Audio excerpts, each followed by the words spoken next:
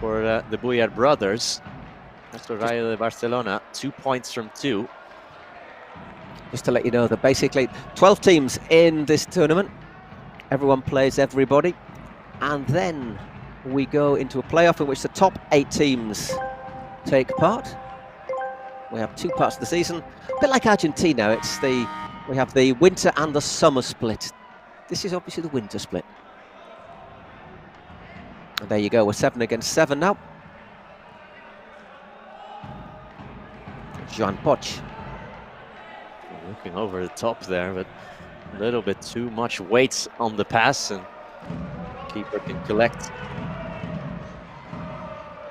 Anthony Grimeno brings it out. We was a little bit of an obstruction there against Danny Perez. Play on, says the referee. We do have VAR in this, by the way, Nick.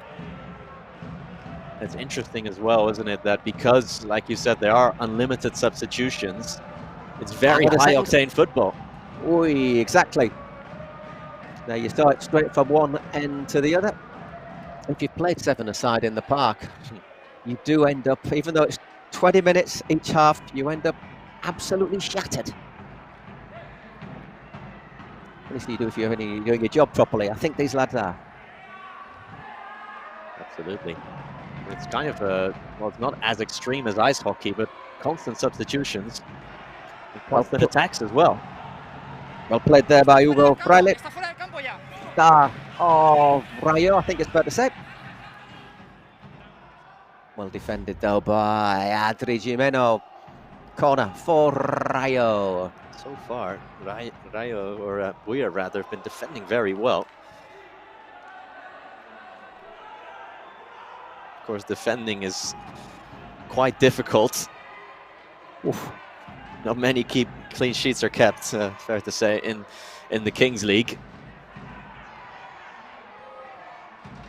Here come the ex-Buyar again. Rayo looking to press high up there. 3 players in that first line of pressure, but leaving a bit of space behind. Nicely exploited. Beguer once again, but yeah, tried it again, didn't he? What he tried earlier. He looks up into the area, trips over his own feet, little back heel. Played out to Fernando Velias. Velias seeing a lot of the ball here. Trying to slip it in behind. Sent long and all the way through to Alex Romero. Well, he leaves it to Adri Gimeno again. There's Adri once again. Fernando Velias. He's given that one away pretty easily. 7, nearly 8 minutes gone. 2-0 to the ex-Buyars. Very, very exciting start to the match, wasn't it?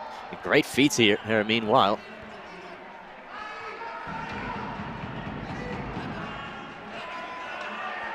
Nice clear lines on the pitch as well, as you can see, with a grey and black playing surface. And a second here is a half chance there for Juanma Gonzalez. Again, scrambled away.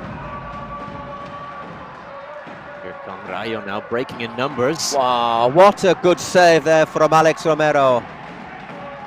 Gets down really well there to his left.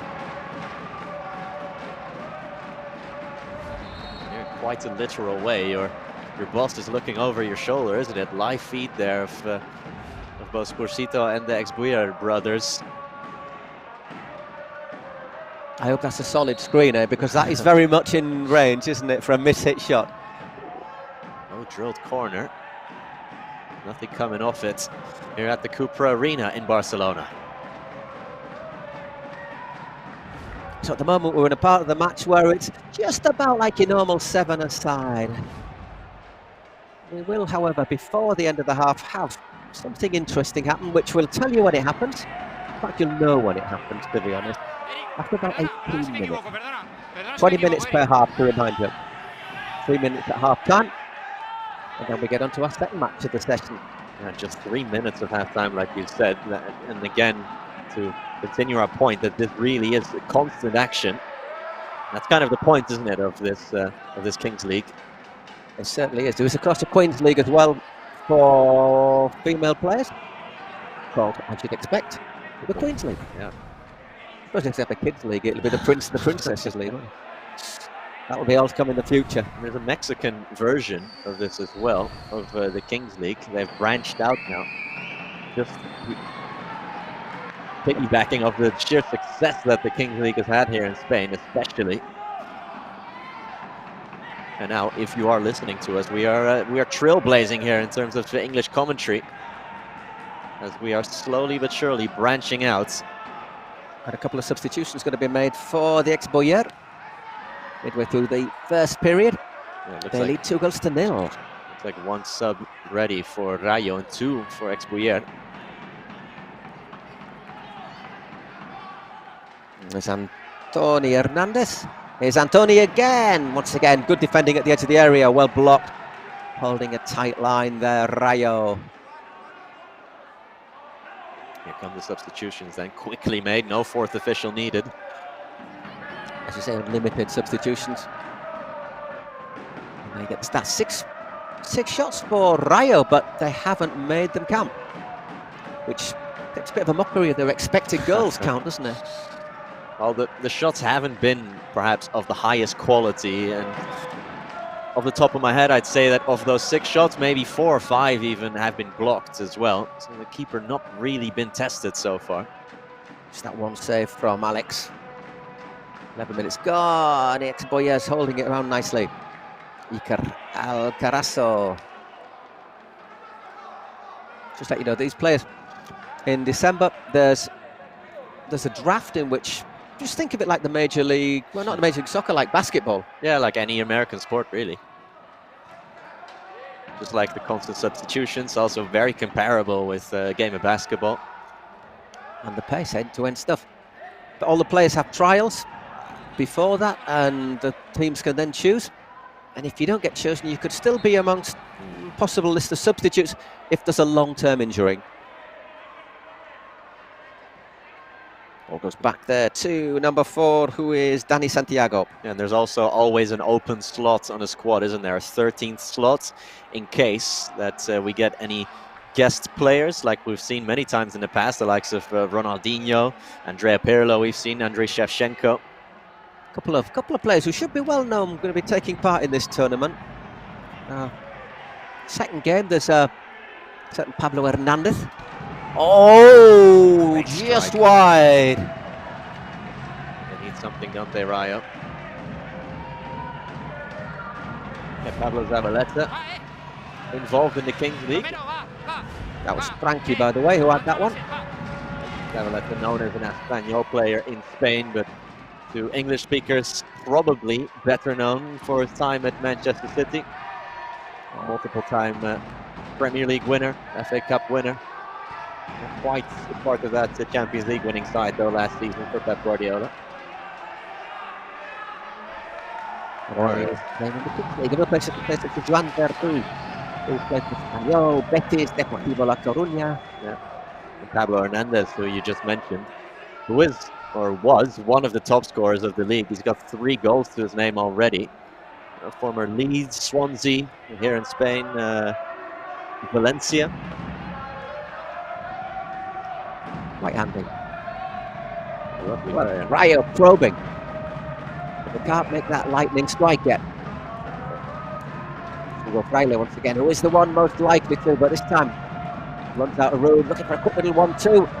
Burst to the middle while he defended. What was it? And then swept up by Dani Santiago. Looking for a foul there. It's never going to be given.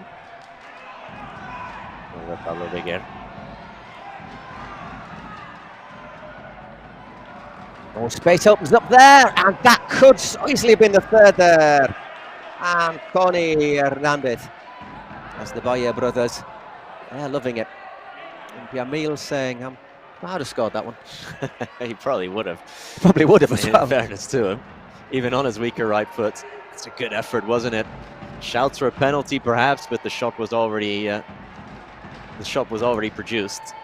And as you can see, they're not holding back. You asked me, didn't you? Say, can they do sliding tackles? Can they sliding tackles? Yeah. Yes, absolutely. they can. Yeah, if you're. Oh, that's a chance. Oh, stretching, hooks it wide. And I'm not surprised there. Spursito puts his hand to his head. in frustration. That was a good chance there for Rayito. Yeah, Frankie, the captain, probably should have scored there, at least tested the keeper. It was coming at him at pace, and he was in full flight as well, in fairness to him. It's a big chance, isn't it? Full flight flying flanky. Try saying that 5 times in a row. I can't even say it once.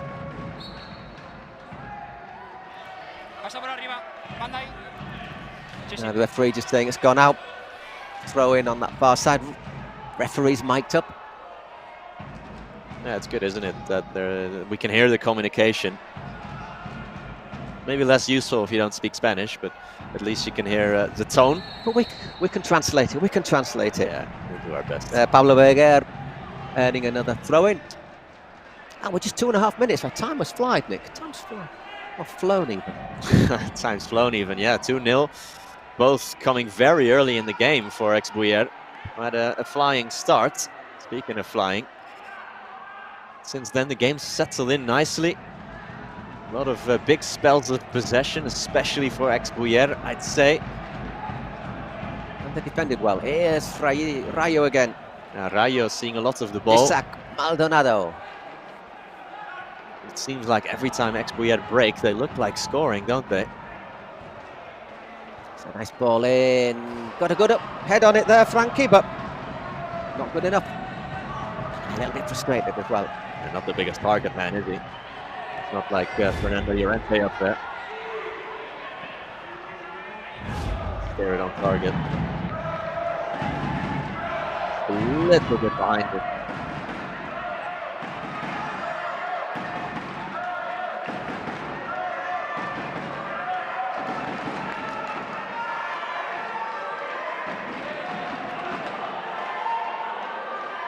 Rayo seems to be relatively happy for Ex-Buyer to have most of the ball here, and with almost 17 minutes played, we'll get ready for a final twist in the final 2 minutes of the first half. Will it be lucky 7? We'll find out. There's a reason for that. Good challenge. Great challenge. Los dos igual, Belillas ahí, los dos. Estoy enfrente. Protect my Maldonado, number 77 for Rayo, played in the 3rd division with Terrassa. Terrassa, of course, hometown of Xavier Hernandez. Oh, here's a chance. Here is Frankie. Oh! Off the post. They can't buy a goal, can they, Rayo? Danny Santiago.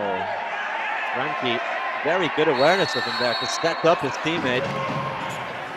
The captain, who can't seem to score himself, gave the honors to his teammates. With everything right, nearly.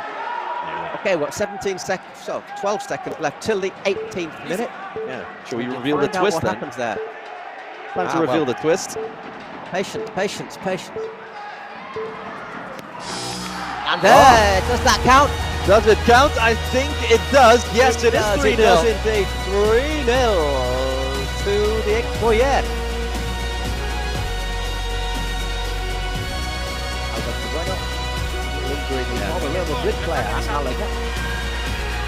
Oscar, escúchame. On the far side of that cracking finish from González. Sliding that one in. Yo creo que sí, yo creo que ha rematado. I think the VAR referee is going to have a look at Gol this. legal.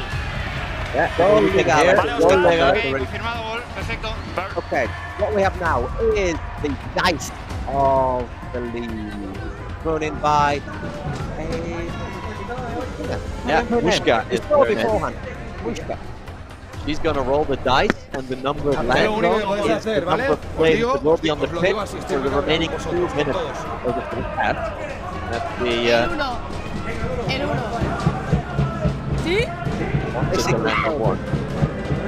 How many players they will have on the pitch for the last minute of this It will first be half? one-on-one.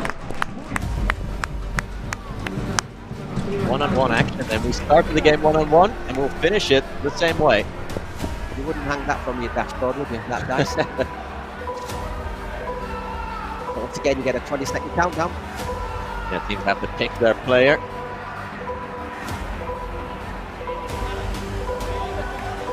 Rayo in a big hole here. could certainly do with a quick goal here. And this is one-on-one without the keeper, Yeah. right?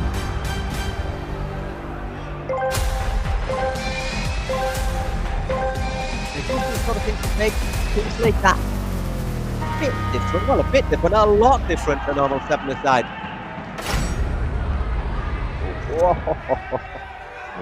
It's Paul Roman for Rayo.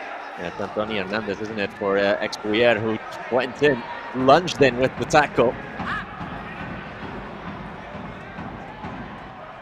We've got and now they've changed players, meanwhile. Do that, obviously unlimited substitutions. Yeah. So you can make your substitutions in the Well, you time. want your quickest player for that little sprint, don't you? Roger Carvalho. Shoot from range. I think the temptation would have been to take a little bit longer on the Yeah. ball there and run that clock down a bit more. 3-0, you don't want to take too many risks. Of course, you don't want to shoot from too close either, because you'd leave your own goal very open if you shoot from inside the area, let's say. Great You goal. can't use your hands, and that is the big advantage. So, drilled in there, a lifeline for Rayo. People loving it there in the director's box. Rayo de Barcelona gets a lifeline. Here's the response, and there it is. Another goal, 4 goals to 1. Wow. Banking finish there from Carvalho.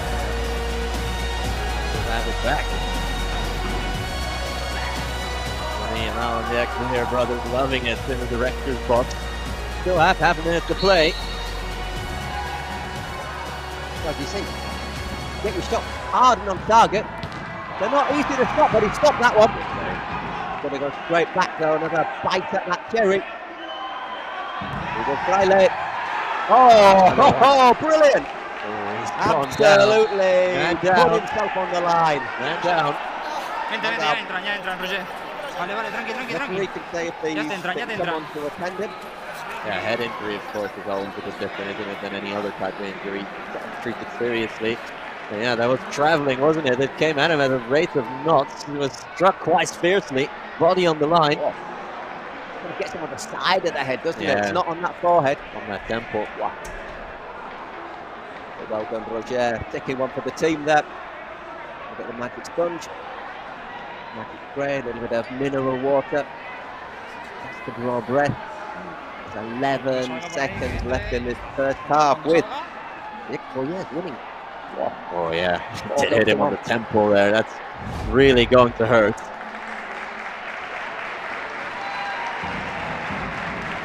That's a great defensive heading technique there from Carvalho, but anything will do, I suppose.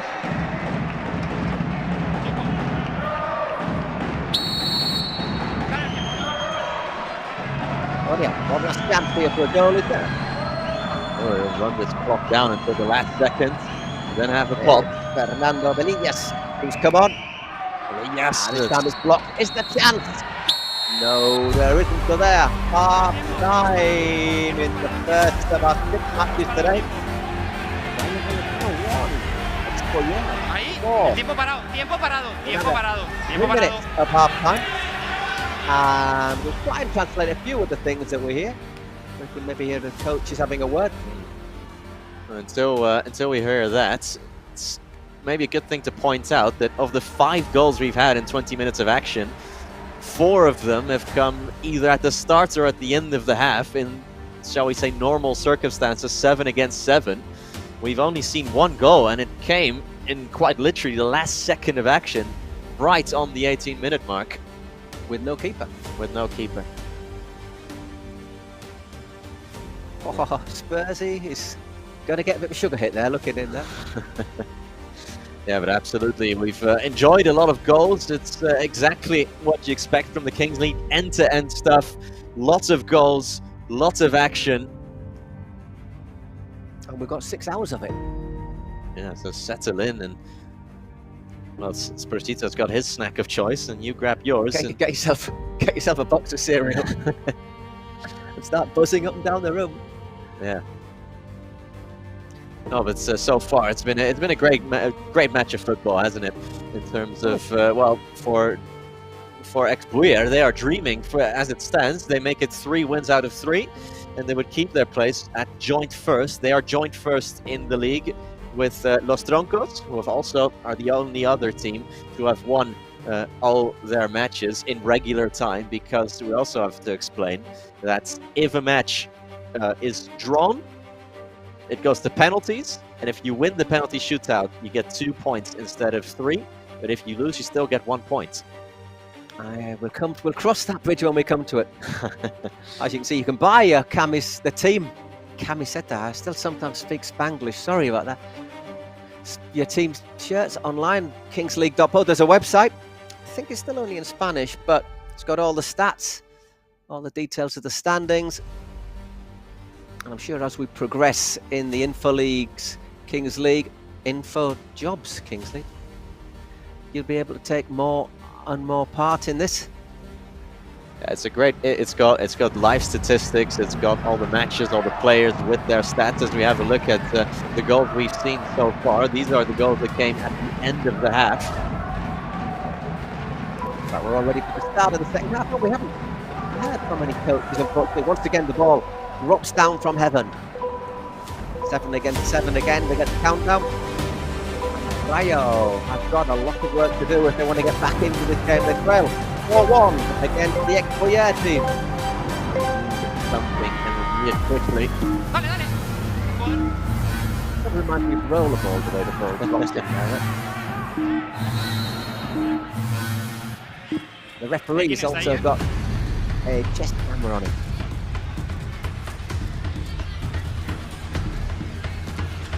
Ok, jugador estrella para Buyer. Okay, ¿Quién será? Velillas. Melillas. Ok. Have chosen their secret weapon. Okay, what does that mean? It means that they have a star player, and this player, and they have selected Velillas, Fernando Velillas. So if he scores this match, it'll count as 2 goals. Okay, that's it. So Only 1 though. only the first goal. Yeah. So how do you game plan for that, attacking wise, but also defensively? I guess it's anyone but him. We'll see how they combat. They've obviously got Rayo have got their own secret weapon. We don't know what they chose, but there's a penalty shootout with just a run from the halfway line. We'll find out what they use. They have to use it before the 18th minute of this second half. You can only use them in the second half, but like you said, in the first 18 minutes. There's a lot of them to pick from. And like you said, a penalty or a penalty shootout. A penalty shootout is basically a one-on-one from the halfway line with the keeper. The ball in. Straight to the keeper. Pablo Berger. And Rayo. Uphill job for the team who were coached by Efran Guillen. They're 2 points to draw, or 2 losing after shootouts so far in the first 2 rounds of matches here. Going now.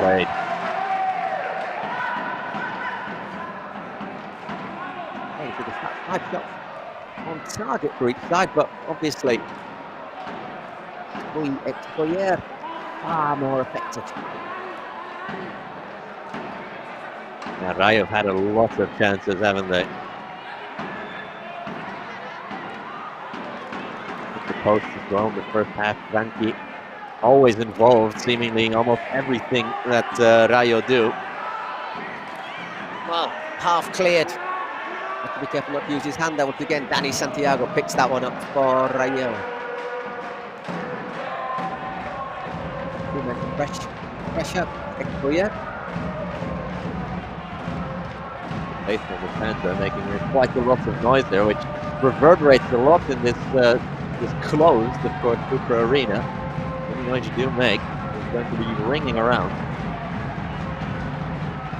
Able to sit deep, they'll look to them hit their rivals on the break, will the Exbuyer. And of course, if they can set up Fernando Velillas, that goal would shout double. Not a bad effort. That's from Roman. You wonder if now for Melillas it's going to be a case of just shoot on sight every time he gets the ball.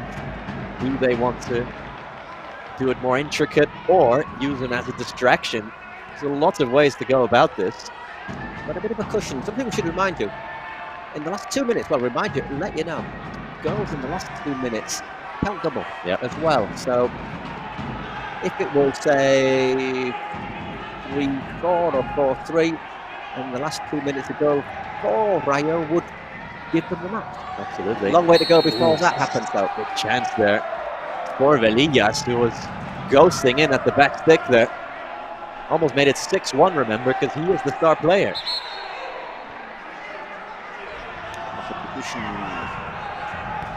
They're saying it's a throw-in rather than a goal kick.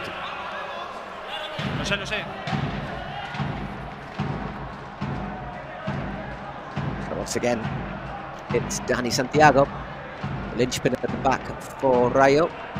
Gives that one to Roman Alegre. Mr. Happy, is he going to make them happy? Good run there, right through the middle. Still not been cleared. Still Rayo. And offside. Offside counts from that line at the edge of the penalty area. And we're talking about influences from other sports. They seem to take a few influences from field hockey as well. The lines on the pitch. La da el vuestro. Le da el vuestro. Also the. Le da. No, o sea, lo que yo veo, Frankie, es que le da el vuestro. No sé si eras tú. ¿Eras tú? No. Vale, le da a tu compañero y le rebota en el pie, efectivamente, pero el que le da es el vuestro. Comes off your companion, it comes to you. That's why it's offside. Very civil there, isn't it? Another injury to Rex Boyer. Can't quite see who it is down there. But another thing that's perhaps is borrowed or inspired by field hockey. Let's have another look at what's just happened there. It just feels it's like his quad. I think it doesn't look it's good. Tony Hernandez. It is indeed. Yeah, it doesn't look good there. Limping off. Not something you want to see. It's a dead leg more than anything. He's replaced by Pau Yastari.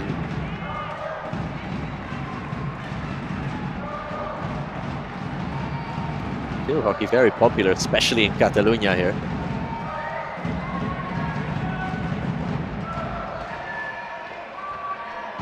The penalty shootout is also something that is a prominent feature, shall we say, in the sport of field hockey.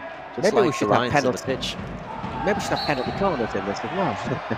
It is something that the rules can change. Yeah, the of rules course. are adapted by fans, you know, with consultation. That's the idea of this, isn't it, of the Kings League, that they listen to the fans, they listen to everyone who has an opinion about the sports.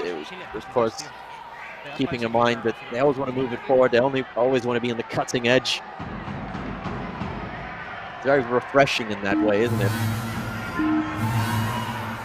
Well, obviously got a player who's scores count double, so he's going to take the free kick, isn't he? Fernando Melillas. Nah, he didn't pick out the TV screen. Well over there from Melillas.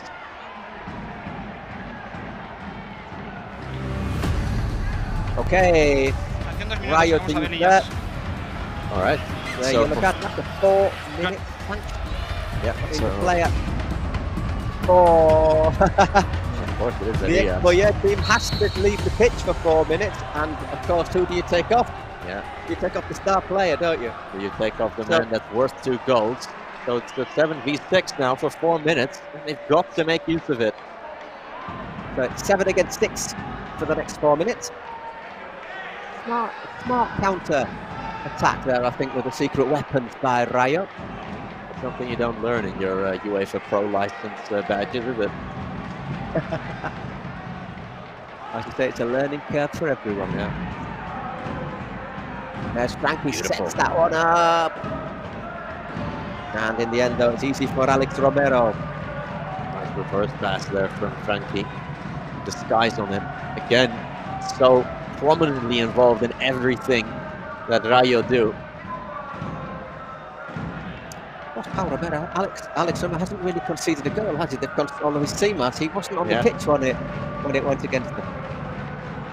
Here come Rayo. It's going to be backs of the wall defending for the ex-Boyers, I think, for these next few minutes. Drilled across the face of goal by Blanco, and I think that'll be. It comes to nothing. It's an ex-Bayer zone, isn't it? Yeah. And Butch thought otherwise, but that definitely just went all the way across. Don't think that got a touch. Roger Cabo warming up again. Otra vez. Los dos pies en el suelo. Los dos pies en el suelo. Los dos pies en el suelo. Foul throw there. The referee saying you got to have both feet on the ground. That's something you get taught from a very young age, isn't it? When you're playing football, got to have both feet planted on the ground. Beautiful ball, meanwhile. Wide. It's not your day, again. Spercito. It's not your day. Not Frankie's day either. It's another big chance for the captain. Beautiful ball. In.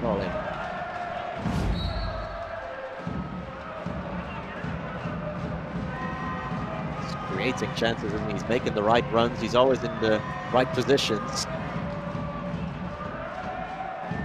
And there the Rayo fans, Los Truenos, thunderclaps. Santiago looking to go all the way through the middle, but here's a chance now for the ex-Boyer. Beautiful tackle.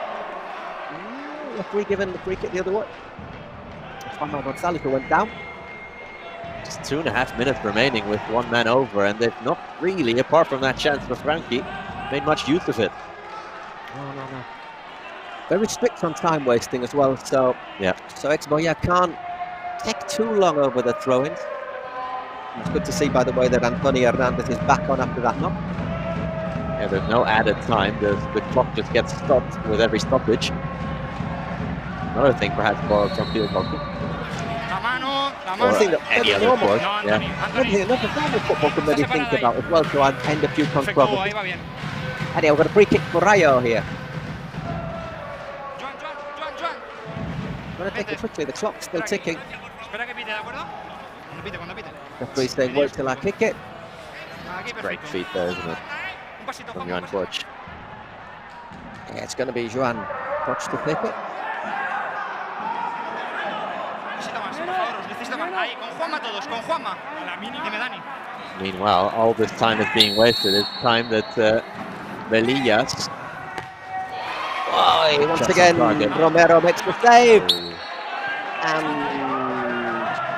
Jose Blanco hires it into the sky. I think it'll be a throw-in because it touched the roof, or the ceiling rather, before it went out. Yeah.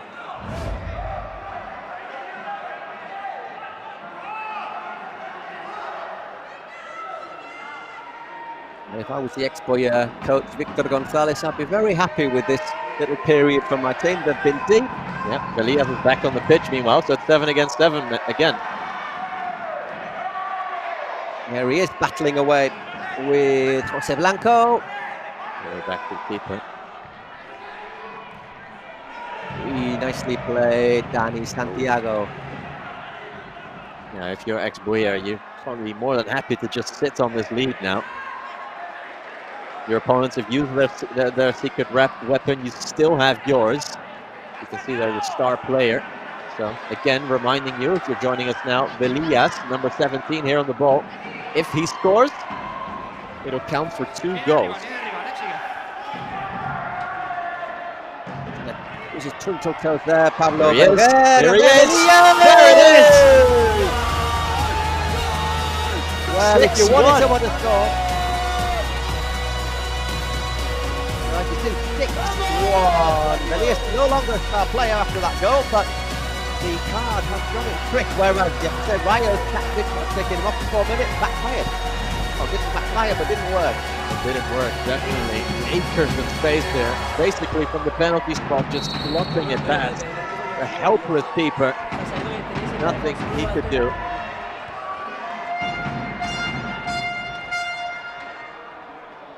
Eight minutes left and 6-1 to the ex-Boyer. Well, looking very good. They'd go top After this, it will be 3 wins from 3 games. However, still time to go, and as you've seen here, it doesn't need long to score a goal. In normal football, it only needs a second to score a goal, and this you need half a second.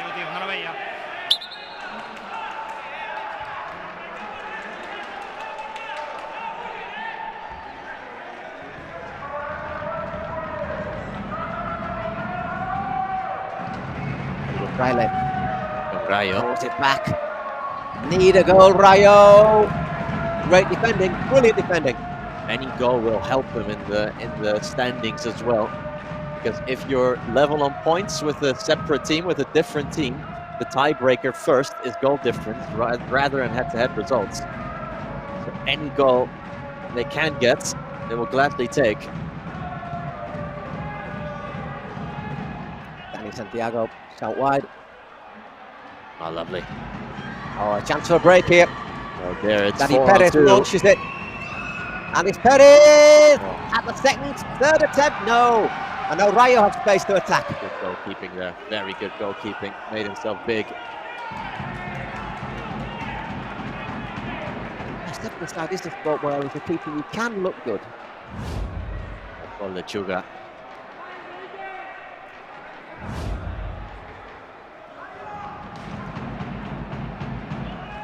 It's a great surname because Lechuga, you know, in Spanish is lettuce. Yeah.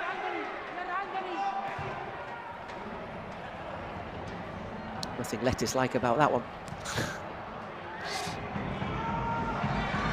Once again, here's another brilliant chance. And there it is. And there you go. Oh dear, it's getting ugly now for Rayo. 7-1 to Exbuyer. They're so open at the back, aren't they? They're so desperate to get a goal back. Nightmare in this situation. You've got to push forward, you've got to look for chances, and that leaves you well open at the back. Well, they're going to invite Lamine out to every game, I think, if he's a good luck charm like he has been today, the Exbuyer brothers. That's a simple finish. Nicely finished there from Iker Alcarazzo.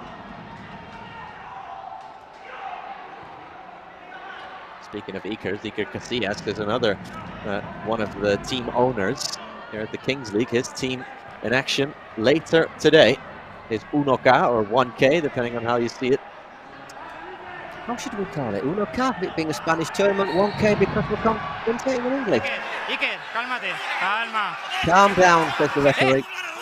Calma, calma. Iker, es falta. Yo sí me tiro porque me duele, No me toques los huevos, Maldonado, no te toca nada. Maldonado not very happy, I think it's fair to say.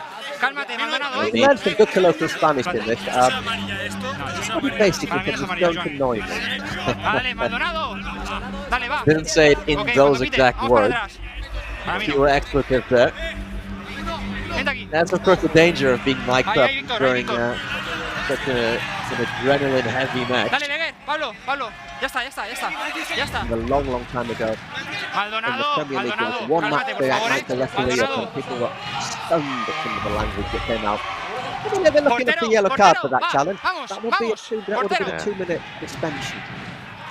Iker Alcaraz, it was a hard tackle, wasn't it? From behind.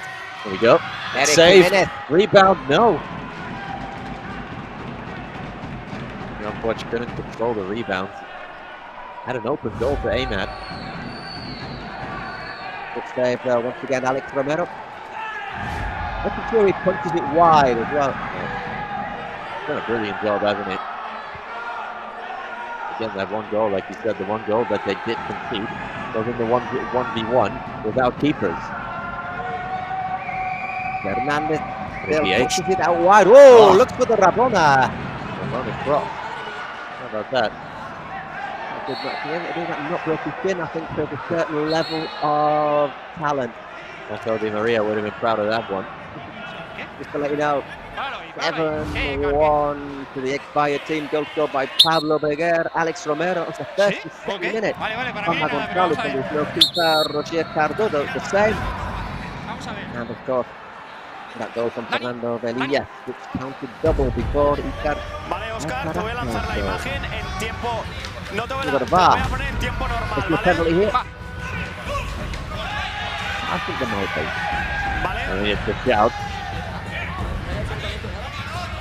Did he make a bit of a meal of it? Maybe. But is there enough contact? Eric Jimenez was certainly pleased to go down there. But it is true, there was a trailing leg. When a defender puts their arms up like that, like I haven't touched him, I haven't done anything, I haven't touched him, it tends to mean that he has touched him. I mean, there was definitely contact from Elias. There's no arguments about that. Is it enough to warrant a penalty? I think what the referee said. Nada, para mí no hay nada, chicos. Vale, perfecto, Oscar. For me, there's nothing, lads, he said. Nothing for me there. Nothing in it. Last 2 minutes. Okay, goals now score. Count double. Yeah, it would be unlikely from what we have witnessed in the last 38 minutes, but 3 goals now. And for Rayo, so a miracle really, but 3 goals. And we're going to penalties. See that goal double. Get it, that hockey style start.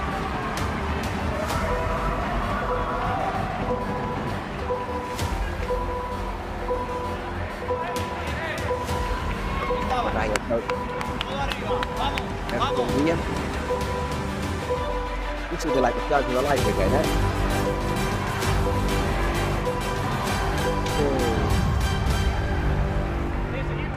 One goal, maybe. An early goal from Rayo could potentially make them a little bit nervous, but... And sprint! Y mal Buller también, ¿eh? I think there was a false start there, given by the referee. Y mal Buller también, ¿eh? Whoops, yeah, that'd get you out with 100 meters, wouldn't it? Yeah. Spursito this whole match there in the bottom left of your corner, looking rather frustrated. With stress eating perhaps going on as well there. Frankie loses out. High press now deployed. Great pressure. Ex-Bouyer. Really suffocating Rayo, and it's worked. It's a great effect. Yeah, looking at the stats, they've had 21 shots. Rayo. Just the 1 goal. That's not great, is it? That's not efficiency that you want from your team, from your forwards. You see that. We're voting in the chats for the MVP of the match. Luckily, it's logically perhaps Velillas, the star player. He gets that rebound. Out corner. Yeah, Velillas, I think it's got to be my favourite as well.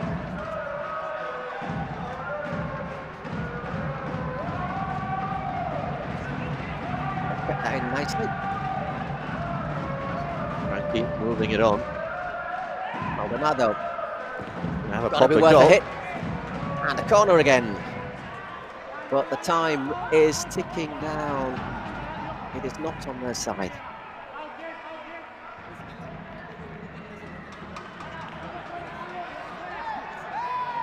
And again, less than 30 seconds left in this match. Ex-Bouyer on the verge of claiming the Barcelona derby in this Kings lead.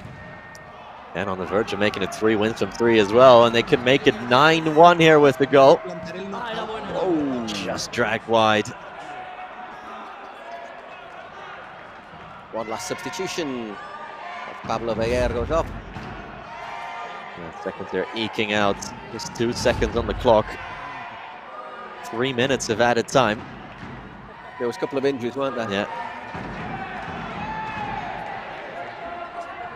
Goal double value still counts in this injury time.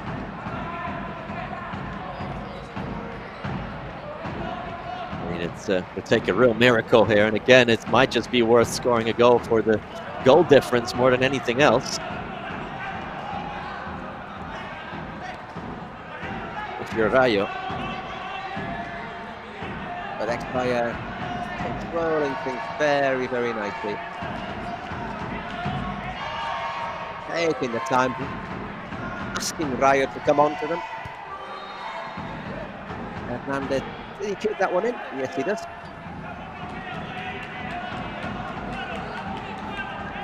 Roman. Alegre. So not today, particularly after this result for his team. 7-1 at the moment. While struggling to break down a very solid Expoyer defence. Yeah. Talked about how difficult it is to defend in the Kings League, but Expoyer have done a brilliant job of it. Has to be said as well that Rayo a little bit wasteful with their chances, and they're right on cue as an example of it. Tengo a mi compañero enfrente, Frankie. Tengo a mi compañero enfrente. Puerta. Frankie wanting a free kick there, but I don't see why. Referee says, well, I've got my companion right in front of me, he's got it. But he yo le sacaría roja. Ha metido 7 goles. Es el árbitro que metió 7. Les falta ahí tampoco. once again, that attack comes to nothing. Hugo Fraile frustrated, battling back though as well. And then Maldonado had a little moment. Oi, that was a bit naughty. He's left a leg dangling there. Victor Torres. I think there was a little bit of afters from that earlier incident there. Yeah.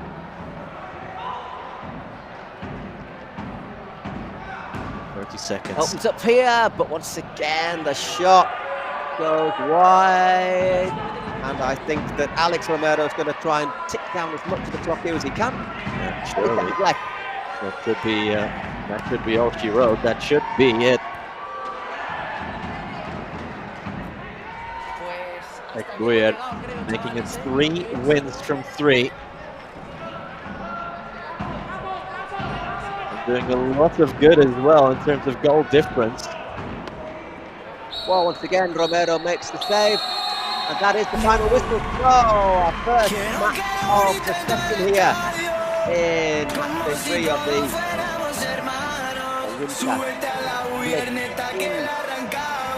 InfoJobs Kings League term. Well, it ends.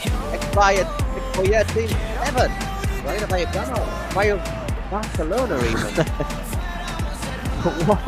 Yeah, it's a tremendous victory for Expoyer in the sense that their previous 2 wins were by 1 goal, and today they've won by 6 goals. So they're doing a lot of good in terms of their goal difference. And we have a look at the stats. Well, the expected goals for the Expoyer was only 3.25. They've got 7. 9 the shot from target out of 19 compared to 7 from 22 for Rayo.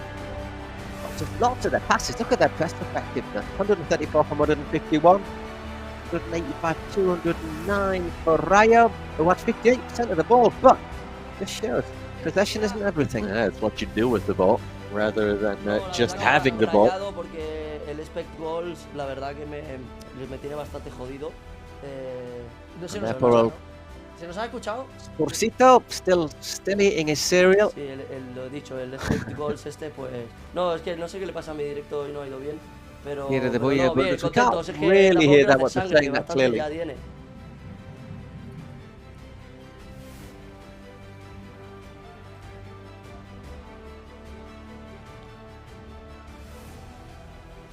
No, sí, nos han faltado goles, conclusiones saco muchas, o sea, lo Spursito present for Rayo saying, yeah, well, we didn't score goals. No puede ser 1-7 otra vez, no.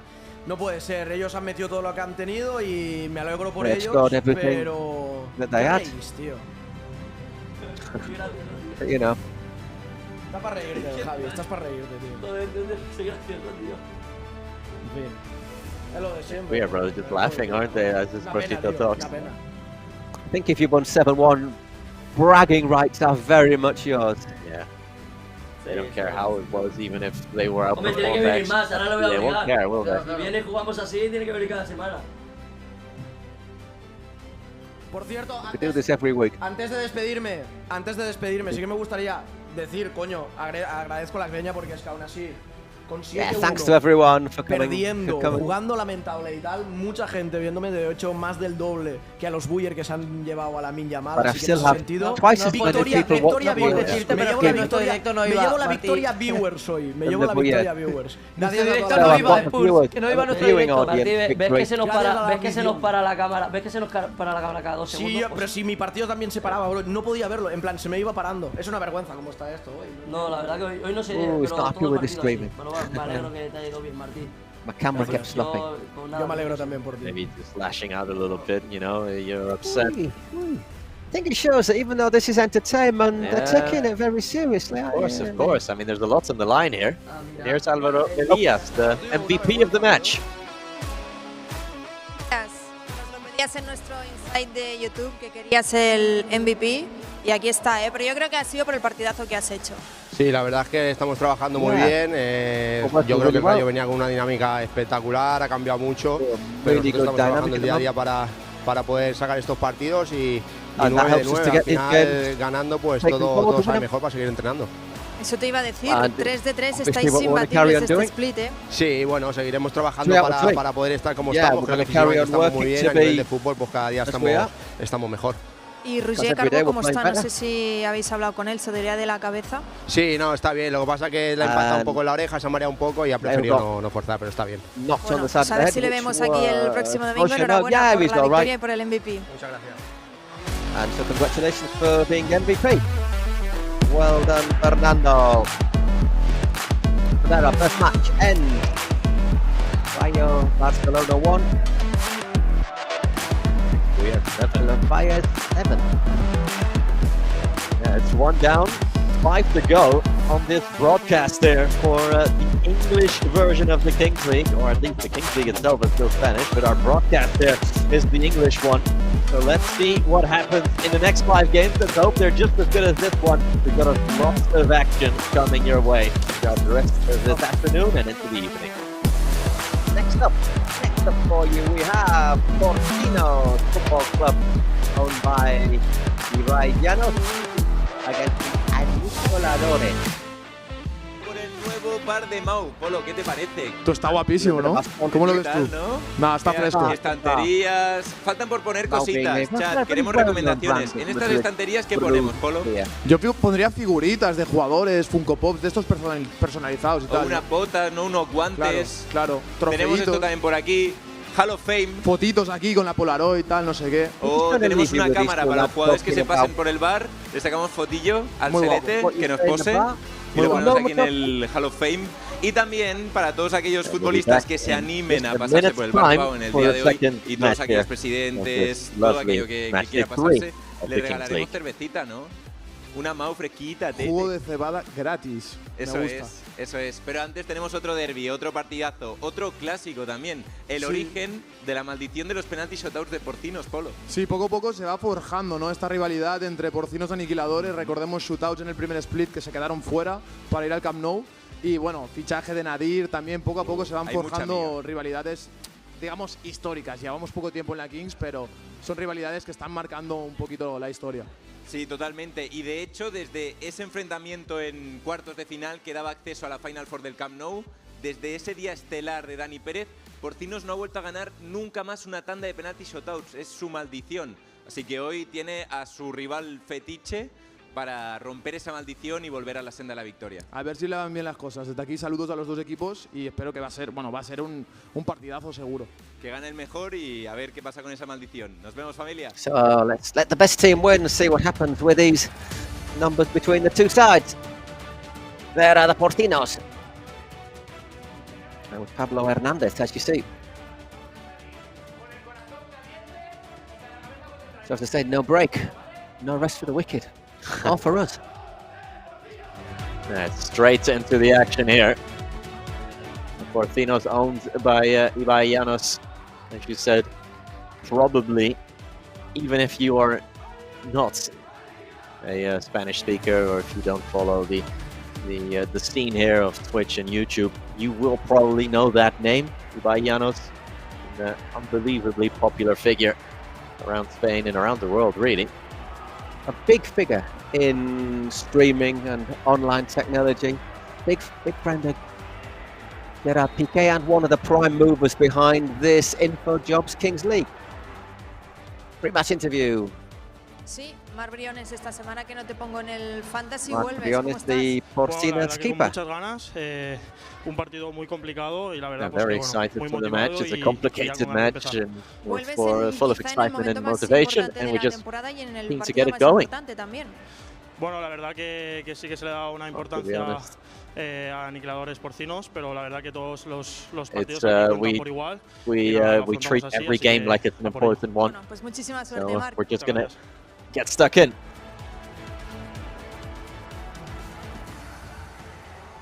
There's not really a lot you can say when it's only 2 questions answered before a game, are there?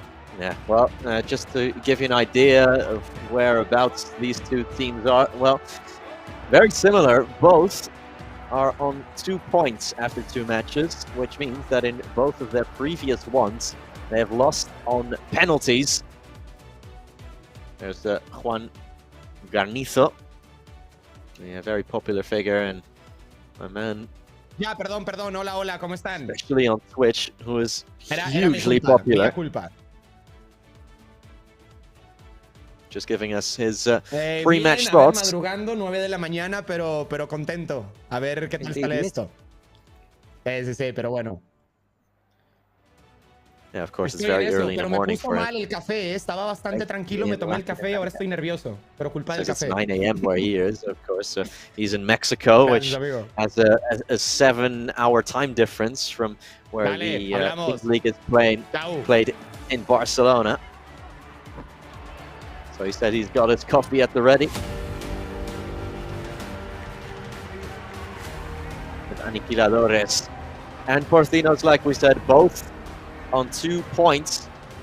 We've spoken about it briefly during the previous match, but should a match end in a draw, it goes to penalties.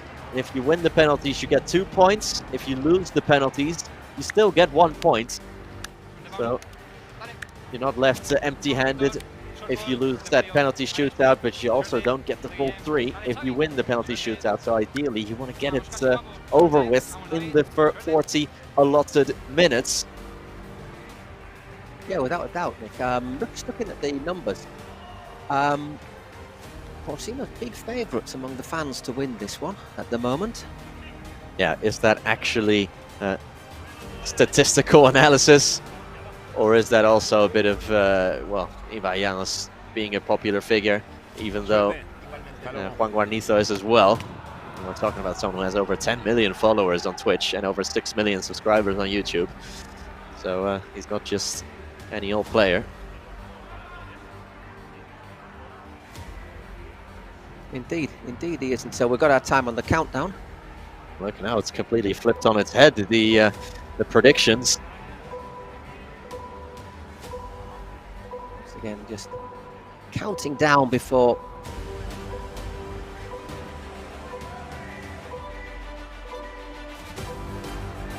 again we get going. Just reminding you, this is 1v1 in the first minute, then 2v2, 3v3. You get the gist for the first 7 minutes until it is 7v7. So the first bit of the match, as we are up and running at the Cupra Arena, is 1v1 plus the goalkeepers.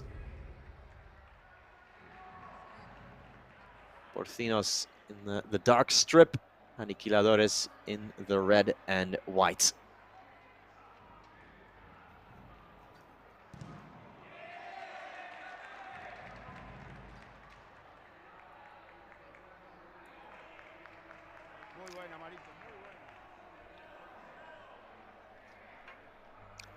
Keep on talking, Nick. I'm just having a couple of technical issues here, I think.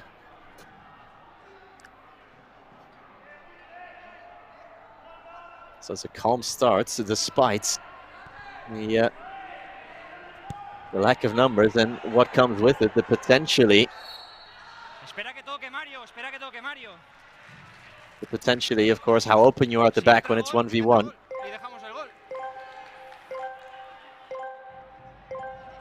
Okay, through the headphones. All right, sorry about that. Well, I thought I had a bit of an issue. But if you can hear me, then so much the better. Right, so this is something that can happen, or does often happen, that when it's only a 2v2, the keeper participates in the play to create that overload, to create that advantage. And here he is. Shot at goal for Aniquiladores. It's a beautiful strike. Straight away, taking the lead. That was Alejandro Ortega. Yeah, Ale Ortega, they're beautifully curled shots on the right foot. Well, Marc Briones was interviewed there before the game. Straight away, he's had to fish one out of his own nets, and here he is. The keeper have a go himself. Oh, nice turn. Beautiful. Fake shots and another one, but it's good defending here, but it's still with Porcinos. Marc Briones, well, looks for a nutmeg there. Gets to get back quickly here. Yeah. Obviously, the keeper well up the pitch.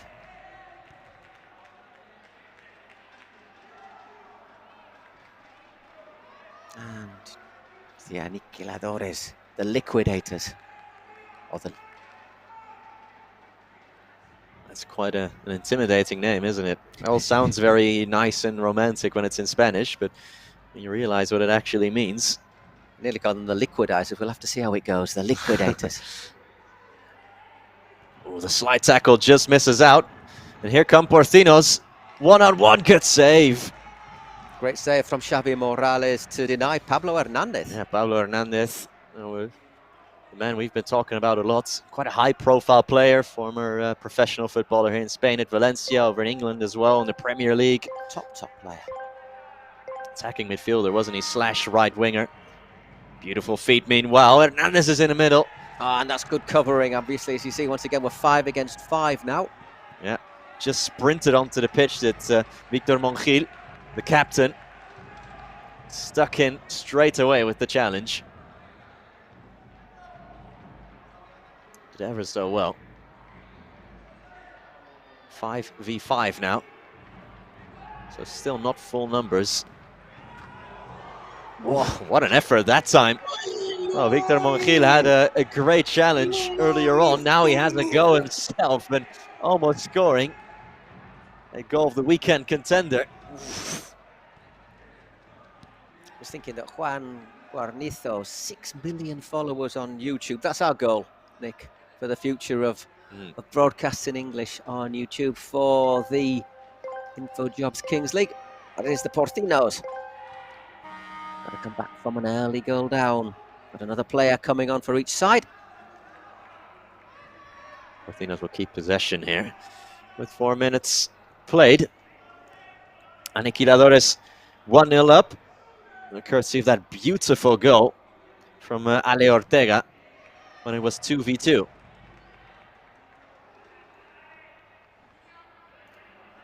There was Guti with the throw-in, not the Guti I think that people all think of, the former Real Madrid player. Guti obviously has been short for Gutierrez, which is a pretty common surname in Spain. Yeah, that other Guti also has those beautiful blonde locks, doesn't he? This one, not quite. Not so many locks. No. Once again, Pablo looking to slide that ball through. Yeah, he's going to be involved in everything that Porcinos do. He is their top scorer, has 3 goals already in the first 2 games. And now we are at full numbers. It's 7v7 now with 5 minutes played. Just that one goal in it so far as the Luchadores take the lead. Well, interestingly enough, Porcinos in the first 2 games of the Kings League actually first when it came to expected goals, massively underperforming their XG. 12 expected goals and actual goals 4. That is a huge discrepancy. What that tells you is they're creating tons of chances, more than anyone else in the league. They're not taking them. With someone like Pablo, that is a surprise, isn't it, as well? Oh, he's certainly done his part with his 3 goals so far. Xavi Boniquet, number 8 for the Porcinos. Keep an eye on him, one of one of their star players. Oh, question of handball, was there? Big appeal for handball. So far, nothing's been given. Remember, there is a VAR. Is the referee going to go and consult with it? Well, we'll have a chat with the VAR. We are telling him to just give him a second to have a full review, so the play will be temporarily stopped. Well, it does strike him on the arm, but the arm very much in a natural position. Play on, says the referee. All right, referee's going to the monitor to have a look himself. Well, the monitor is absolutely huge here, so... No real room for debate, is there? I mean, there's no doubt that it hits him on the arm. Totalmente. Pero totalmente, por favor. But does that constitute a penalty? Por favor. Vean cómo se le va esa mano para atrás. Sí, balón va directo a la mano está ligeramente separada del cuerpo. No va a ser amarilla, no va a ser amarilla porque va fuera de portería. Va fuera de portería, no es amarilla, pero es penalti, ¿de acuerdo? All right, so the referee's going to give a penalty here, but it won't be a yellow card, he says, because the shot wasn't going on target. So to say, Juan Guarnizo quite happy with that one. It's very clear communication from the referee saying, listen, the arm was slightly separated from the body, but it wasn't a shot on target. So it is a penalty, but it's not a yellow card. Standing over the penalty is Javi Espinosa to make it 2-0 to Aniquiladores. Mark Briones very well. Tucked away beautifully. 2-0 then. Porcinas have it all to do at the Cupra Arena. Javi Espinosa.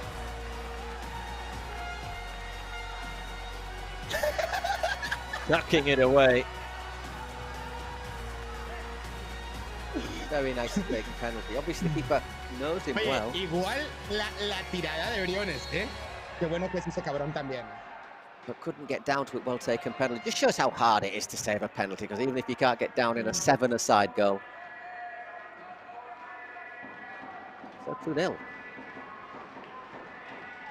Long way to go, however. Yeah, we're not even a quarter of the way into this match. Remember, they do have their secret weapons, both teams, which will be revealed in the second half. It will indeed.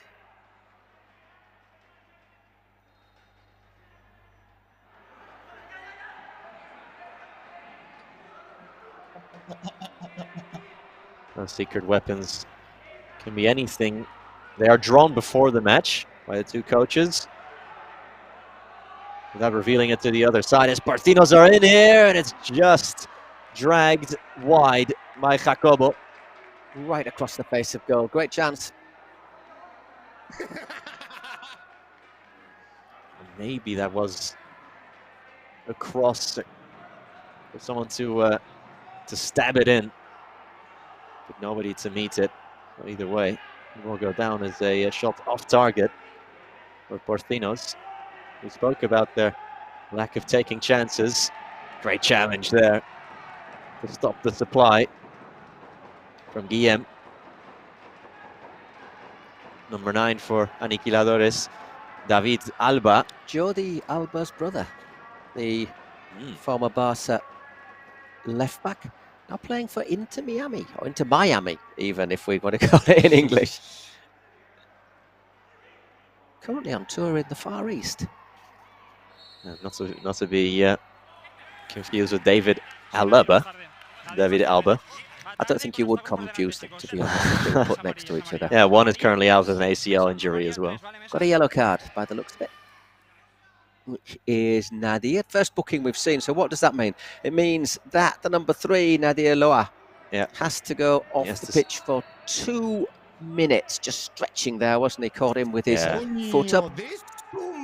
So another chance for the Aniquiladores to And again, we give a bit of pain. We spoke about similarities with other sports. This, the yellow card, meaning a temporary suspension, also something from field hockey. It's so interesting to... You like your hockey, don't you? Well, Dutch. As a Dutchman, it's such a prominent sport back there. All of my family play it. Oh. So, can't help but notice the similarities, and that's absolutely not a bad thing. In fact, I think it's a great thing that you look at other sports, see what you like about them, take the best bits, and speaking of good bits, Javi Espinosa again. What you'd expect of Javi, a former under-17 and under-19 international for Spain. Great effort. Playing his trade in the InfoJobs Kings League.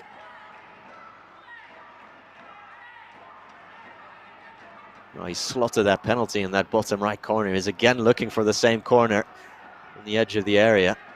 Yeah, the Porcinos fans. Nothing porcine about these lads, though.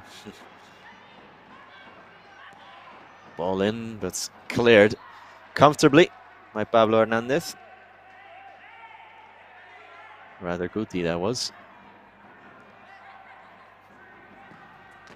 Wow, that's strike up beautifully, Espinosa. My word, what a screamer! Wow, Javi Espinosa just talking about him there, and he gets his second goal. He's quickly becoming the MVP of this match.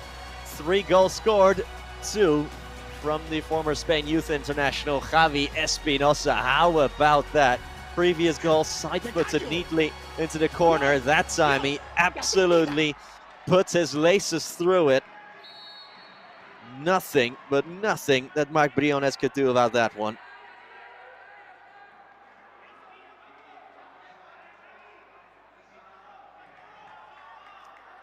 So 30 minutes gone in the Kings League InfoJobs. Second match of our session. And the Aniquiladores living up to their name. 3-0, they are beating the Porcinos. Decent effort whacked in there. Well saved though by Xavi Morales. Cleared away, stopping the supply there. Is Ale Ortega, scorer of the first goal.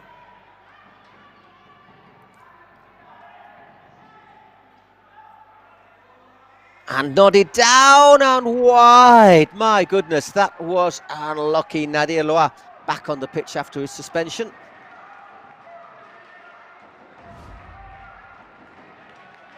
Just sat out there for 2 minutes. Well, how many of those do you see then bounce and drift in? Just ghosting in there. The back stick, Nadir. Was such a key player for Aniquiladores in the first split. Now doing the dirty on his former side. Yeah, of course, with these drafts, there's a lot of interchanging of clubs and players, as that is not the best effort you'll ever see from Nadir. You could say that Nadir has reached a low point. I thank you. And it's calm then, things really settling in here at the Cupra Arena. Coming up on 15 minutes played, and here come Aniquiladores again. Inches away from a final touch. Casi, ironically called. Almost, or Casi, stabbing in the 4-0. I'm sure he's heard that plenty of times in his life, with a nickname like that. David Soriano. Winding up the shot, but thinking better off it there. Last man there, Xavi Boniquet.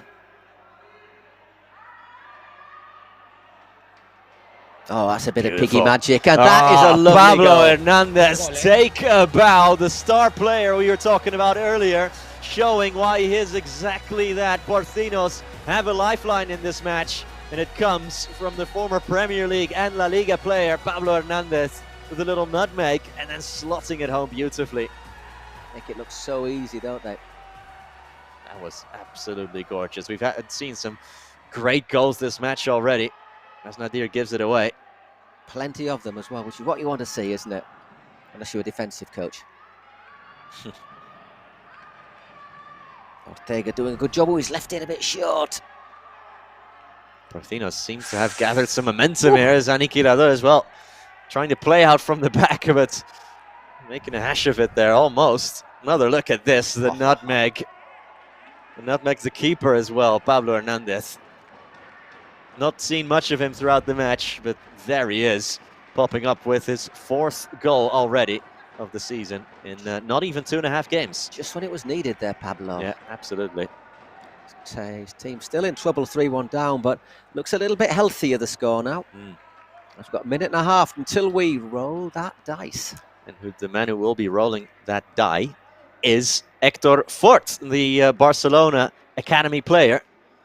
Hector Fort, who made his debut for FC Barcelona earlier in the year. Sets up a goal as well, if I remember correctly, for Barcelona in the Copa del Rey. Lamine Yamal was in attendance earlier with the ex-Buyer brothers, and here's another young, promising Barcelona player. Been unlucky because he's right-footed, but he's had to play at left-back because of the injuries they've had, Hector Font. And he had to play against Nico Williams in the Copa del Rey, which is probably not what you need to do. It's probably the nightmare of just about any fullback right now, coming up against the electric Nico Williams. Meanwhile here, come Porcinos. Pablo Hernandez gives it away this time round. Aniquiladores breaking with Gassi. Was he a little bit greedy there? Could he have taken more time? Looked up, went for glory. It's good battling in midfield though.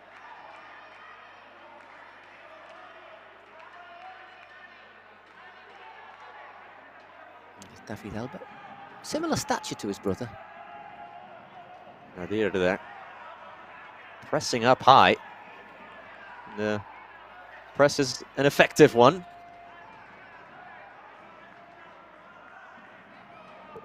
As Porcinos can bring it out, and the die will be rolled here in just a couple seconds' time.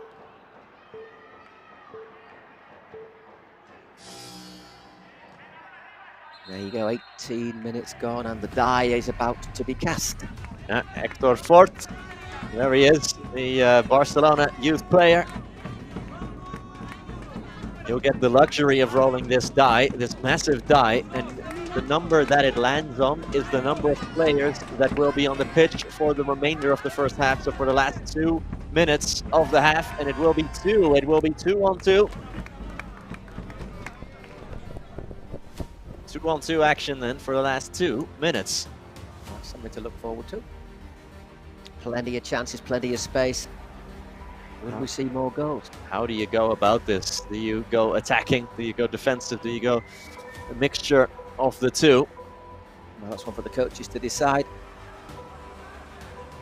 Juvenal, Dogo, Guillem for Porcinos and Sergio.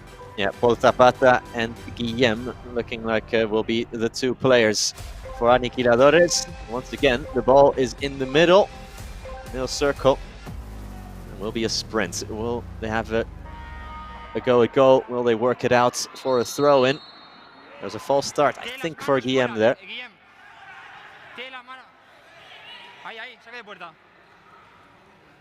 Right, keeper substituted off.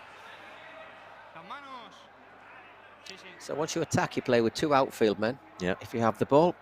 That's very. If you have to defend, you make sure you've got a keeper still. Absolutely, high risk, high reward this for Porcinos. Obviously, one of the 2 players is Pablo Hernandez, and that's a penalty in the area. Yeah, that looks a penalty, and it is. Well, that hand, that finger is pointing directly at the spot, isn't it? Referee says absolutely no doubt about it. That's handball. That's a penalty. So Pablo Hernandez will line up from the spot to get his 2nd goal of the game and his 5th of the season. Paul Zapata in goal. Pablo Hernandez. Never mistake. Never in doubt. Was it ever in doubt? I don't think it was. Pablo Hernandez. Suddenly, courtesy of his brace, they're back in it. You could say it's saving their bacon. However, they have some defending to do. Oh, that's a nice little turn. Ortega spreads it wide, but it's just a bit too short for Espinosa. The 2 goal scorers for Aniquiladores on the pitch here. Nadir not happy. Giving away the foul. Remember, he's been booked already.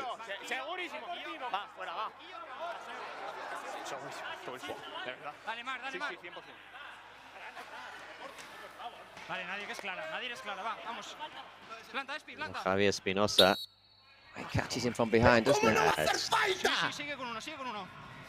just the free kick. Beautifully worked to Ortega. Back to Espinosa. It's an exercise of patience here. Espinosa goes alone. Oh my word! Makes a hash of the finish. Did the first bit so well, Javi Espinosa. I'm looking for that last chance. I don't know if that change is a good idea. They just seem to use too much time there. Definitely used a bit of time. Just an extra minute to be added on, though, so that is a lifeline here for the Porcinos. Well, it's going to fall to Hernandez. Spreads it. Beautifully played. Beautifully worked. Is it offside? It is indeed. I was going to say that's a perfect example of how to play a 2-on-1, but he plays offside.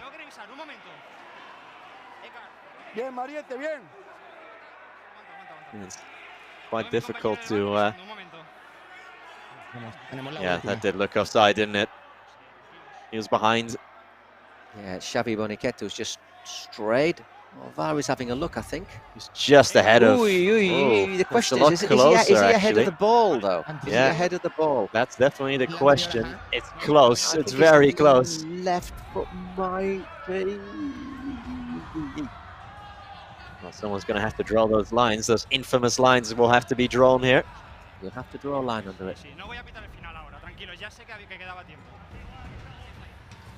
All right, referee says I won't blow up for the end of the first half either way. I will give you time. I'm going to put my reputation on the line and say it's just in front, his left foot. Goals ruled out then, and we'll play until the second minute. So 30 more seconds, or 25 by now. Can they make a better job of this now? 2-on-1. Ortega still on the pitch with Espinosa. Trying to be careful not to fall offside. Goes that alone. Is a big goal. Beautiful. Goes alone. Well, the fact you're 2v2 doesn't mean you have to always combine. He went alone, took on his man, and slotted it past the keeper. 4-2 then to Aniquiladores. The thing is, the defender's always half keeping an eye on your teammate, isn't he? So if you can... Big save there in the end by Paul Zapata at the end of the first half. There you go, half time. Oh, wow. Sergio Verdirame, the coach, former player, remember, was a pro player in Argentina, Chile, and Mexico. And certainly has kept his personality and his temperament.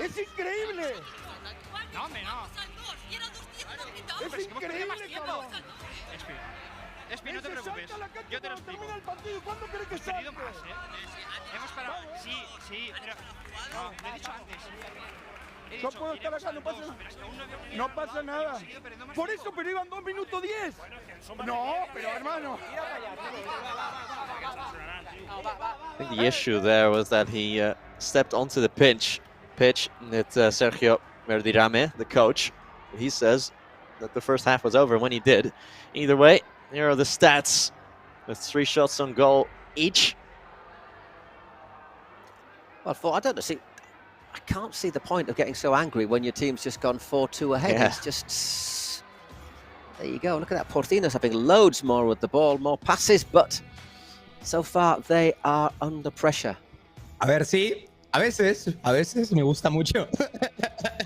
Yeah, sometimes I like the referee a lot, says Juan Guarnizo. Nada, está siendo un partido como me lo esperaba, Movidito, muy tenso. I expected the game to be like this. It con was, estos pequeños piques, como ya vimos por ahí con el pibe. With a mí, a ver, yo creo que la gente que está viendo el canal de la liga, que estará viendo todo, sabrá que este partido siempre tiene mucha historia, tiene mucho de esto y vamos a ver cómo termina.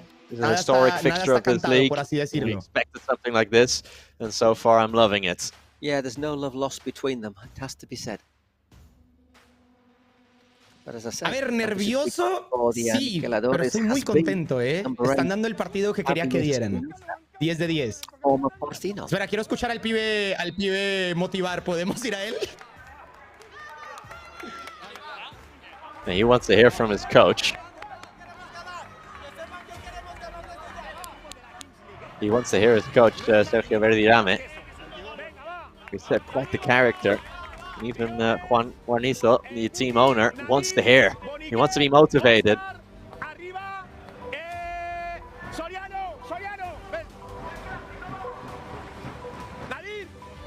Straight into the second half then, like we said, only a 3-minute break between halves.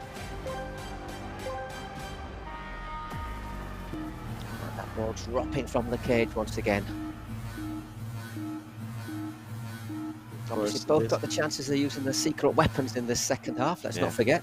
Arma secreta, like it says on the screen, their secret weapon. We'll get into those as they get drawn, those cards. We've already seen 2 star player and a 4-minute sanction used in our first match. Yeah, the star player in the first match that was used and was effectively used as well. That means that one player on your team is chosen as the star player. And what does that mean? If that player scores in any time during the match, it counts as 2 goals. So earlier for the ex-Buyer team. And effectively used as well. Now we're getting a secret weapon used now. Perfecto. Okay. There it is. Another star player. Pablo. Pablo? Okay. And Pablo Hernandez. Shock horror. Yeah. Not a big surprise there. No, so if Pablo scores a goal, it counts double. Yeah, so it will be his hat-trick, but it will count double this one. See what the Joker used on the other side. And the Joker is, what the Joker means is that you can use any of the other secret weapons and they want a penalty. Aniquiladores. One of the secret weapons is a penalty. There's another one for a penalty shootout, which is basically a one-on-one with the keeper. I think surely you'd want the Joker every time, though. That would just allow you to choose what you want. Pablo Hernandez, as we say, the star player. So a chance to go 5-3 up, which would partially, I suppose, eliminate that goal if Pablo scored when it was worth 2. Espinosa goes to the same corner, and this time it's saved. Put it in the same place. Went to the same place. Mike Briones remembered where he went last time. Good stop. Down quickly to his left-hand side. Strong left arm. Former teammates, however, let's remember. So maybe he just... You're in the game of double bluffing those sort of penalties when you've already taken one. Read him like a book there. So both secret weapons used. Pablo Hernandez, so the number 19 there in the dark blue shirts. Should he get a goal? And he's done so twice already. One from the spot kick, and one. A brilliant individual effort. Should he get another goal? It would count as double. Here he is, wearing a green armband to indicate that he is a star player. Hernandez fizzing it across goal. No one there to meet it, but it's still Porcinos. Well closed down by Gassi. Well, bit of drama to get us going at the second half. Missed penalty, which would have put them 5-2 up. Partially annulled that star player thing for Pablo. But the thing is, the Pablo being a star player lasts until the 38th minute, so plenty of time to make it count. Oh, what a save! Brilliant save there. And they're on the line. Wow. Defending ever so well, Aniquiladores, to protect their lead.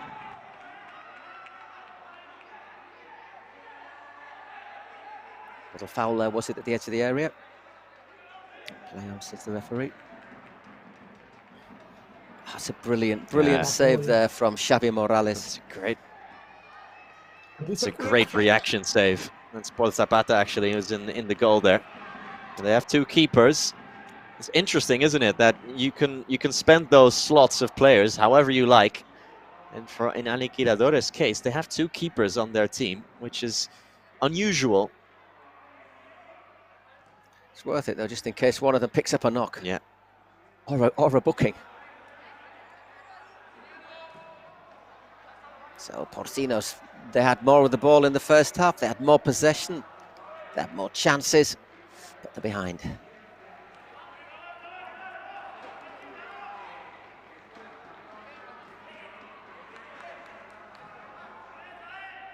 A 58% possession.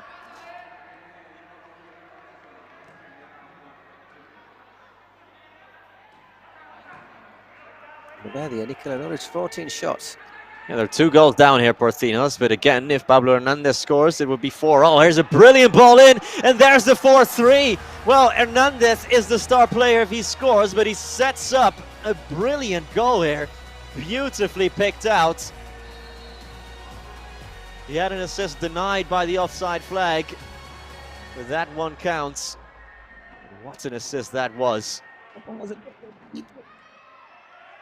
Xavi Boniquets, I think that is. Yeah. Nodding it in, a cross goal. Both Zapata pulled off a brilliant save earlier, nothing he could do there. Porcinos 3, Aniquiladores 4. Here comes Pablo Hernandez again. 19-on-19 action, Hernandez still. Tried to pull it back to Boniquets once more. Here is Guti, Guti brought down. Play continues, Hernandez. Turning the screw, aren't they, the Porcinos at the moment?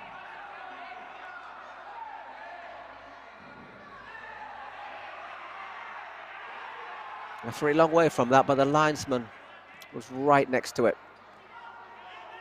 Hernandez waiting eagerly on that left-hand side. So here comes Espinosa for Aniquiladores. Ball in, just over Ortega. Lovely ball in there from Alba. Ortega made a good run, but just too much on this first-time ball from Alba. Again, the brother of Jordi Alba.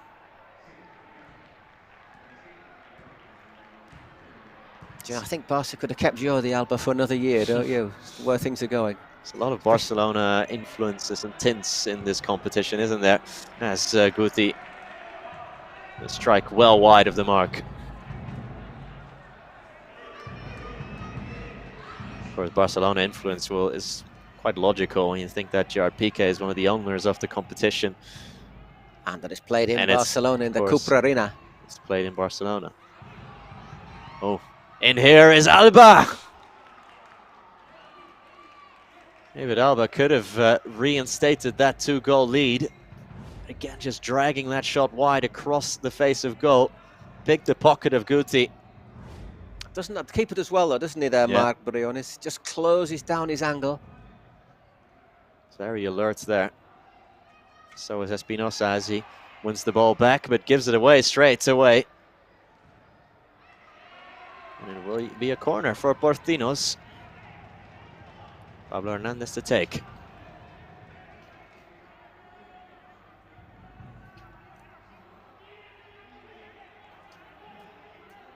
See, when did Pablo retire from being a full professional? It was only a year ago, wasn't it? Very, very recent. Nadir heads it down, and another big chance for Xavi Boniquets.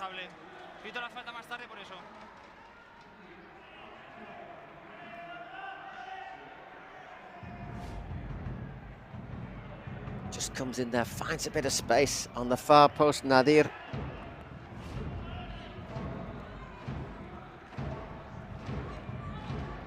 Yeah, Pablo Hernandez retired from professional football in July, so at the end of last season, played for Castellón. So the 3rd tier of Spanish football, I think that is.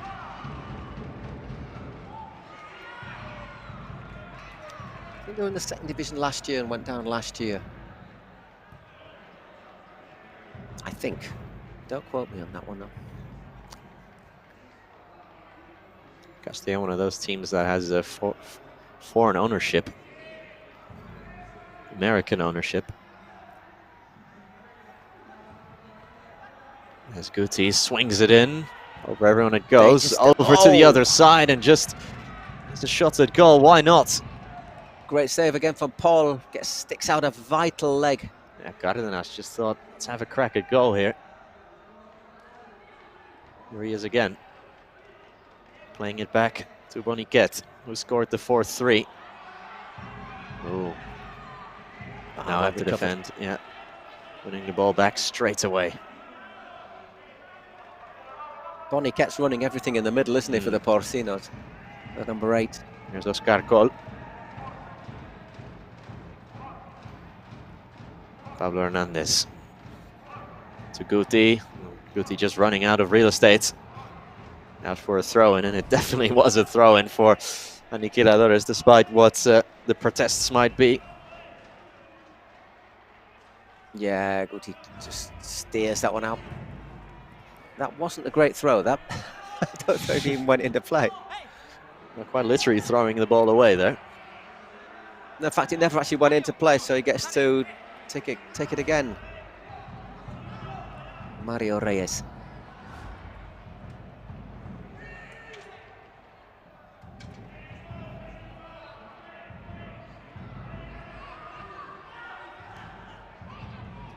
Long touch there from Briones. Into the final 10 minutes of the match. Aniquiladores really pressing up high here. The Porcinos so far, credit to them, playing out under pressure. It's good football, this. With Xavi Boniquet. I think that's what we're seeing, apart from the novelties, the additions, the dies, the secret weapons, that it is good football. Lots of chances, lots of good defending. Yeah, it's passing, movement, pressing. Everything you would see in a regular game of football.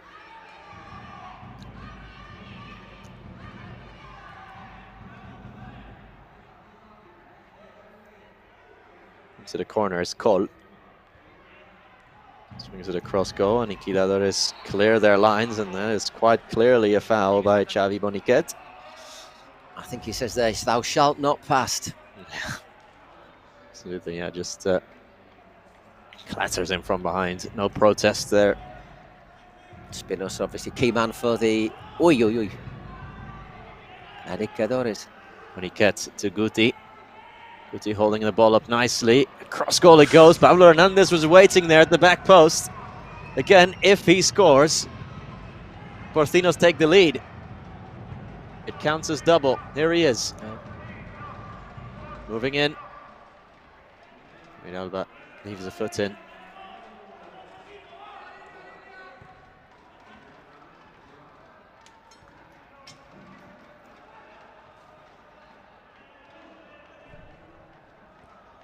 Guti still. Hernandez, why not? Pablo Hernandez. Just wondered for a second there if he was going to try the nutmeg again, as he did in the opening goal. Sadi goes wide and just slides away.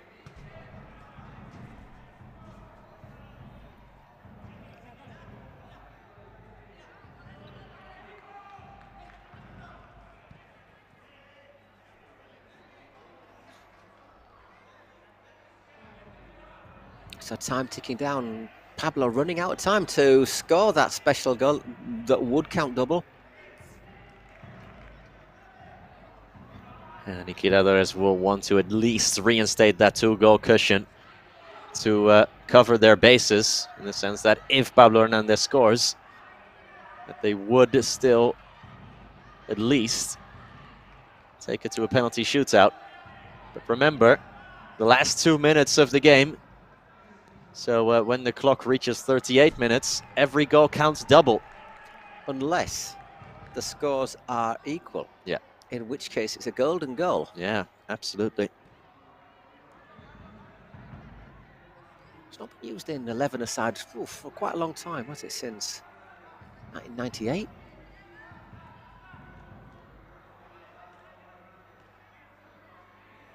Nice ball from Pablo again. Just threads it through two defenders there. You can really notice his quality every time he picks up the ball. Trying to take on his man, and does, but just ran out of room. Went into the thankful gloves of Paul Zapata. That touch there, brilliant. To take it around Bernat Rovira.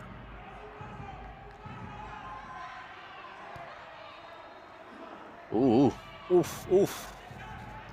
Ball pinging about there. At the end, though, Brion is able to clear, and here's a chance. Here he is. He pulled it back. Well, he wants the corner. Did well. Did Jacobo.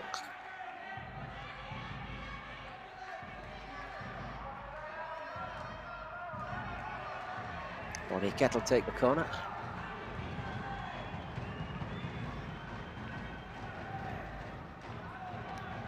Clear their lines, but Porcinos still with possession. Guti. Oh, drilled cross and a big chance for Jacobo again. Left-footed shot. And he blasted into the sky, the captain. Just fell to him, didn't it? He's just moving backwards ever so slightly, isn't he? Which is why he gets under it. Just wanted to ram it into the top corner there. Probably didn't need to try and hit it that hard. It's Pablo. Driving to Boniquet, who just loses custody of the ball there. And then fouls. Slowly but surely running out of time here.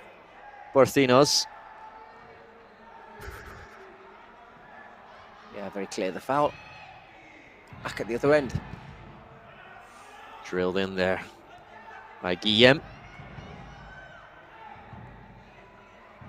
Good combination play. Ortega out wide to Gassi. Trying to win a corner there. And wins it. I think he did, yeah. All this will help tick that clock down. Or run the clock down even.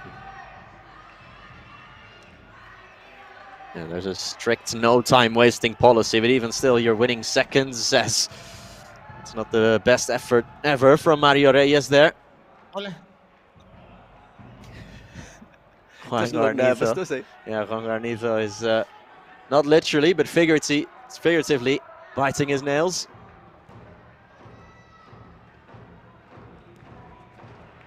His side are holding on to a slim lead. Both of these teams haven't won a match yet outright. They've both, in both of their matches, gone to penalties and lost on penalties. Which makes you wonder how this one might end, eh? Still plenty of time. Still a lot of time. And like we discussed, any goals scored in the last 2 minutes, worth double. So will they be able to turn it around? 30 seconds, just under now, for the star player to shine. Hasn't quite happened for Pablo in the second half, has it? It looked nailed on to score in the first period.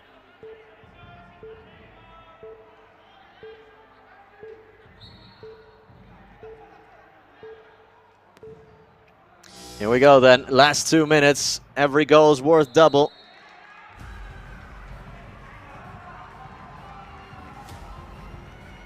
Quick chance for the teams to talk it through. And have a quick breather. Yeah. How are they going to attack these final minutes?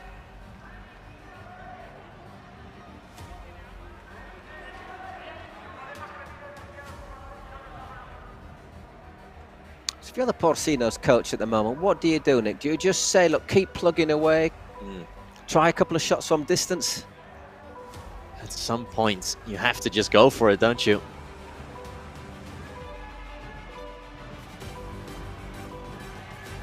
One goal is all it takes for them. And remember, we have this water polo start. Yeah. Sprint for the ball.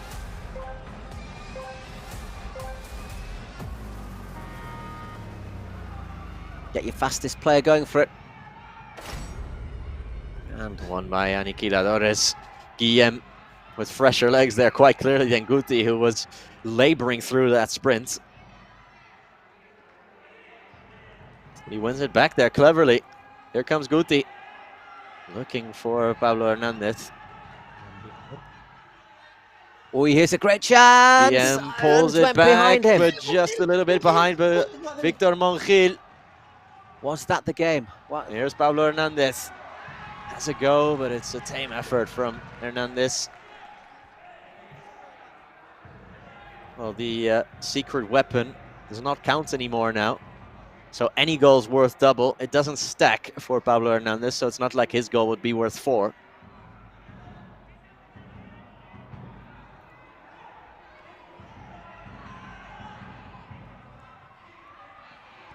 Gone the long way around this Ortega, but he pulls it back, and Guillem all but wins it for Aniquiladores. It is 6-3. The goal counts as double, as we said, and it comes courtesy of Guillem. But how much credit have you got to give to Alejandro Ortega for what he did there? Drew everybody out of position. Look at this. Went all the way around. That's a good control and finish as well. It's composed from Guillem. And that's a huge blow for Porcinos. And that surely is game over unless they can get a miracle here. But Aniquiladores go again. There we go, looking for our man of the match, MVP. And it looks as if Ortega's the clear favourite. Pablo, not even 1%. Which is very harsh after his first period display. Scored a lovely goal, didn't he? Plus a penalty.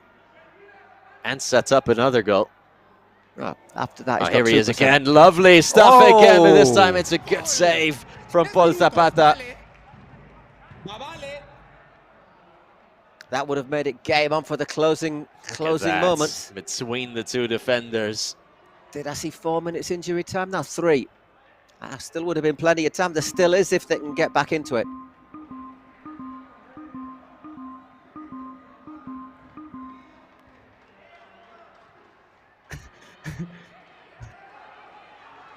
Bueno, ya toca, amigos. Ever so nervous. Ahí voy. What? He's going to surrender. I'm going to give up. He probably means he has to go and wash his hands. Oh, another chance. Worked, and it's another chance. Nadir. The former Aniquiladores player almost getting a big goal against his former side. Vamos, Paul. Dale un ritmo más, por favor. Vamos, Paul. Vamos, Paul. Referee just saying there to Paul, a little bit more rhythm in it, a little bit more speed. Foul in attack.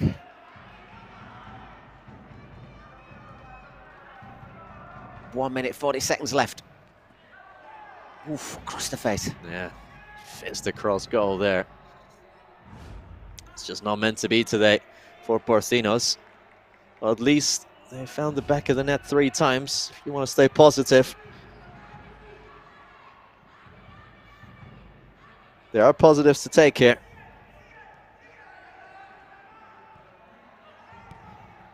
This will be a first win of the year for Aniquiladores, bar a miracle here for Porcinos.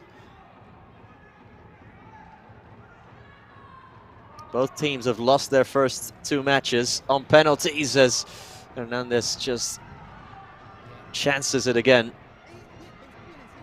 And Aniquiladores just seeing it out. Not a good start to the season, to the split for the Porcinos. Yeah, highly fancied.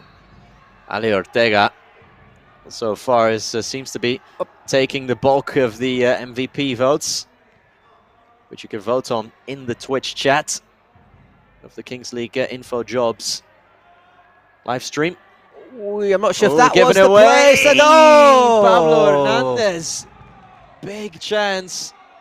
I think you would have bet your house on him scoring that, wouldn't you? Tex does everything right, just slightly rushes it. Well, he's certainly done his bit tonight, or today. Still only 5 p.m. here in Spain. And there it is, full time. Aniquiladores 6, Porcinos 3, a first win of the season.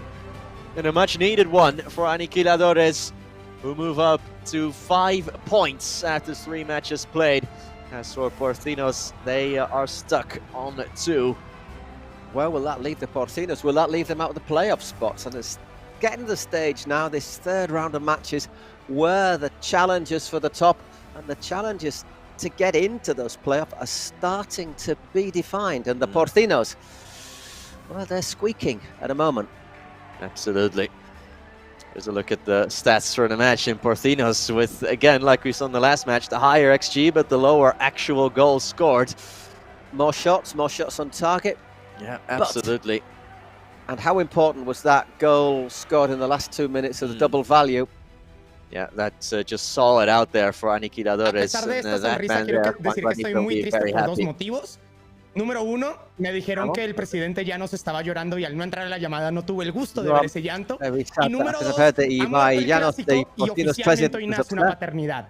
Nada más que decir, muchas gracias. This derby is over, he says. It's not taking my calls. Yeah, he says this is no longer a derby. Gracias. We own that club, he says. Aniquiladores, we own Porcinos. And here's the MVP of the match, Ale Ortega. Sí, aunque supongo que me vas a decir que lo más importante es la primera victoria por 3 puntos que conseguís hoy. Big one. First Sí, win la of the verdad que season. estamos muy contentos.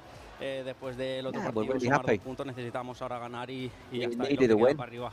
Y en lo personal, Somando And hopefully también. now we start looking Sí, up. muy contento, el equipo también me ayuda mucho y nada. Yeah, really Tenemos que happy. seguir Team así, helps me. que somos muy buenos y tenemos que demostrar mucho. You know, we're really good and we have to show a lot. Tú te quedarás con los 3 puntos, pero le habéis hecho daño a Porcinos con esta victoria. And at the same Sí, time, es you've un really rival hurt Porcinos. muy fuerte y nada, Yeah. lo necesitábamos y hemos estado trabajando toda la semana y pues They're a really hay que tough estar team, resultado. but we've been working very hard Enhorabuena y all a week. celebrarlo, Alejandro. Thank you very much. Alejandro Ortega, MVP of this match, of this second match on a Sunday afternoon from the Cupra Arena. Here is his first goal from Ale Ortega early in the match in the 2nd minute to put up Aniquiladores by 1-0. It's one of the 2 goals that Ortega got today. There's Javi Espinosa putting himself on the score sheet. And Espinosa again, what a lovely goal that was. That big assist that he had as well for that last goal that was absolutely decisive. That goal there from Pablo Hernandez, probably the pick of the bunch. If you had to go pick one of the best goal of today, nutmegging the defender and slotting it past the goalkeeper, and Pablo Hernandez there turning provider for what proved to be a consolation goal, but at the time was a big goal to get them back into the match, but sealed by Guillem in the end with that late goal. I honestly thought that the Porcinos were going to get back into that. Not to be our next match. Don't go away. 1K, 1K. What should we call them? Okay, 1K, 1K. Yeah. Que sí es, boys. Well, either way, that match is up next. We hope that you join us for that one. Con Román Alegre, ahí está. Salón de la Fama, con un cortitas al pie que saldrá próximamente en la cuenta de Mau. Por cierto, Polo, dime. ¿Qué tal estás viendo los clásicos? Ahora tenemos otro, muy ¿no? bien. Partido intenso, se viene ahora. Va, llévatela. ¿Cómo? Va, llévatela. Venga, va, llévatela. Jugador 5 no es listo estrellas. ni nada, no es listo ni nada. Madre mía. No, partido intenso, interesante hasta el final con opciones para los dos y se lo ha acabado llevando a Aniquiladores y ahora un clásico que nos lo llevamos más fuera del Cupra también, ¿no? Sí, ¿sabes dónde tiene origen la rivalidad entre 1K y Gigantes? Te voy a decir un nombre. Luis Alsina. Luis Alsina. Luis Alsina, mítico. Así es, en el mercado de fichajes de la Kings, el primero de todos, Iker le robó Luis Alsina a Gerard Romero y desde entonces a Luis no le va nada mal, ¿no? No le va nada mal. Recordemos también un poquito enfrentamiento Madrid-Barcelona, ¿no? Claro, se une la pasión que tiene cada presidente por Barça y Madrid, así que pinta partidazo. Partidazo, a ver qué tal. Otro más, vamos a ello, a ver qué va a marcar Luis Alsina, la ley del ex. Va a marcar Granero. Venga, va, gol de Granero. Pues que gane el mejor.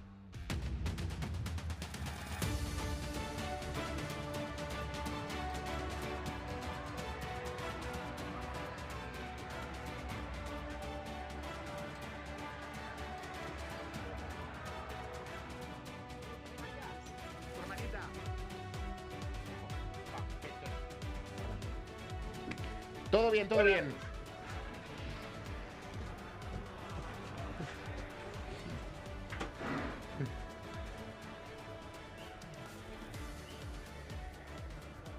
Bueno, pues que jugamos ahí contra los líderes, ¿no? Que están en un estado de forma increíble. Que esta semana yo hablaba con Iker y se lo decía, que les había dado todo el mundo por muertos y están dando recitales. Por lo tanto, va a ser un partido interesante, va a ser bonito y vamos a ver si podemos provocar la primera derrota de 1K que viene lanzados.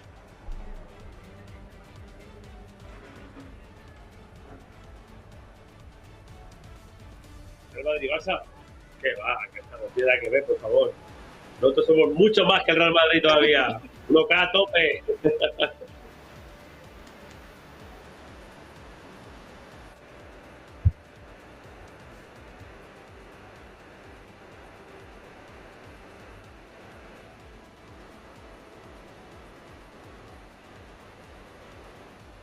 Pero, a ver, primera pregunta, que me estoy aquí quedando flipado. ¿Pero qué líderes? ¿Somos líderes nosotros? No somos líderes. De momento. Bueno, no sé, nosotros tenemos yo creo que tenemos las ganas de por lo menos conseguir ganar el partido, que es lo más importante, de sumar cuanto más puntos mejor, si no es ganando, pues siendo a los penaltis sold out y ganar, pero lo que necesitamos un poco es olvidar el partido pasado, porque yo sigo insistiendo, aunque a algún jugador mío le pueda un poco medio picar, que no estuvimos bien y tuvimos más premio de lo que merecimos.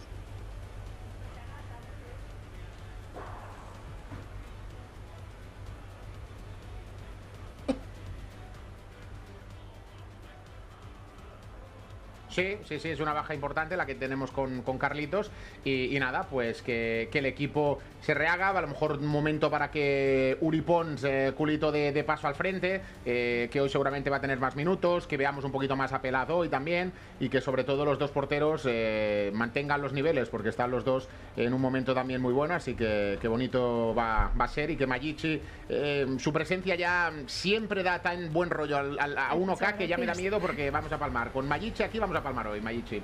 Pensaba que tenías No, ya verás. Yo creo, se lo dije a Iker, digo, lo de Mayichi ha sido el acierto de tu temporada. Y no es por hacer la rosca, porque ya se lo dije el miércoles ya a Iker. Ay, muchas gracias. Y Agradecen creo tus que el palabras, de equipo verdad. le ha dado como... Ha enchufado al equipo la presencia de Mayichi por aquí. Ojalá. Yo le voy a intentar dar la máxima suerte posible. Que vaya muy bien. De verde.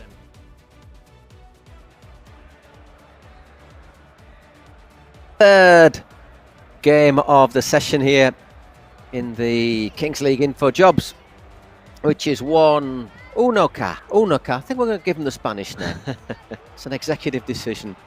Taking on Gigantes, the Giants. Yeah, Gigantes, of course. The club of Gerardo Romero, famous football journalist / now also social media in personality. Yeah, I don't know if he goes by streamer or journalist or both. Either case, he's a very popular man. The lines are blurred. Yeah, the lines are blurred these days. His side. A few exclusives, hasn't he, recently, with the audios to the VAR conversations. Yeah, well, that's Spanish Football Federation not very impressed about that. And on the other side, Unoca 1K, but after your executive decision, let's go with Unoca. Iker Casillas' team. Of course, a man that needs no introduction, Iker Casillas.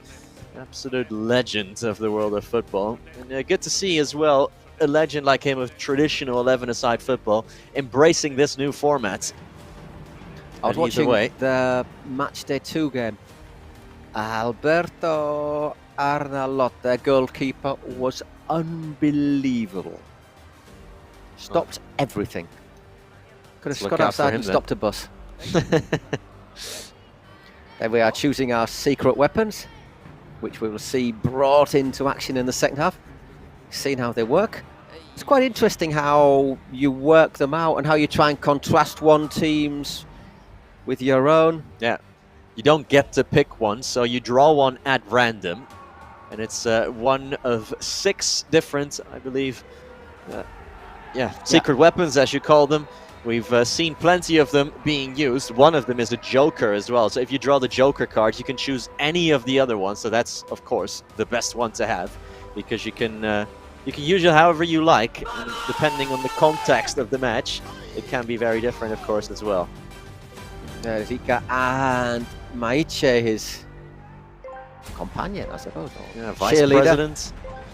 Keep an eye on John de la Cruz with the hair, hair dyed 2 colours. Anyhow, we're underway. Oh. As you remember, if you've seen these other games, first minute it's 1 against 1 with the keeper, and then every minute afterwards for the first 5 minutes. Get another player come into the pitch. It's Marc Granero's first on for 1K. That is Granero. He's taking on Marc Pelas. Not a great shot there from Garnero. It's into the side netting, the wrong part of the netting. Amazing if you're attacking. Yeah, absolutely. Here come Gigantes now with Marc Pelas.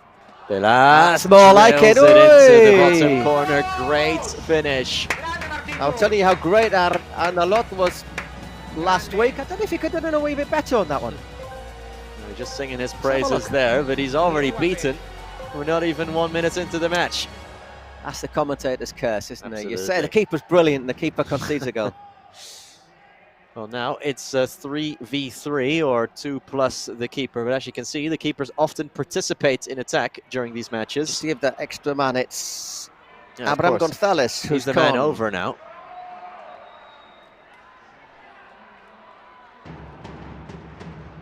There he is now. Might have a shot at goal. Working it around, drill shots, and I think the keeper might have gotten a hand on that. Yes, he did. Brilliant save from Segovia. Nilayat, the other player on for Gigantes. Not often you see a keeper take a corner kick, is it? Here's Arnalot taking it. All the way back it goes to Granero. Another player coming on in 7 seconds. Hear that little countdown. Back to Arnalot. Yeah. Keepers taking corners, usually something you only see on FIFA. Once again, looking to put that across the face of goal. I think any FIFA players watching us on the live stream will know all about having keepers accidentally taking your corners, but here in the Kings League, it's part and parcel of the game in these first few minutes of the match. We're up to 4v4 now, so 3 outfield players plus the goalkeeper.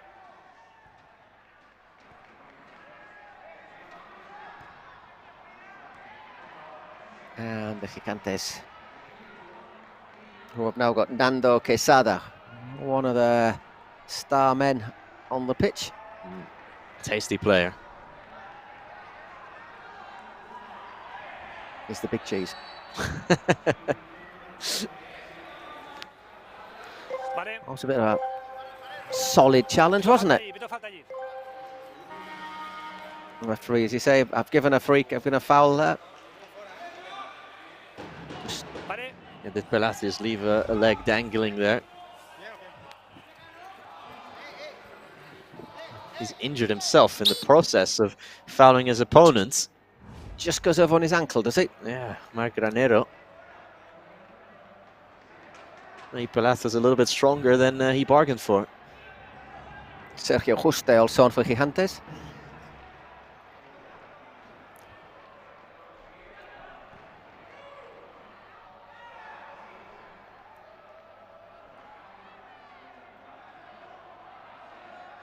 There is Sergio Juste just taking that throw in.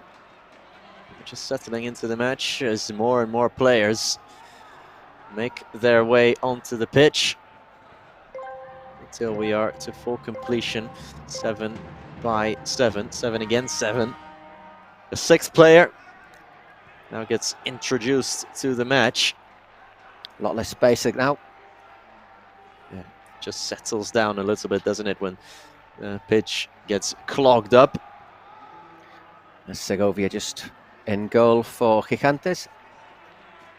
It's with Marc Pelas.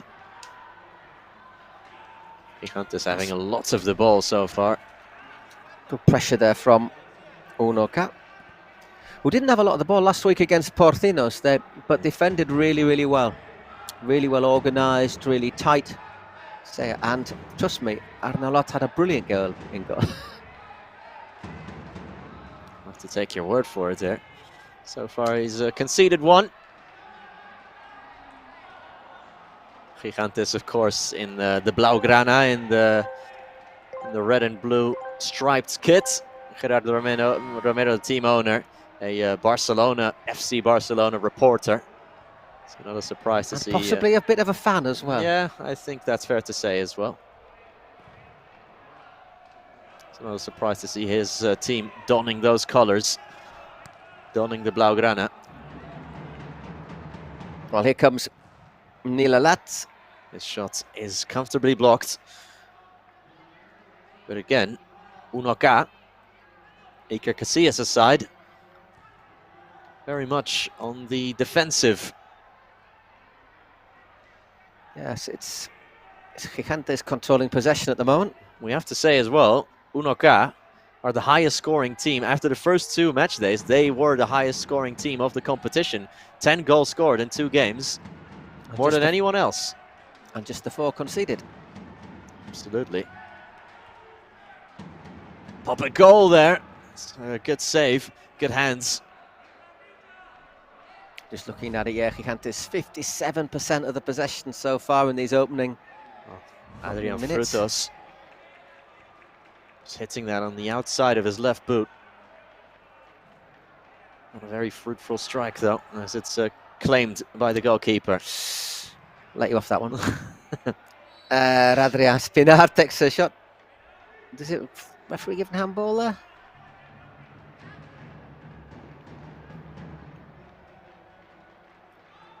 Not fine. Thought I heard the whistle blow. Here he is again, Espinar, being pressured. But once again, swiftly in there, Gigantes. Meaty tackle, and Unoka come out of it. Here they come for the first time, trying to slot it in there. Raul Ledo, and he loses out, and here come Gigantes the other way. Ah, that's nice play, but good defensive cover at the expense of a corner. Under the cosh very much, Unoka, early on in the match.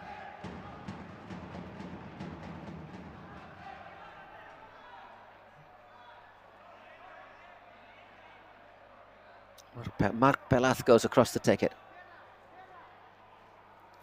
7.5 minutes gone. Just that 1-0 at the moment. Ooh. Half a chance there for Sergio Juste. His head has gone back to his teammate.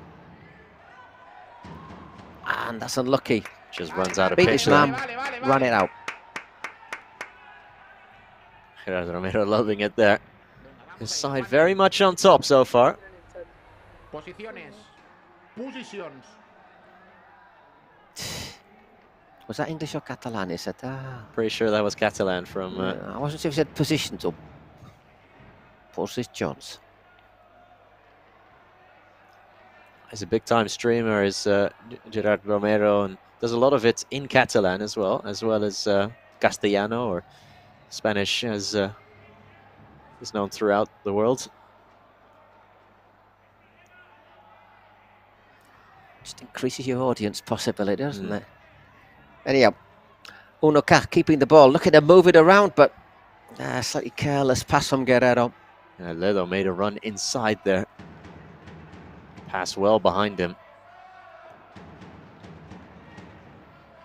Not seen much of De La Cruz so far. Need to see John De La Cruz get involved.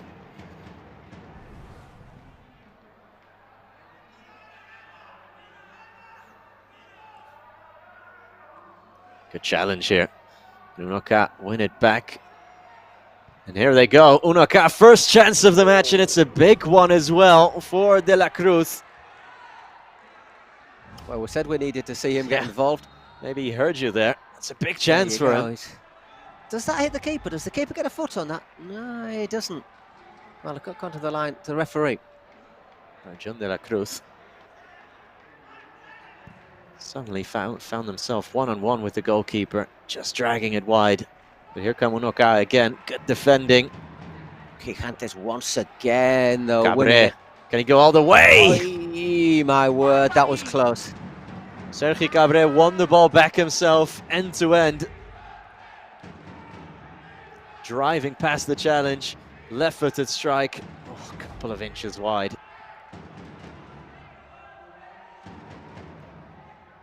Lovely play there from the number 20.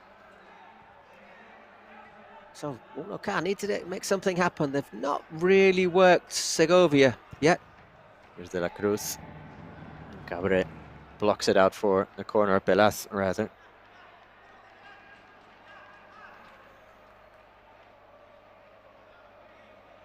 Just 20 years old, Jean De La Cruz. It's Gonzalez. Fired in low. What a good save. What a good save from Segovia. Just a reaction stop with his left foot there. How did he keep that one out? Oh, great reactions. Really is, because he was going the other way. It sticks out a leg, and then has the fortune that it goes high. But well done, keeper. Gigantes fans enjoying it so far. The Cooper Arena here in Barcelona.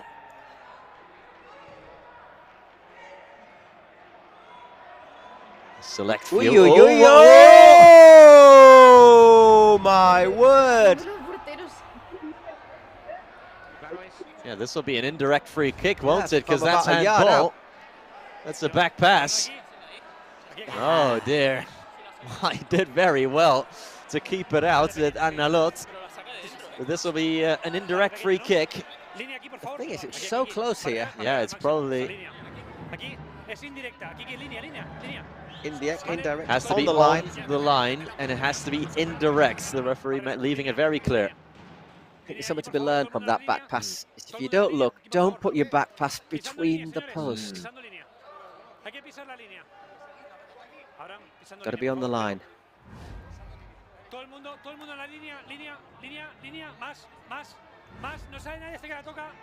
Okay, the referee saying everyone's got to be on the goal line. Bah. Guerrero there must have had his heart in his mouth. You wouldn't want to be nervous there, would you? Oh, very well played. Very well worked. Played. Beautifully played, and it's Quesada. I don't understand, but it's a goal. That is all that matters. Nando Quesada. Oh, it's a beautiful finish. It's so well worked, isn't it? Yeah, yeah. Because there was a crowd of Unoca players storming at them. So 2-0. And you've got to say that's deserved, haven't you? They've been the better side so far, Gigantes. It's cheeky.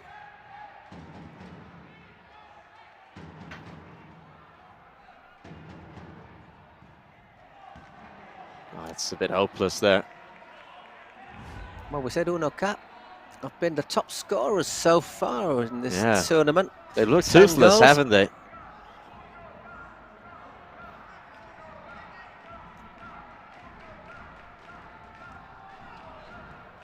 We need to see some of that goal-scoring form rather soon. Ball over the top. Oh, that's a lovely, lovely pass over the top. Really hard to make something of it afterwards, though, but he had a good effort there, Spinar. Good vision and the execution of the ball as well. What can Unoca do from here?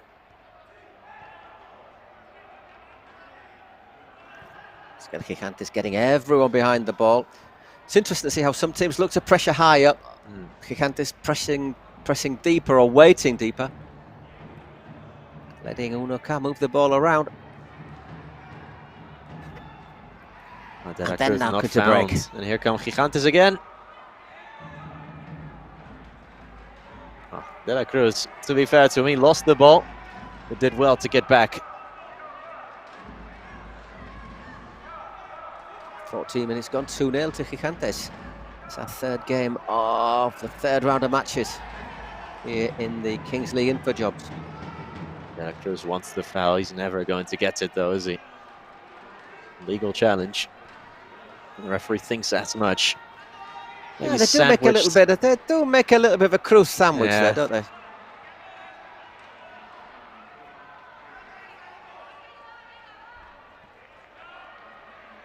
It's Guerrero bringing it forward. Opens it out to Albert Dalmau.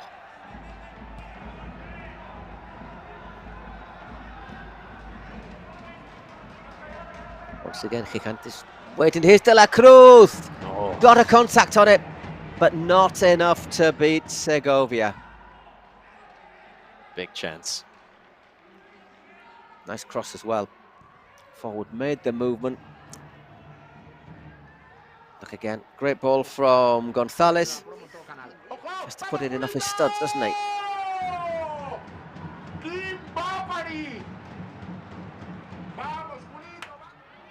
And while that was happening, down in the bottom corner, you saw another chance there for Gigantes.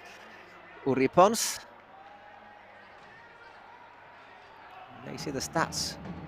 Unoca having more of the ball, but a lot of it's been quite sterile behind a well-organised rival. We're just over 2 minutes away from our next roll of the dice. Yeah, we often talk about roll of the dice in football in general, don't we? But this one is quite a literal one. A roll of the dice. Great save from Segovia.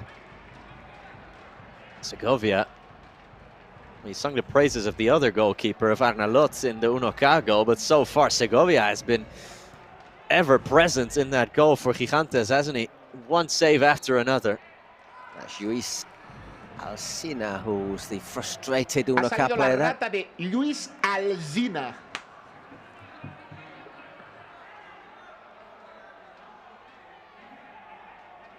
I suspect a former, not sure if he's a former Gigantes player, but looking at Gerardo's reaction there. Yeah, you can derive that from him, can you? It's another long shot taken, as comfortably claimed by Segovia.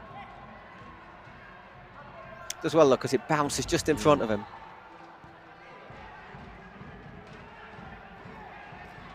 Let's ball down that channel.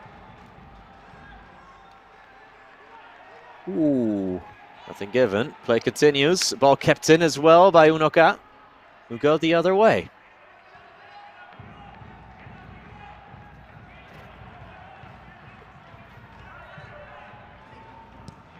Good Dalmau. It's another long shot. Well, they're settling for long shots, aren't they? It's worth a pop, isn't it? Because Gigantes are sitting deep. Opens up for him. A decent contact on it, but obviously it just flew high. It looks like he's a long way out, obviously, because he's almost on the halfway line of this pitch. But it's not a very large pitch, is it? So it's probably 20 yards maybe where he's shooting from. It's worth a go. 20 seconds till the dice. How many players will we have for the last 2 minutes? One last chance is there for Unoca. Before then. Oh, great save from Segovia again. Gets up acrobatically. Tips it wide. Enorme, José, enorme. Bravo.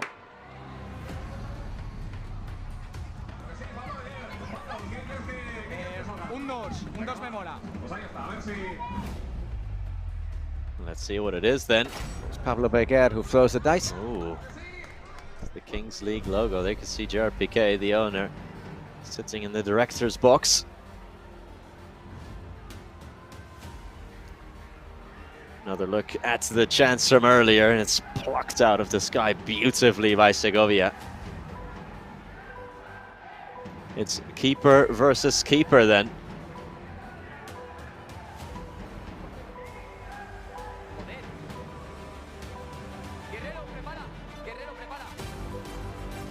Now, if it lands on the Kings League logo, Paul, it means that it's 1v1 with a keeper. So basically the same as at the start of the match.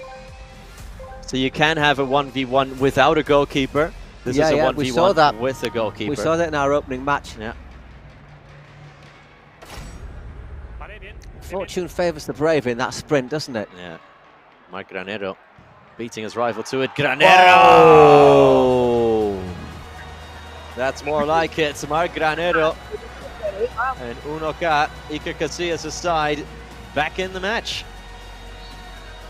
And he takes the seats on the bench immediately. I think he might have hurt himself in the process. Yeah, he doesn't look very happy, does he? Just looks as if he's maybe pulled a little, tweaked a muscle in his thigh there. Anyhow, he's been replaced by Guerrero. Oh, he's battling away. He's another change, more changes, one change for each side. Sergio Juste on for Gigantes. This is showing, isn't it, just how this roll of the dice has just helped change the complex of the game. Unoca was struggling to break down that packed defence. All of a sudden, though, we're just 1 against 1. Granero wants a foul. Can Juste go all the way? Is that a foul? No. And so back the other way we go. It's a real test of lungs, this, isn't it? I think both players need a breather here. Granero goes again on his right foot. He didn't have the legs there, did he? No. Could see they're both absolutely blowing here by the end of that sequence. Just take me back to being a kid in the park when it was 1 against 1 with a goalie. When there was 3 of you, 1 against 1 and a goalie. Jumpers for goalposts. Or trees. Whoops, that's not the right time to slip. Peraz losing custody of the ball. And here come Unoca with Guerrero. What's he have? Bit of trickery, perhaps. Goes for pace. He's got 3 seconds. Got to try and get a shot in. Yeah, got it. Just does. He did, but straight at Segovia. First half no injury time is in the books. Well, good end of the half for Unoca, but when you look at the 20 minutes as a whole, it's been all about Gigantes, hasn't it? Even though the expected goals a lot greater for Unoca. Yeah, I think looking at the numbers, shots 8 on target from 15, 4 on target for 5 for Gigantes. But Gigantes have looked really solid. They've looked really tight, haven't they? And the shots have been maybe a bit forced. So, but that last 2 minutes, just opening it up, just showing that little random factor in the game. Yeah, the stats perhaps don't tell the full tale of the match. Is Zika going to give us the business of our wisdom here? Sí, los datos lo dicen ahí, ¿no? Al final has tenido 5 tiros y 4 han ido a puerta. De estos 4, 2 han sido goles. Hemos aprovechado un poquito mejor las ocasiones. Nosotros estamos teniendo suerte que Segovia sigue en este estado de forma increíble y nos ha salvado de que el partido no esté empatado o incluso Unoca pudiendo ir por delante por las ocasiones que ha tenido. Así que de momento a intentar mantener esa solidez defensiva y aprovechar las ocasiones que tengamos. Sí, un poco parecido a lo que he hecho Gerard. Yo creo que estábamos jugando bien, hemos tenido ocasiones de gol. Ha estado bastante bien en alguna acción puntual. Y bueno, el segundo gol nuestro quizá por ese pequeño malentendimiento. Pues hace que se vayan con 2 goles en el marcador y por suerte ahora hemos recortado. Yo creo que esto va a hacer que la segunda parte sea un poco más emocionante. So let's see if the second half we can maybe take better use of our chances. Suerte. Good luck. I'm sure he means that. Good luck, but not too good luck.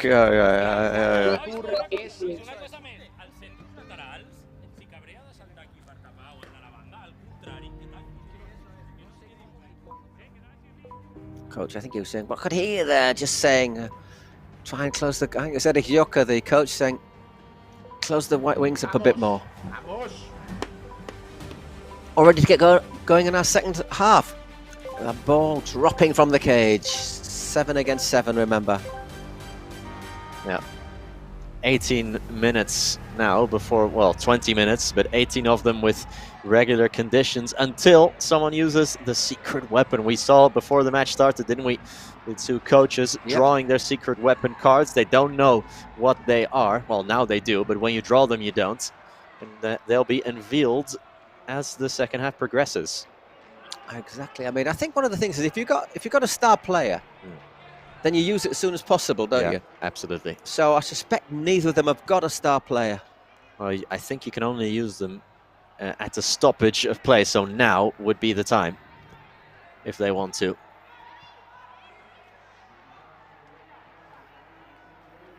Abraham there. Gonzalez.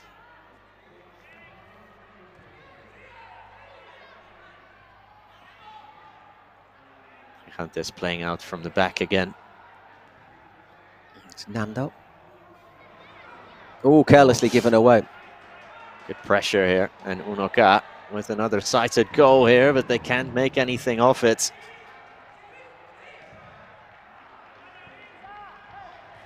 Alcina needed to be quicker there.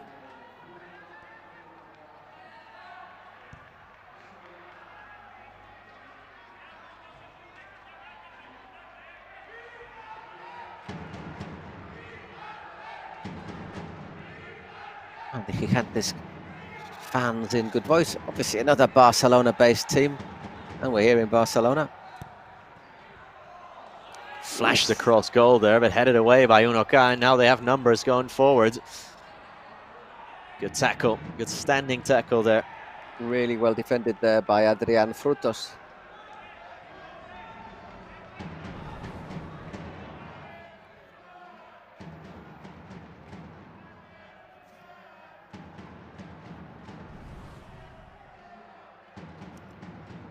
Taking a while though with the throw in there, Gigantes. Referee not saying anything this time. Segovia sees that one out for a throw-in, which, well, as far as Sergio will take. He's got to be up there in the MVP voting, hasn't he, Segovia? The goalkeeper. Definitely, he's been brilliant. He's pulled off some magnificent stops. Oh, that's a lovely little turn. Didn't quite have the legs to get there, though, Adrian. Guerrero.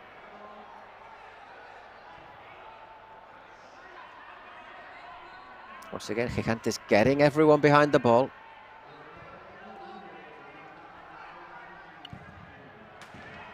That would have been a screamer in 11 aside, but on 7 aside, it's just gone over the bar from Maldonado. Sorry, Granero.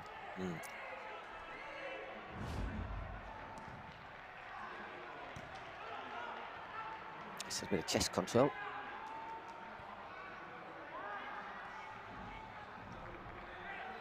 And the secret weapon's not used. Could that mean there are penalties or penalty shootouts? Something in that effect.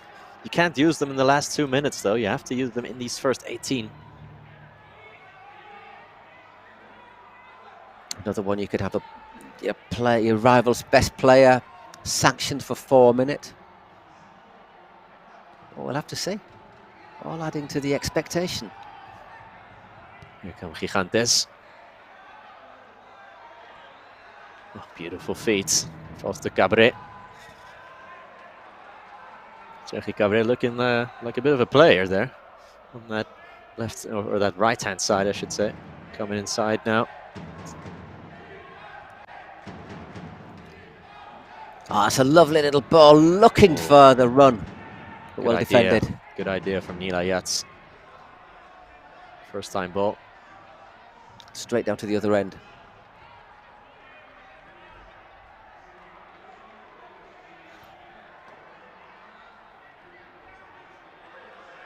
Here's Gonzalez. Pulled back by Alcina. And once again, though, Gigantes get the ball out. Just to remind you, you've got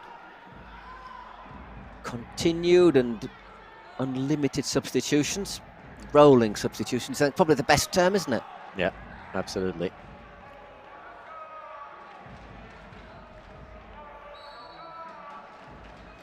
In full song here, the Gigantes faithful.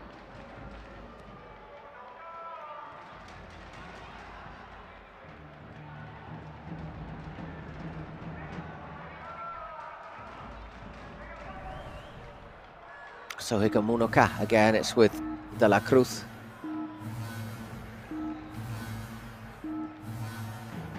It's played in, but it's defended instantly. Comes out on top. Good sliding challenge. Good defending, isn't it, by Gigantes? Ball lifted in. De La Cruz can't steer his header on target. Segovia claims, and was that offside? We'll have our first secret weapon, I think. Let's have a look. All right, so for the next 4 minutes, any goal is worth counts double. 2 goals for Unoca. So now, all-out attack. Attack, attack, attack. It's certainly valid, huh? Tell you what, if you now would have had a card to have a rival player sanctioned, now would be a wonderful moment to use it, wouldn't it? So they were looking for the double goals with only 6 players.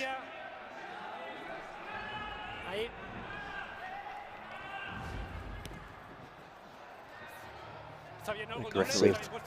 Penalising David Sanchez there. And that clock ticking down, 3 minutes 35 to get that double goal. De La Cruz drifts past. Just ran it out of play, out for a corner. Just got a little touch there, Sergi Cabral. Once again, they use that ball a lot, don't they? Open it out really wide. Yeah, they're looking for that early cross from that sort of half space, trying to deliver it to the far post. But here come Gigantes. Given away by Guerrero, lofted over though by Nando Quesada.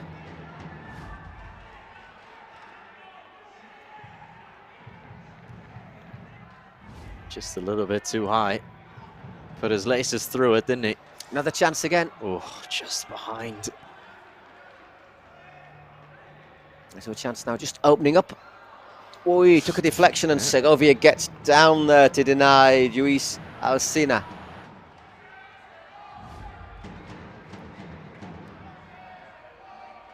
Can't be easy being the goalkeeper in a team where your president is Iker Casillas, is it? You know, one of the best keepers that Spain have had.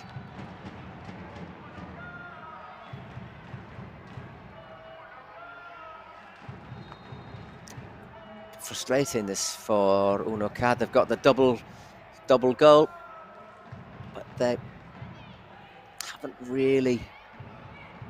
They need to get some shots off, don't they? You can have to be patient and maybe just craft one really good chance, or you can just try to pepper that goal with Segovia standing between the posts. That's the free kick as Guerrero is pulled back.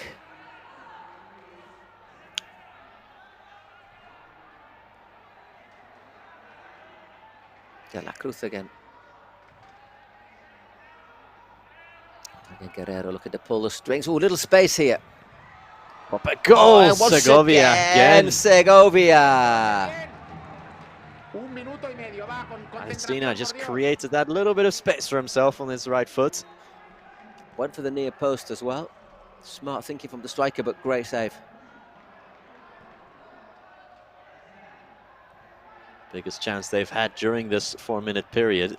And here he is again. Oh, I think that was an even bigger chance, you know. Yeah. It's the first one. It's really well there, Segovia. Does he just mistime his jump here on the second one? Alcina. Can't believe it, can he? Ahora bien, Joan, ahora bien. Bien.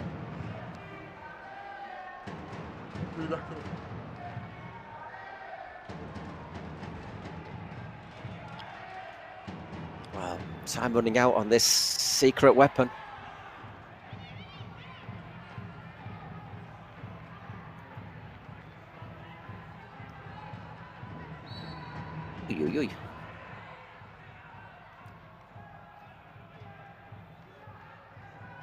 Well, 10 seconds left. So maybe just a hoof forward will do at this stage. We're into the last 10 seconds. Oh, here we go. Of this! Oh, again, Segovia. Segovia. Grande José. Grande José, Joan. The chance is gone then for Unoca. There goes the card. How important is it to make full use of your secret weapon? That man has been monumental. Jose Maria Segovia. I said last week, Unoca, their keeper, Alberto Arnalot, was outstanding when they won. And now they're being frustrated by a rival keeper. De La Cruz once again looking to challenge. Looks for the return, doesn't get there.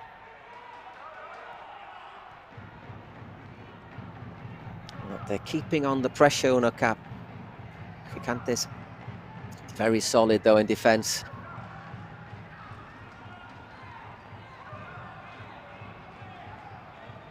And then looking to break. Instead, they're just slowing it down.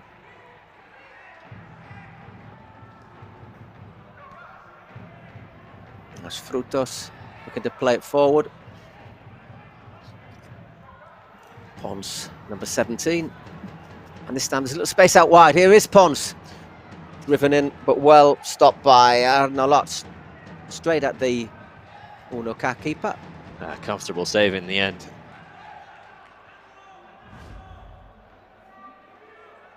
Eight minutes left in this match. And of course, let's not forget, if it stayed like this, we'd have a double goal value in the last 2 minutes again. Not well, they have a sighted goal here. Gotta be careful. I was going to say that throw-in didn't look entirely legal, but play continues. He was almost standing on the pitch as he took that throw-in. It's a chance to break. Oh, beautiful cross with the outside of the right foot, but just ahead of De La Cruz. Alcina it was with those fast feet. Alcina has been everywhere.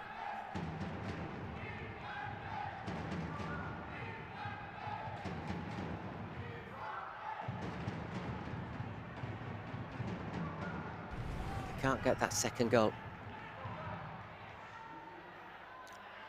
It went down there. I don't know if there was a little contact with De La Cruz.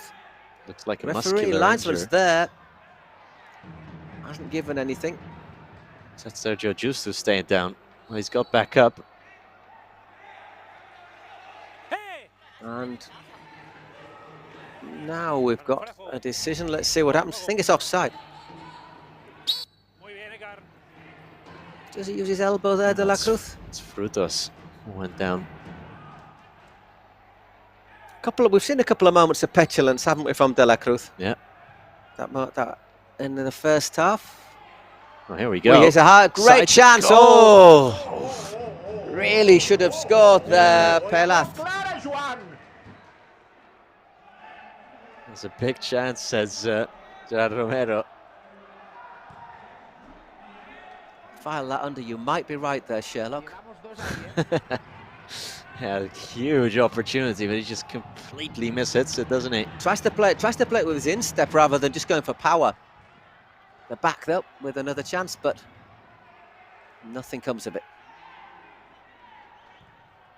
Good pressure this time, a bit higher up this time from Gigantes.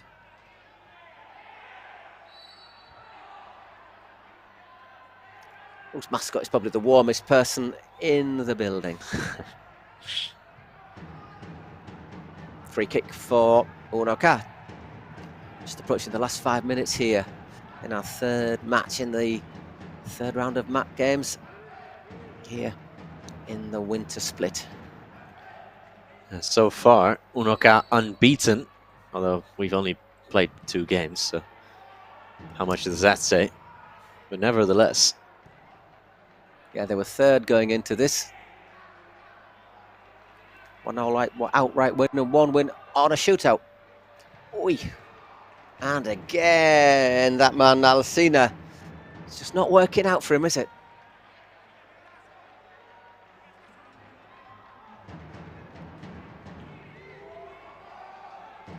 Yeah, Gigantes have won one and lost one.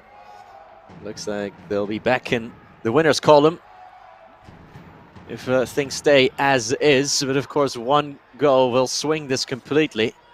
And Unoca have still not used their secret weapon. Could it be a penalty? Could it be a penalty shootout? Yeah. That would be frustrating, wouldn't it? They're going to use it now. Sorry, it's Gigantes who still haven't used their secret weapon. They will do now. Let's see what it is. Let's see what it is.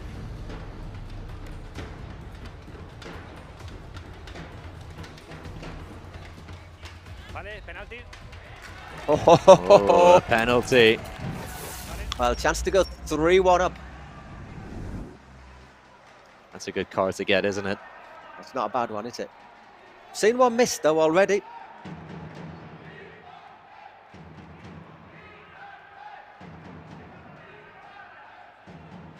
Well, and a lot in goal. There's a lot hanging on it. Yeah. Nando Quesada standing over it. Quesada through the middle he goes. Drilled home.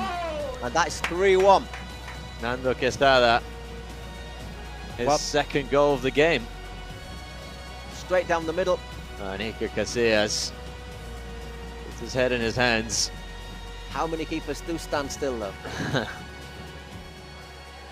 So what that means, we've got a minute to go before the last 2 minutes.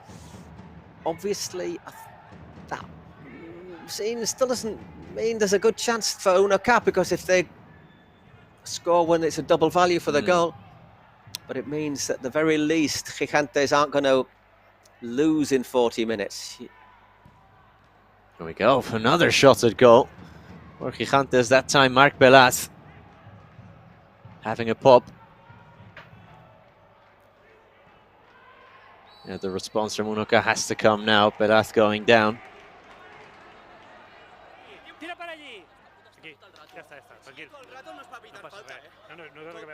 All the time, you're not giving a free kick. The other was saying all the time, having a little kick at me. He's a bit late there, isn't he, though?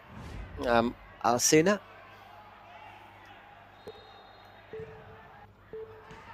Oh, shot from long range. We're into the final 2 minutes. We're just going to the last 2 minutes. Yeah. There you go. So I just think he wanted to get that shot in before the clock went. 2 minutes to go. 2 minutes left then, and that means that all goals are worth double.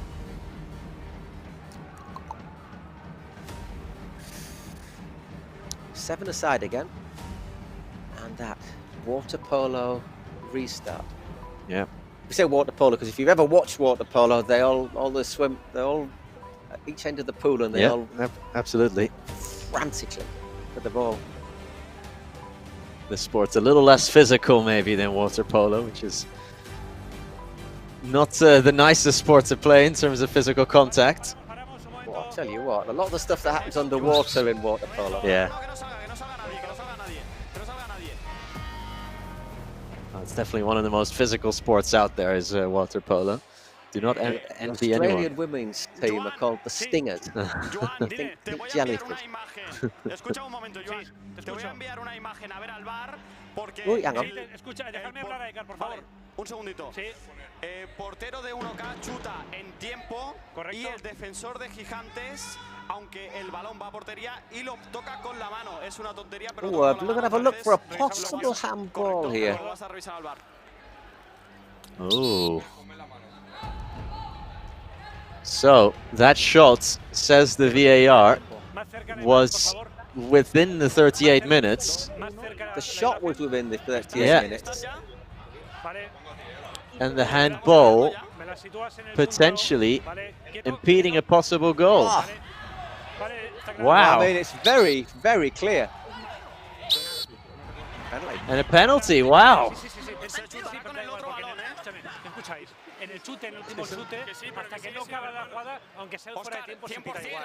The referee explained that the shot was within the 38 minutes, so it was before the last 2 minutes, so the play isn't over, so therefore the handball counts.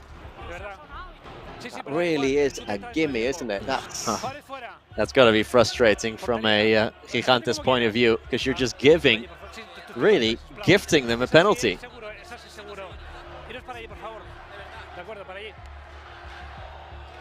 What I'm not 100% sure about is obviously we're in 38 minutes. I think the penalty's still only worth 1 goal. I'd say so as well. Yeah.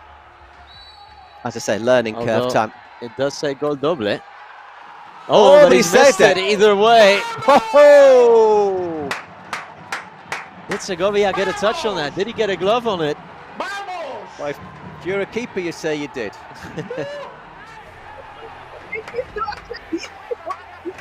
Yeah, it's looking on. Oh, I'm not sure if he does, eh? Abraham Gonzalez. No, I don't think he got anything on that. It was a miss. It will go down as a miss. That. You're just going to say it's a keeper, but my presence intimidated him. So it's still 3-1 as we go into the last 2 minutes. Goals count double. Could it be any tenser? Well, suppose it could if it was 3-all, then it'd be golden goals.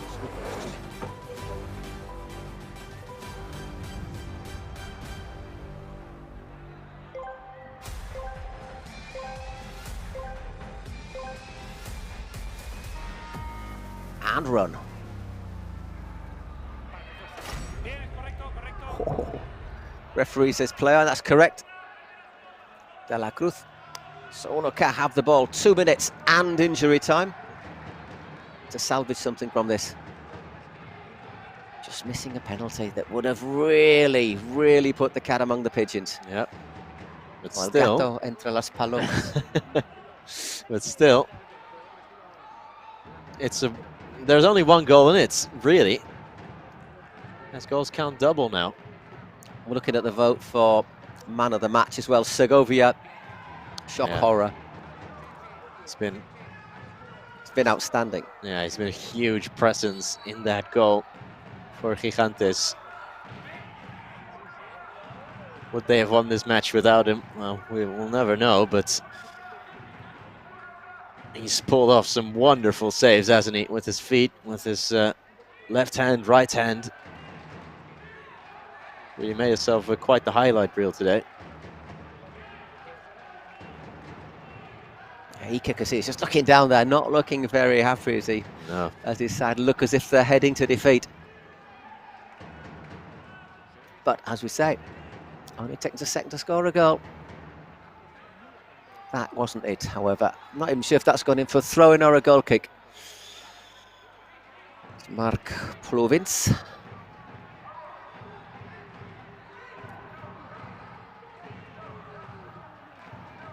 Good to see the goalkeeper getting some love there in the MVP voting. Got to be a paid-up member of the Goalkeepers Union.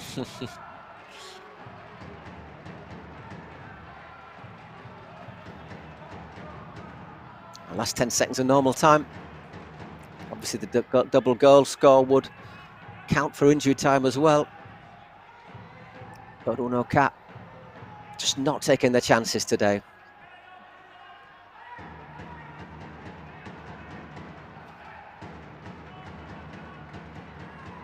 Again, a bit of a speculative ball. There's a chance for a counter-attack. Well cut out.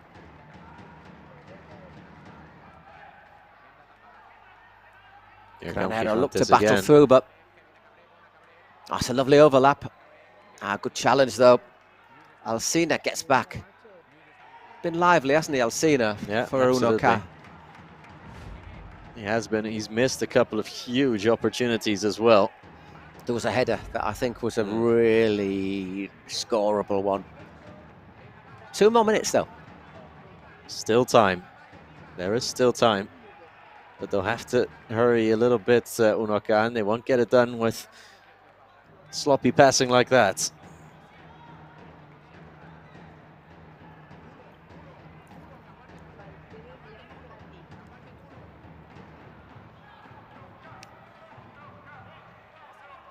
Has that gone up for a corner? It has indeed. Good. Put his hands into danger there, ran a lot. Made the block, but at the expense of a corner. And that's just going to make time tick away a little bit more. Frustration here for Unoca.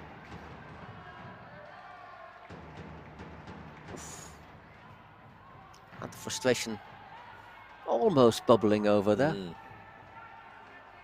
30 seconds less to play now.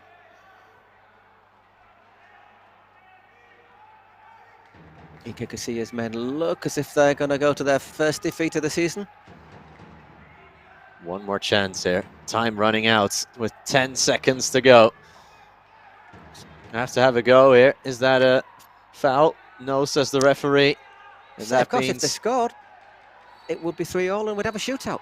Yeah, but it won't be 3-all. Time is up at the Cupra Arena. It is Gigantes 3, Unoca 1. That gives them their first defeat of the season. As for Gigantes, their second win out of 3. Oh, hang on a second.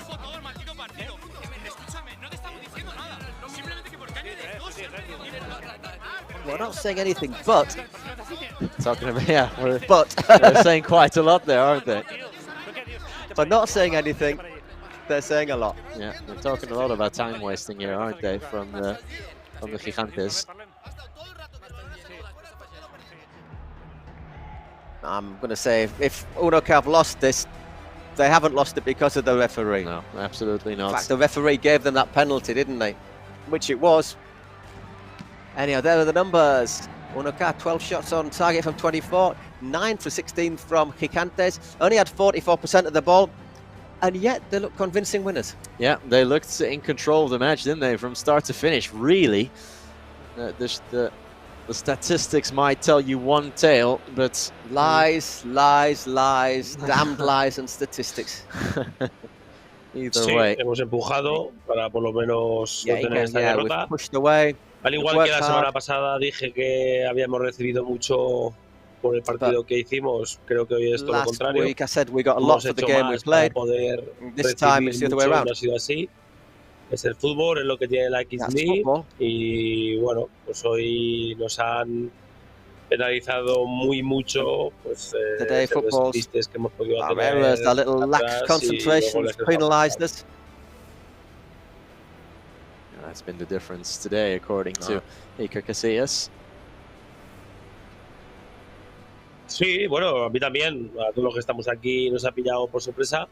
Pero aquí analizándolo con la gente que estamos en el set, yo coincido con este penalti porque Arnaud saca, va hacia portería del equipo rival, en este caso de Gigantes, y el jugador, evidentemente, sin intención, sin ningún querer hacer nada, pues él la para con la mano, it was unintentional, but it was a penalty. A continuación del penalti, que como siempre, la temporada pasada, ya no el pasado, y esta es igual, siempre tenemos disgustos y siempre estamos sufriendo. Like it's happened before. Yeah, but we always have things that upset us. We always have things that just go against us, you know. This is football. There used to be a Spanish highlights program called Football is Football. It's probably resumed it. Ahora sí, ahora sí. And here we have Nada, Gerard pues, Romero, victoria importante para seguir enchufándonos en esta parte alta. Hemos tenido a un José Segovia que de nuevo está en un inicio José Segovia, who was tanto Segovia como outstanding again. Creo que se está notando mucho el trabajo de los entrenadores de porteros que tenemos este año nuevos, así que muy felices, muy contentos. The coaches playing a big part as well, he says. Their job is notable. Buen partido del equipo, a descansar y a seguir con la lucha. They got it right, didn't they? Especially with the use of the secret weapon. That penalty was really vital, especially at the time they used it, just when it looked as if Unoca had a chance of getting level and it would have been a goal of them overturning it in the last 2 minutes.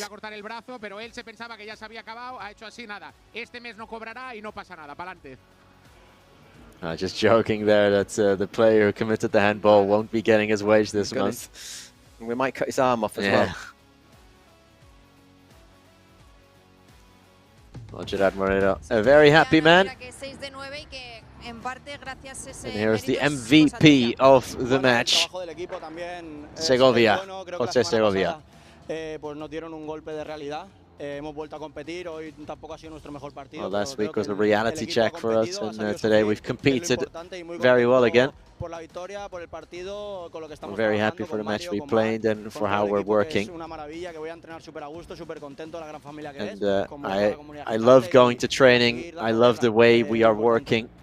And the most important thing, the 3 points.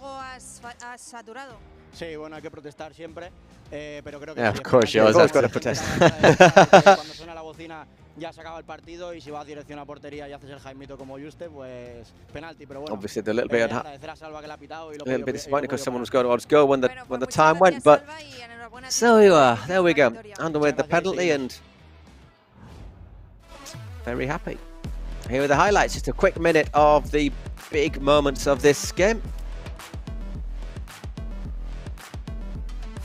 Yeah, just going over all the big chances and the goal. This one a very neat one indeed from Nando Quesada. As Gigantes run out 3-1 winners then against Unoca. Gerard Romero winning against Iker Casillas. 3 matches down then and 3 more to go, Paul. Marc Granero scored the goal for Unoca, but I say the man of the match was Mr. Segovia. Yeah, plenty of saves here on show in the highlight reel. We'll be back then with the second half of this Sunday afternoon, full of action of the Kings League InfoJobs. Next up, El Barrio against Ultimate Móstoles. Querías decir algo importante, ¿no, Esther? Nada, quería decir que mucha fuerza a Alberto Bueno y una pronta recuperación. Desde aquí, desde el equipo de Móstoles, Barrio y de todo el Bardemao, muchos ánimos y muchos besos. También tenemos a Chini en representación del barrio. Chini, otra vez de vuelta. Un día más rascando en el Bardemao. Polo, ¿qué haces? Tengo nuevo outfit, mira. A ver. Elijo creer. Ostras. Del barrio. Tienes un bando claro en este partido, ¿eh? Sí, un poquito sí, ¿no? Ya toca que gane el barrio, ¿no? Un poquito. ¿Le metes al fantasy tú o qué? Hostias. Me he gastado lo que no está escrito en el fantasy, la verdad. Sí. Sí, sí. Pues te tengo que dar información jugosa sobre el fantasy, porque la jornada pasada tanto Gilles como Feliu en Ultimate Móstoles y Barrio fueron los que puntuaron más alto en toda la Kings League. Entonces, lo vemos ahí, Feliu hizo 12 puntazos y Gilles 11. Hoy, ¿quién creéis que sumará más puntos? Vosotros que le metéis al fantasy. Yo creo que Víctor Vidal. Bien. Estrella de Ultimate. Chini. Yo creo que como recuperamos a Noya viene con alto rendimiento, así que nos va a dar golitos hoy. Yo apuesto por Boada, tío. Creo que hoy es el partido de Boada, no ha metido aún y le toca ya meter. Así que No sé Boada… si lo estás gafando, ¿eh? Porque en cada partido dices que es el día de Boada. No lo estoy gafando. Granero iba a meter, ha metido, ahora Boada mete, te lo digo. Pues vamos a ver si es verdad. Venga, mi apuesta para el fantasy de esta semana es Ubón. No me arriesgo mucho tampoco. Vamos a ver quién gana. Nos vemos en el próximo Bardemao, familia. Chao, disfruten.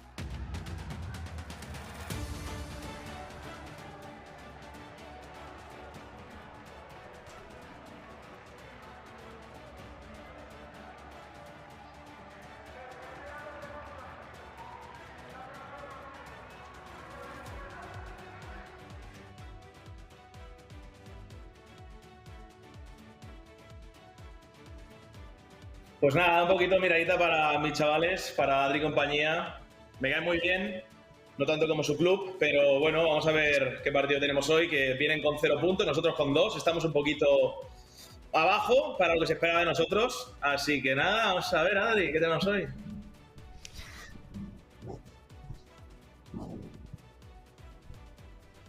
Yo me da igual, mientras gane el barrio, me da igual. Quiero que haya muchos goles, que haya buen espectáculo. Creo que siempre que nos enfrentamos Ultimate contra el barrio salen buenos partidos. Así que bueno, esperemos que vaya como en la línea de los últimos barrio Ultimate Móstoles.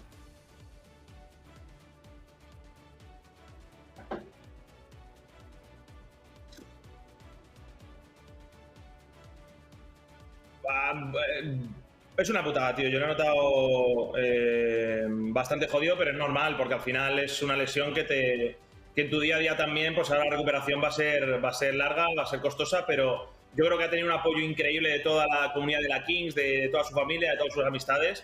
Y bueno, pues esperemos que tenga paciencia y que vuelva con nosotros. Sí, hoy le hemos cambiado a Mase porque al final llevaba las 2 primeras jornadas sin jugar, tiene para unas semanas. Y hemos traído a Neymar, a ver qué tal nos funciona. Suerte, Mario. Suerte.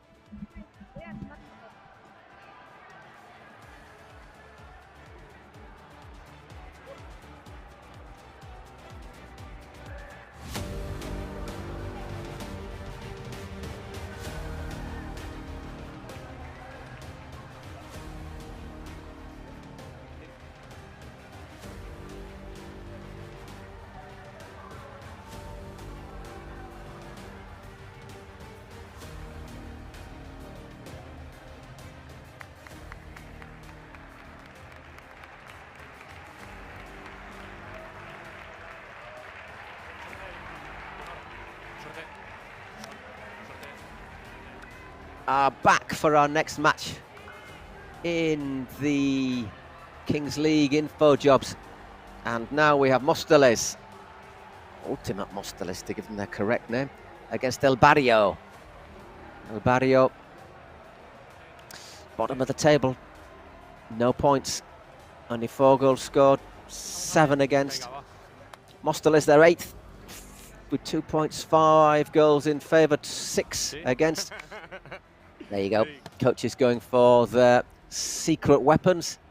What will we have this time? We'll find out after the break.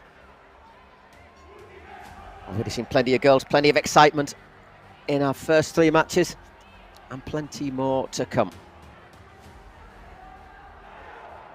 The first English language transmission of the Kings League.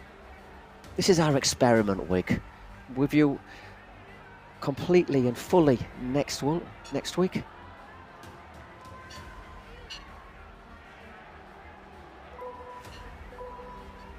Ultimate Móstoles, their president is Dijo Mario. They're coached by Alex Martinez. El Barrio, their president Adrià Contreras. It's a role-playing gamer. Coach is Juan Arrota. DJ Mario, another one of those really prominent names in Spanish YouTube, shall we say. Remember, 20 minutes each half. 3-minute break. This is how it starts. This is how it starts. 1 against 1 for a minute. Then every minute, another player comes in till it's 7 against 7, or 7 aside even. Gerard Noya is the number 30 for El Barrio. And actually, they're both number 30s, aren't they?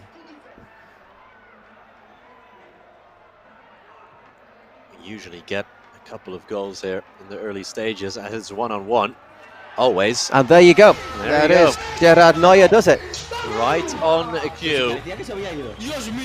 El Barrio take the lead then straight away. Works a little bit of space there against Felio. Just that little dink just takes him past the keeper.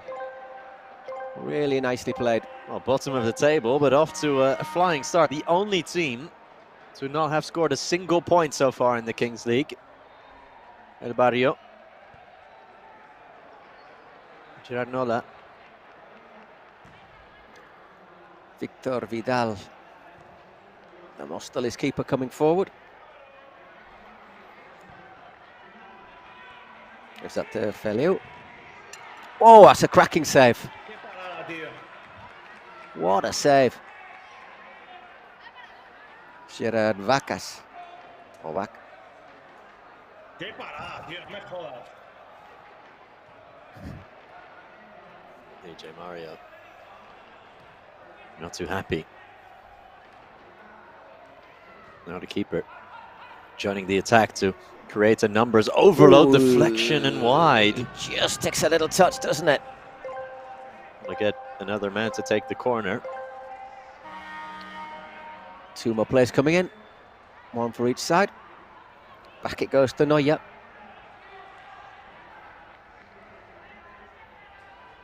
What do they have in store here? Iker Gonzalez on number 8. There he is.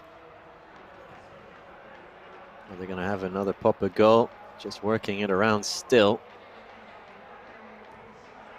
Someone will have to go for this. Someone will have to just craft something out of nothing. Here it is, and another corner. Gilles Vidal forcing a corner.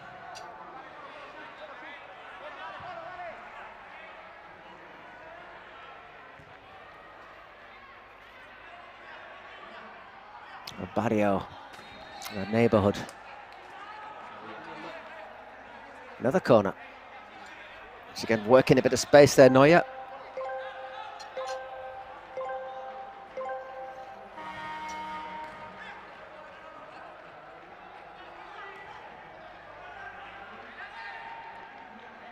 There's Vidal.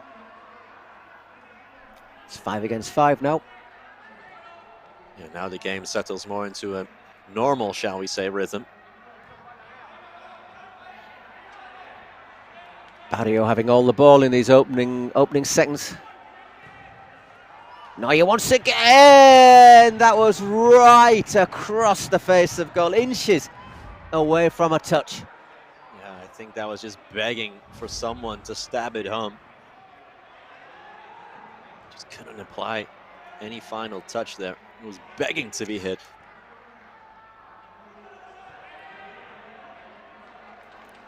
Remember, there is offside in front or behind that last line in the grey area. Oh, good save again. Smart stop. Barrio's goalie there, Gerard Vacas, having a good start to the match. He is indeed.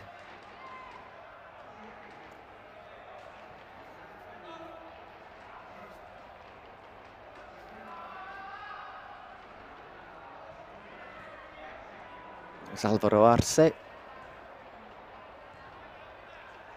Number 10 for El Barrio. So looking for their first win in this competition.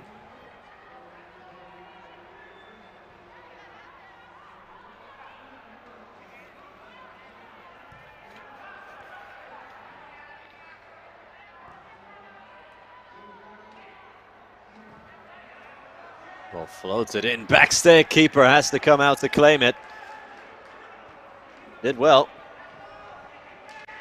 Victor Vidal in goal for Móstoles.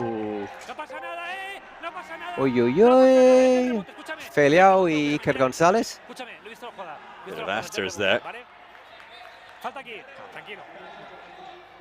Bit of testosterone bubbling over there. ¿Pero quién está jugando?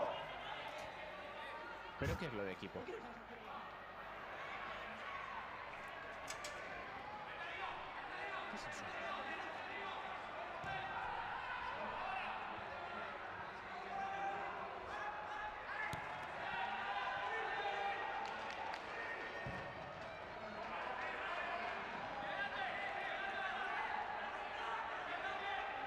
There's Feliu again.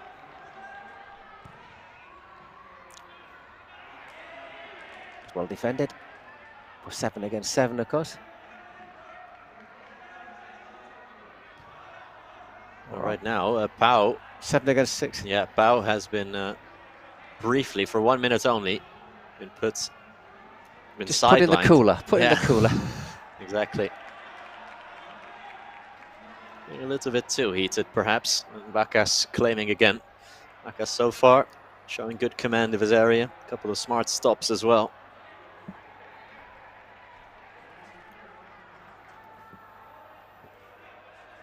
El Barrio again. Iker González, the number 8. Back it goes to Vacas.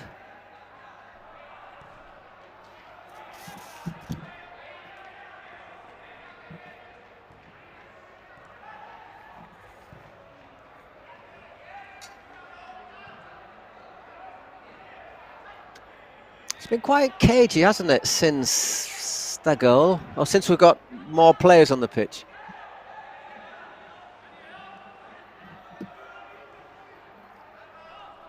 Been a bit of I want to, but haven't been able to so far by Móstoles. El Barrio, maybe because of their league position, quite happy to maybe soak up a bit of pressure. Another shot at goal there. It's already looking like quite a physical match, really. Of hard tackles, like you said, quite cagey. Dani Martí, the number 22 there for Móstoles.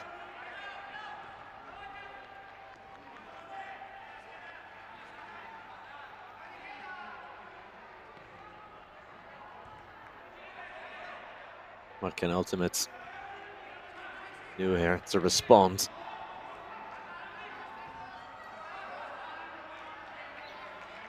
El Barrio sitting on that 1-0 lead. Getting it quite early.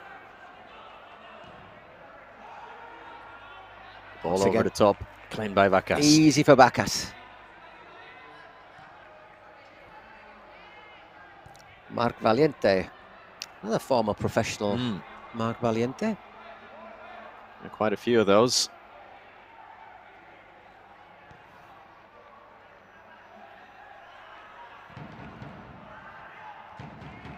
Vacas now showing some distribution. It's still with El Barrio. Their fans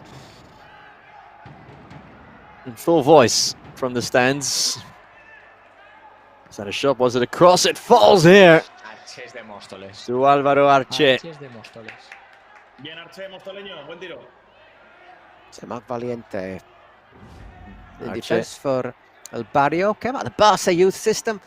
Played for Sevilla's BT, Valladolid, Maccabi Haifa, Played in Belgium, Partizan Belgrade, Sporting Gijón, and FC Goa in India. That's a pretty colourful career, isn't it? Very well travelled. Yeah, Archeo just the number 10 for El Barrio there. He is from Móstoles. As is Iker Casillas, who has a different team, of course.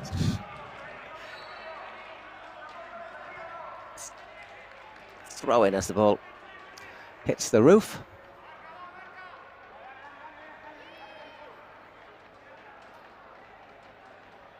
El Barrio will be pretty happy with this. Not a lot happening, but they lead. Absolutely, this is just the way they want it. As here's Arche. Ultimate Móstoles just have to stay patient here. Can't lose control, or can't lose their patience. And they know there'll be these minutes after 18 minutes when we have the dies, Absolutely. when things will change. And in the last 2 minutes when a goal might well count, will count double. Or we could have a golden goal. Everything can change. That's the interesting thing about this, isn't it? Because it's not like a La Liga match where you can see what's basically going to happen. There's going to be these banana skins put out there for teams. Absolutely. One of the many things that makes it so interesting and such a novelty. Here's Arche, cuts it back. Oh. It's a brilliant challenge. Just sticking a leg out there. Is De La Bella. Carried it the other way.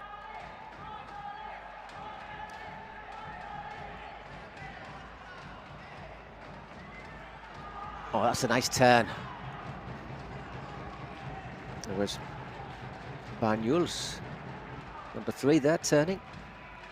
De La Bella, by the way, of course, former Real Sociedad defender, left back. He played for Espanyol as well for a while, did he?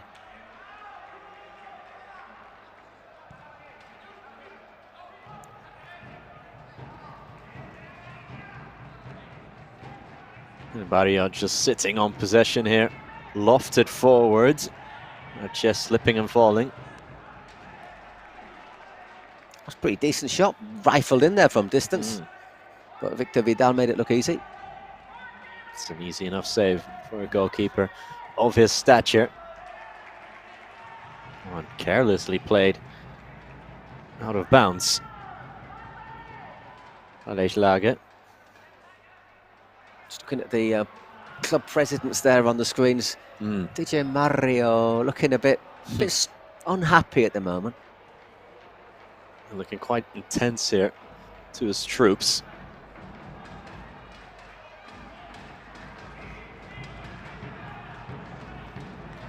Keeping a good defensive shape, both sides. Look at that, El Barrio, 68% of the ball. Yeah, it's been a very commanding showing here. They have another sighted goal. Gabriel Vidal did the hard part. Lovely turn, worked the space, and really made a bit of a mess of his shot. Yeah, edge of the box, got to test the keeper at least. That's a lovely turn, isn't it? Yeah, beautiful turn on his left foot. Can test Vidal. From one Vidal to another. 3 Vidals between the two teams. It's a reasonably common Catalan surname, isn't it? Absolutely.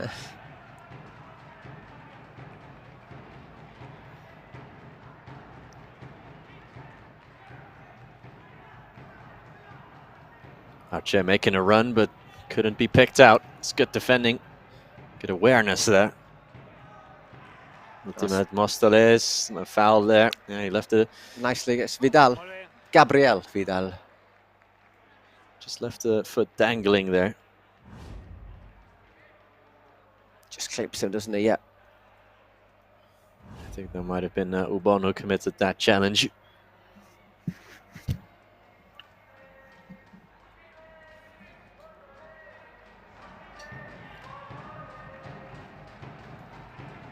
So here they come again, El Barrio leading 1-0 thanks to that early goal. The keeper Gerard Vacas has made a couple of great saves to keep it 1-0. As Mosteles so far have looked a wee bit toothless. Yeah, no real front runners as far as the MVP voting goes. As here come with the That's a lovely ball, and it's another good save. Wow, Vacas making himself massive there. I think what you were saying about no front runners. Yeah. I think Vacas at the moment has probably taken a bit of a lead. He's in the running, absolutely. That's another big save from Gerard Vacas. Yes. Arce has a proper goal. It's another team effort. These saves for Victor Vidal are too easy, aren't they? That's a great save. Yeah, that's a cracking save.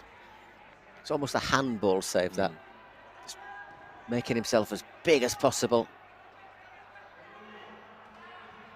Oh, inside, there's a lot of space inside there. Kylian Honorato making a brilliant run there. Free kick, referee says. What's happening here?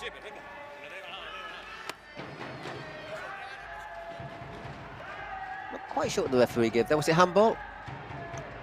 A little bit of pulling back. Not much, but just enough for you to see it.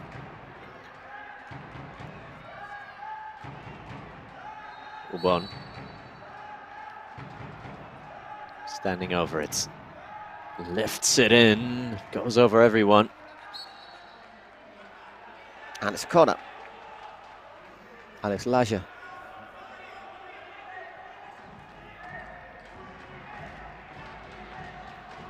And another one.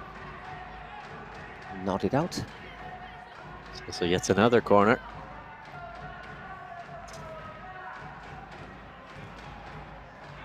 So maybe at the far post, but nobody there for that one.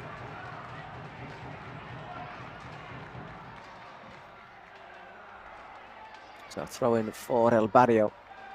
So once again, we start to tick down towards that dice, which will tell us how many players. Yeah, how many players will finish this half?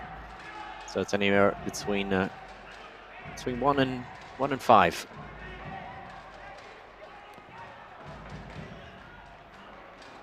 The dice will be thrown by Susi, who plays for Aniquiladores, and his fiancée.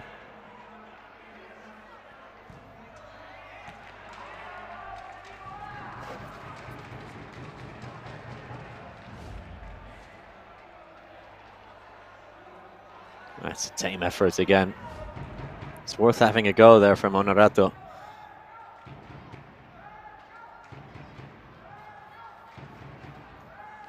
Vaca sends it long. Well defended by Feliu.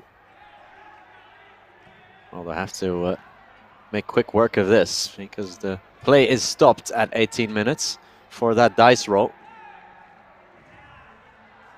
Well run in there by Gabriel Vidal.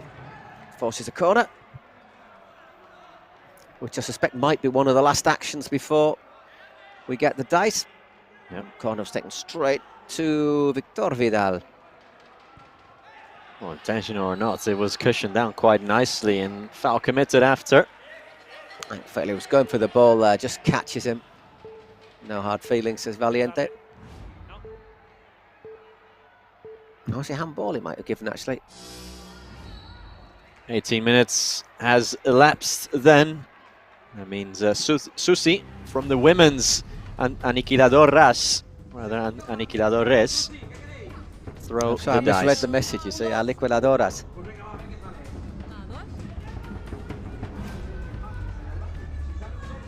And it is 4v4 then for the rest of the half. I think if I was a Mosteles fan, I'd have possibly wanted less. And somebody has chained themselves to the goal. Oh, someone who's... Because he wants a green pitch. He doesn't like the black and the grey. Doesn't like the black and grey pitch. He wants it to be green, like a quote-unquote normal football pitch. Gerard Piqué and Spursito there, and all the influencers here. Looking quite amused.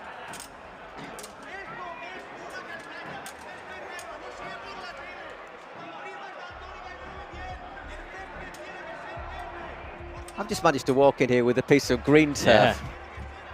There's quite a lot of prep work. He needs to go out, he needs to get the green turf, he needs to get the t-shirts, he needs to get the marker. Yeah.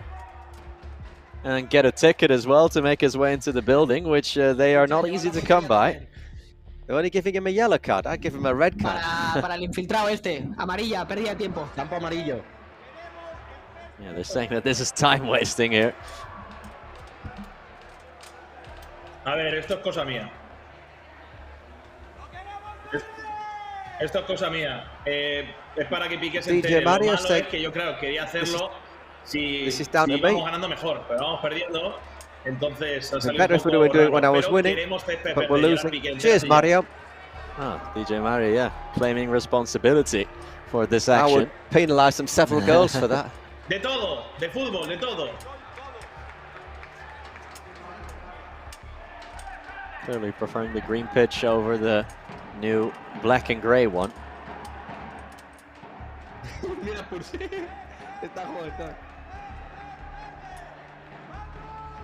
Well, let's see how the referees solve this one. Well, the question is, he's done it when we're after 18 minutes. We want green grass. The green grass of home. Aren't there any cutters? The grass is always greener on the other side.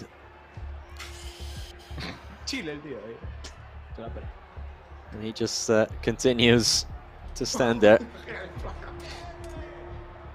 I don't think anyone's particularly bothered. If people are really upset about protests, they don't get any cameras focused on them, do they? And this is all part and parcel of the process. Somebody's got... Are they regular scissors? Not sure that those will get the job done. I'm not sure they're going to do it. Oh, no, wait, they've got the bolt cutters here. Get the bolt cutters in. And if not, he can't get through the chain, take it off his arm. This is we're working, you know. The longer he's here, the longer it takes us to get home. Oh, it's not worked. Whatever equipment they had there, it's not working.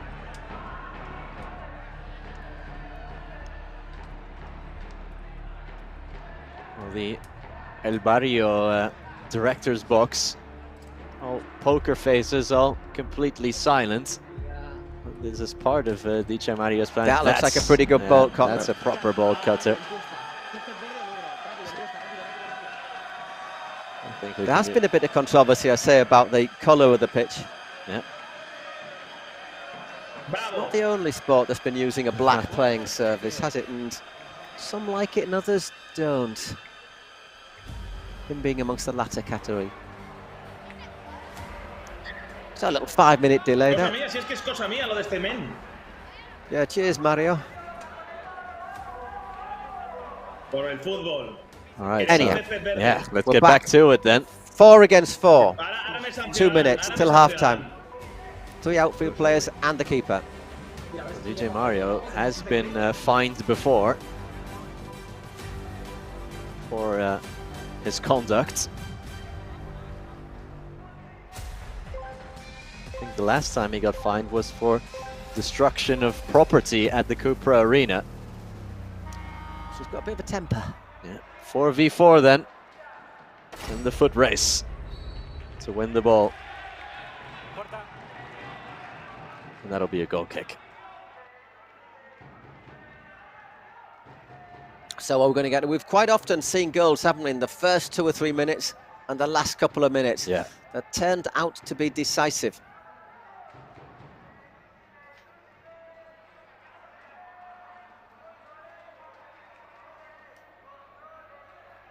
Well, there's Vacas going forward. They're trying to create that overload. Nice movement. Is that offside? It was a good ball indeed. Keeper just hoofs it long.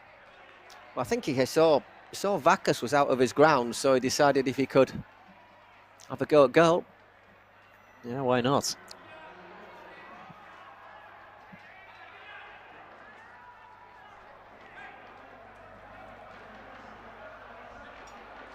Working it into the corner. Neuer looking to turn and twist. He was very effective in the first 5 minutes. De La Bella. Obviously, you want your best players on in these sort of moments. Keeper joining the attack again is Victor Vidal in this case. Shot at goal from range. Never really looked like scoring. Bit optimistic there from De La Bella.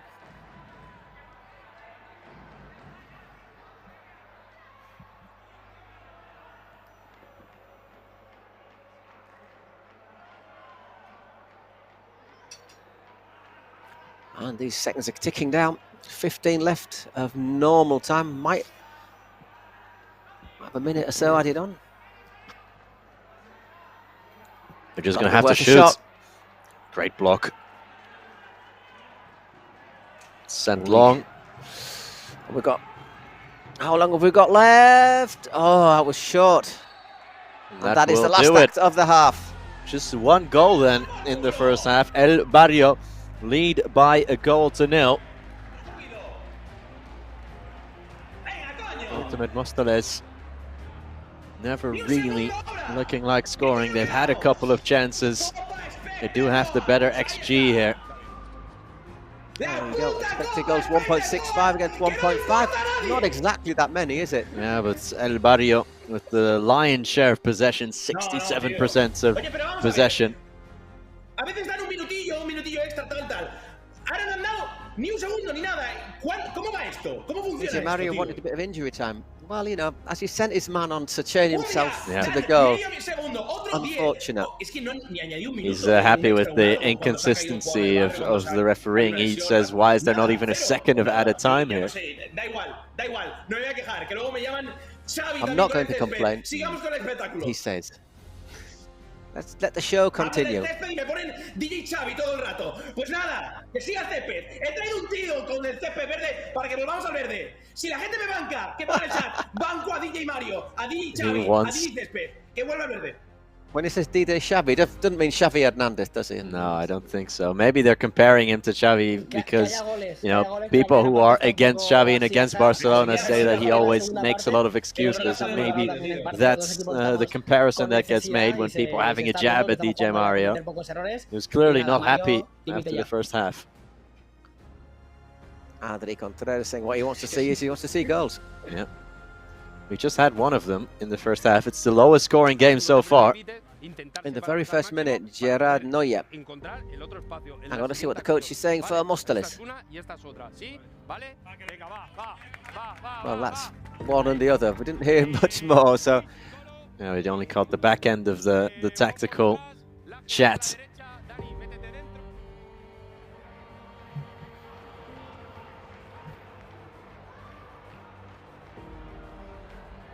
So to remind you, once again, we have the ball dropped on the cage. And it's that water polo start.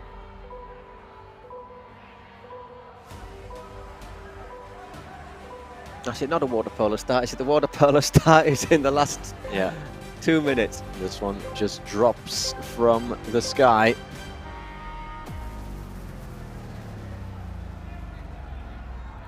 Ultimate Móstoles take custody of possession now.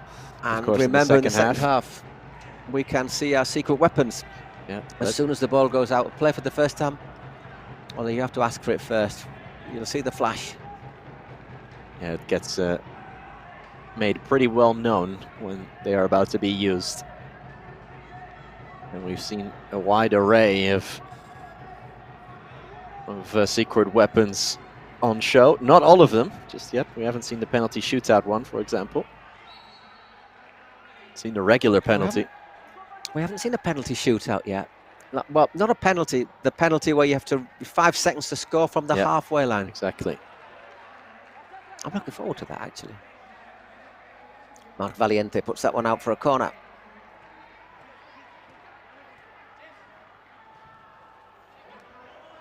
Oh, it's floated in there. It's headed away comfortably by Valiente.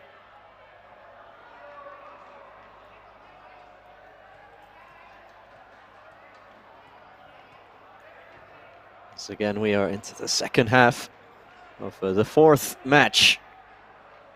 Ultimate Mostoles needing to up the game a little bit. Started the day 8th in the classification. Yeah, remember, El Barrio, the only team yet to score a single point. So both games rather, they've just lost outright, not even on penalties. Or you do get that 1 point if you lose on penalties.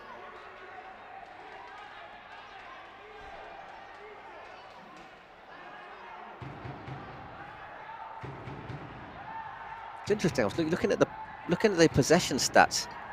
It's surprising that El Barrio have had a lot more of the ball. Just don't get that feeling though, do you? Watching the game, 64% to 36, and yet you get the feeling that Mostoles have had more, but not done much with it. And the second half has definitely been different. In the second half, Mostoles have seen a lot more of the ball. Maybe that's a bit of tactical adjustment as well from Alex Martinez. Ooh. Meaty tackle and foul given. I think he's given obstruction rather than the pull from behind from Ubon. Yeah, Ubon stayed down. Just got a bit winded, I think. Siempre perdón, ultimate al día siguiente. Siempre perdón. Deja seguir, hombre. Sí, perdona, me he precipitado, perdona.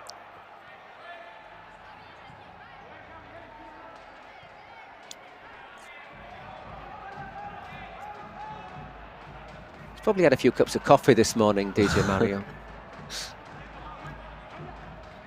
Usually doesn't take a lot to rile him up.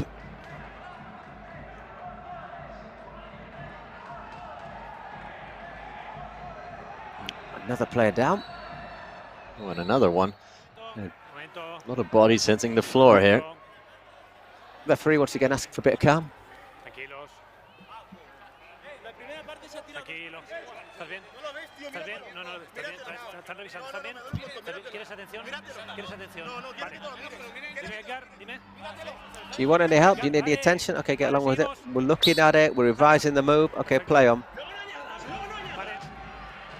It's quite interesting, isn't it? See how with that camera, to see all the players talking to the referee as he walks in. Not an easy job being a referee.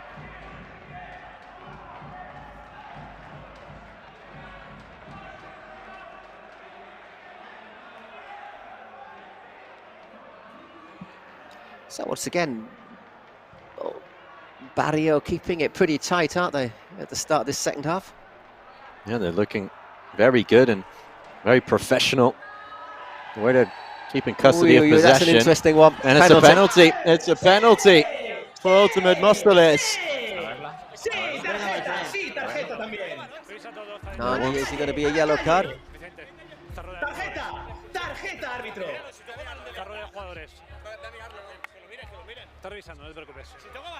We're looking at it, we're revising it again on the VAR.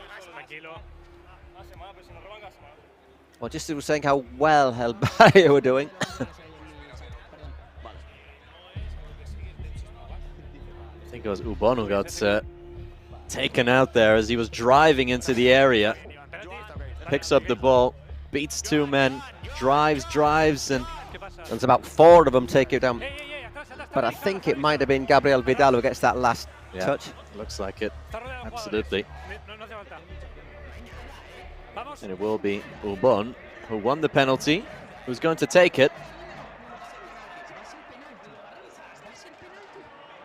No yellow card is shown. It was sort of a collective effort, really, wasn't it? It was the foul. It seemed like it was almost impossible to stop him once he got going. So can Mostoles make it 1-0? Ubon! They can indeed. Ubon! Slots it home.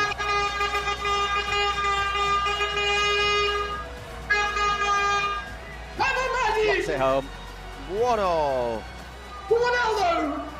Ronaldo! Ronaldo, says DJ Mario. Slots it in from the spot, and we are drawn level then here. Could we be on our way to our first ever golden goal?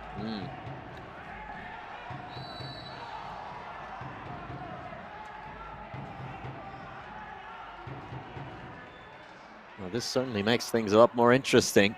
As El Barrio, who've been sitting on the ball a lot, have been calm at the back. They'll have to come out of their shell a little bit more now. Or not. Who knows what kind of secret weapon they have as well.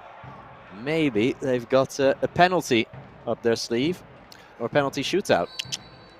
Well, once again, the fact that we're in the 26th minute tells me it's not the star player. Yeah, star player you want. You'd use that as soon as possible. Absolutely. That's a good ball. Oh, beautifully played, and the header just off target. A little bit of frustration there for Adi Contreras. Great cross into the far post. Yeah. Doesn't quite get his timing of that right, does he, Gil Vidal? Just a little bit behind him. Mistimed his jump maybe slightly.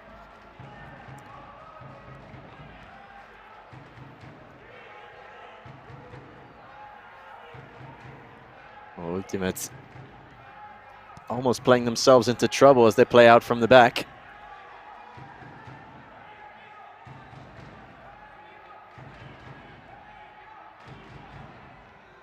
There's Marc Valiente again.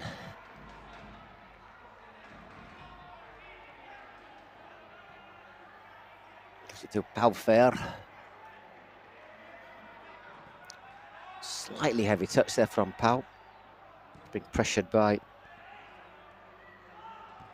forward. Great challenge. And that'll be a goal kick as well. It's a really good challenge there from Aleix Martí.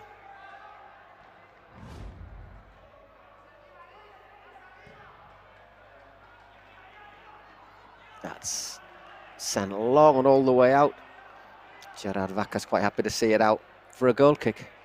Probably the most calm or less offensive match that we've seen today so far, this one. Yeah, it's been much more defensively minded, hasn't it? More tactical. None of the blessed chaos we saw in a couple of the matches. Beautiful ball in! Great ball. Makes a hash of the finish, though. We're near the goal, really, from Oriol Boada. Chested it down, sets himself up for glory. Just gives the defence time to close him down, though. I think he just shinned that one. Arce battling forward and coming out on top. Pau Fer spreads out the play. Still El Barrio. Móstoles deploying a higher press now. Just kept in well played there by Vidal. So approaching the half hour, 1-1.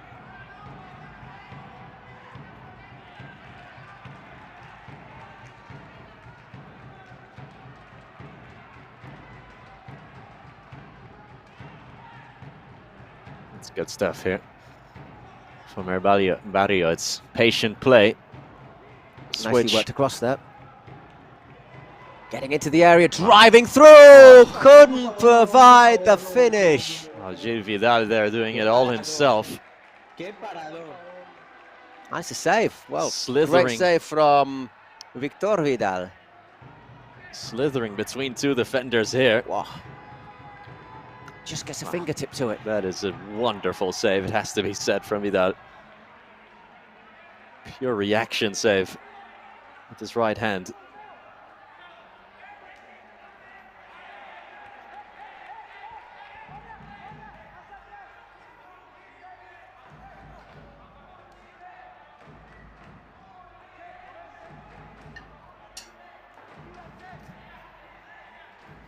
Throw in. Good chance here for Móstoles to get that ball into a difficult area.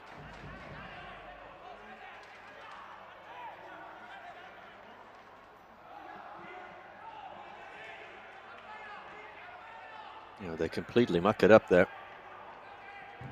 No chance of doing anything with that one.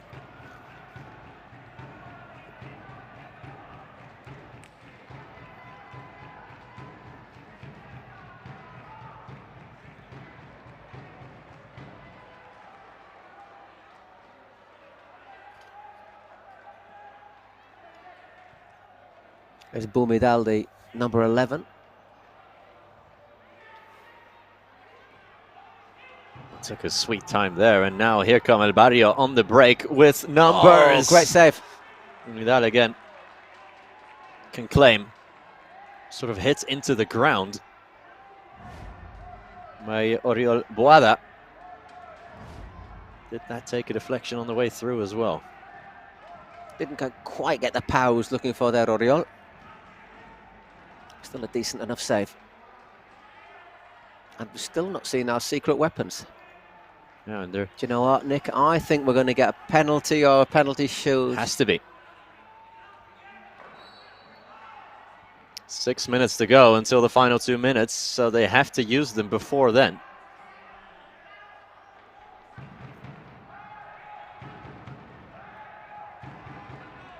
Who's going to blink first in terms of the secret weapons? Juan Oraita for El Barrio, the coach, or Alex Martinez on the other bench?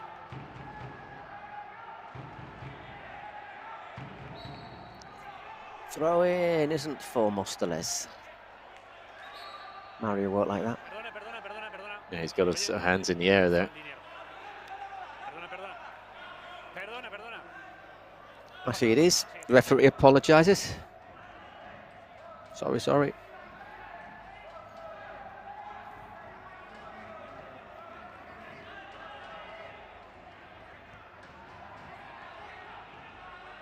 Let's not forget this match had the interruption at 18 minutes with the anti-black grassman chaining himself to the post.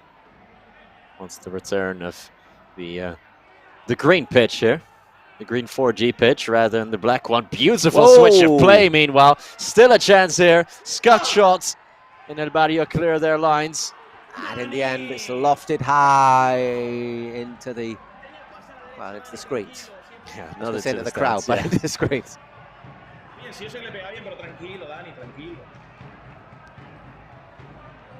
Same effort. Gabriel Vidal. Put in a shift, hasn't he, Gabriel Vidal? Yeah. He's played heavy minutes. A hard all game. Playing heavy minutes.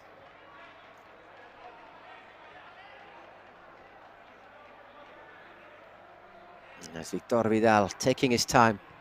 Just inviting the pressure on. Ooh, almost succumbing dangerous under pass pressure. out there. Still haven't seen the secret weapons being used. As El Barrio have to recycle possession. Oh, that's poor. Goes long, but it's given away by Vacas. Mostoles. Paul inside. Once again, just keeping calm.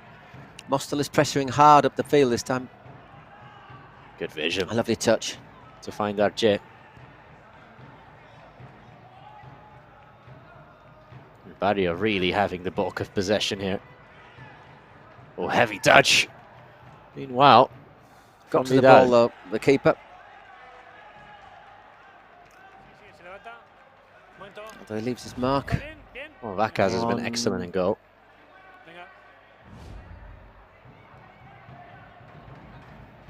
That's Coro just got caught. No, it isn't. Tell a lie. It was Joel Banyuls. Once again, that little diagonal ball in. Yep. And out it goes. Throw in for Mostoles. Every decision is heavily contested on both sides. Well, we're getting to that decisive phase of the match, aren't we? Where 4 minutes left and change. Whatever is added on.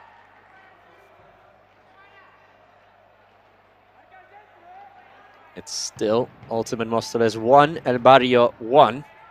El Barrio taking the lead very early. First minute. Ultimate in the second half, drawing back level through a penalty. Won and dispatched by Ubon. Does he just follow through a little bit there on Banyuls?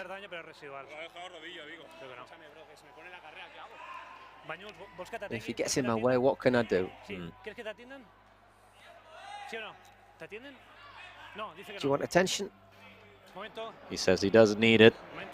He just needs a moment to get back up.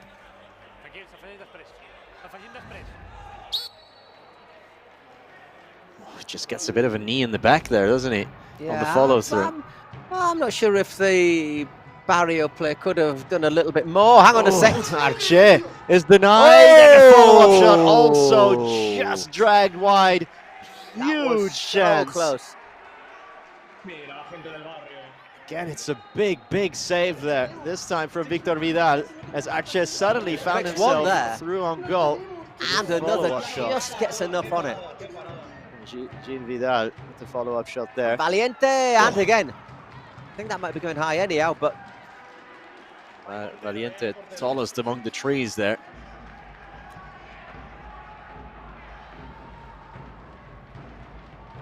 And that is easy for the keeper. Well, 30 seconds left. Wow. Are we going to get our secret weapons? Beautiful distribution there. And they can wait until the very last second to use them. Should they please, or should they want to do so? Well, there we are. There's the secret weapon buzzer. All a bit chaotic, and the referee, I think, is given foul in attack. Yeah.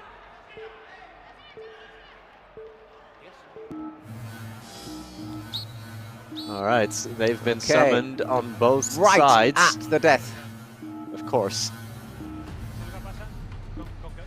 Oh, look at the elbows there. These carpets.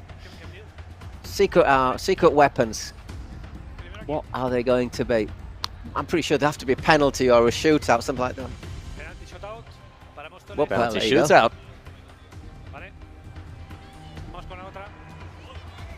And let's see what the other one is. So that's the Móstoles one, is a penalty shootout. And for El Barrio. What is it? All right. The Joker. Mario's not very happy. Always the same. Always the same. Oh, and so they've cancelled out, I think, the penalty shootout on the other end, and taken it for themselves.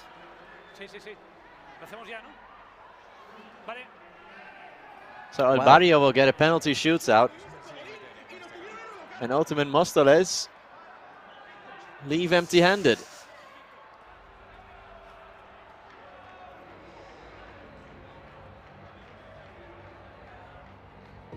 Once again, I want to say that was very, very good use of the secret weapon, wasn't it?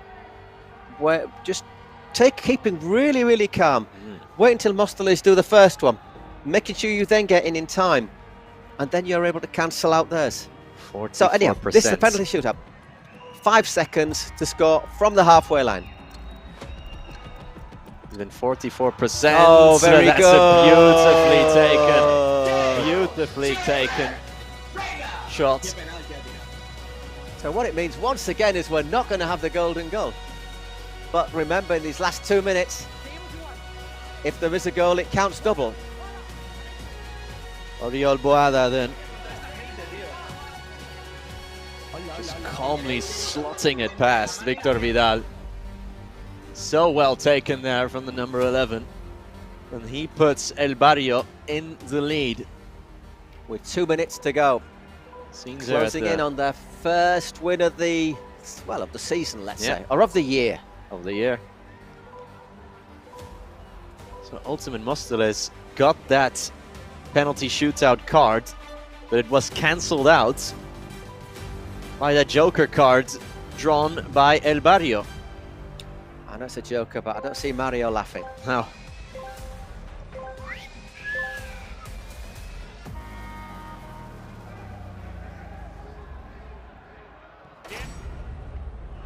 Móstoles get there first.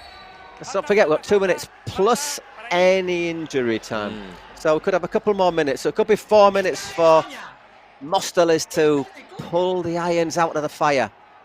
There's our voting for Man of the match or MVP. Vidal. Which of the Vidal is? Yeah.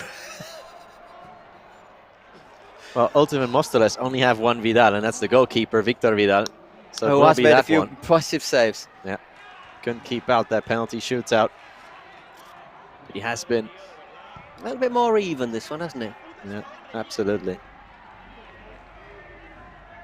Whoa! Drag the cross. Is that handball? Is there a handball? Big shouts. For now, play continues. VAR will have a look. There is the VAR, remember.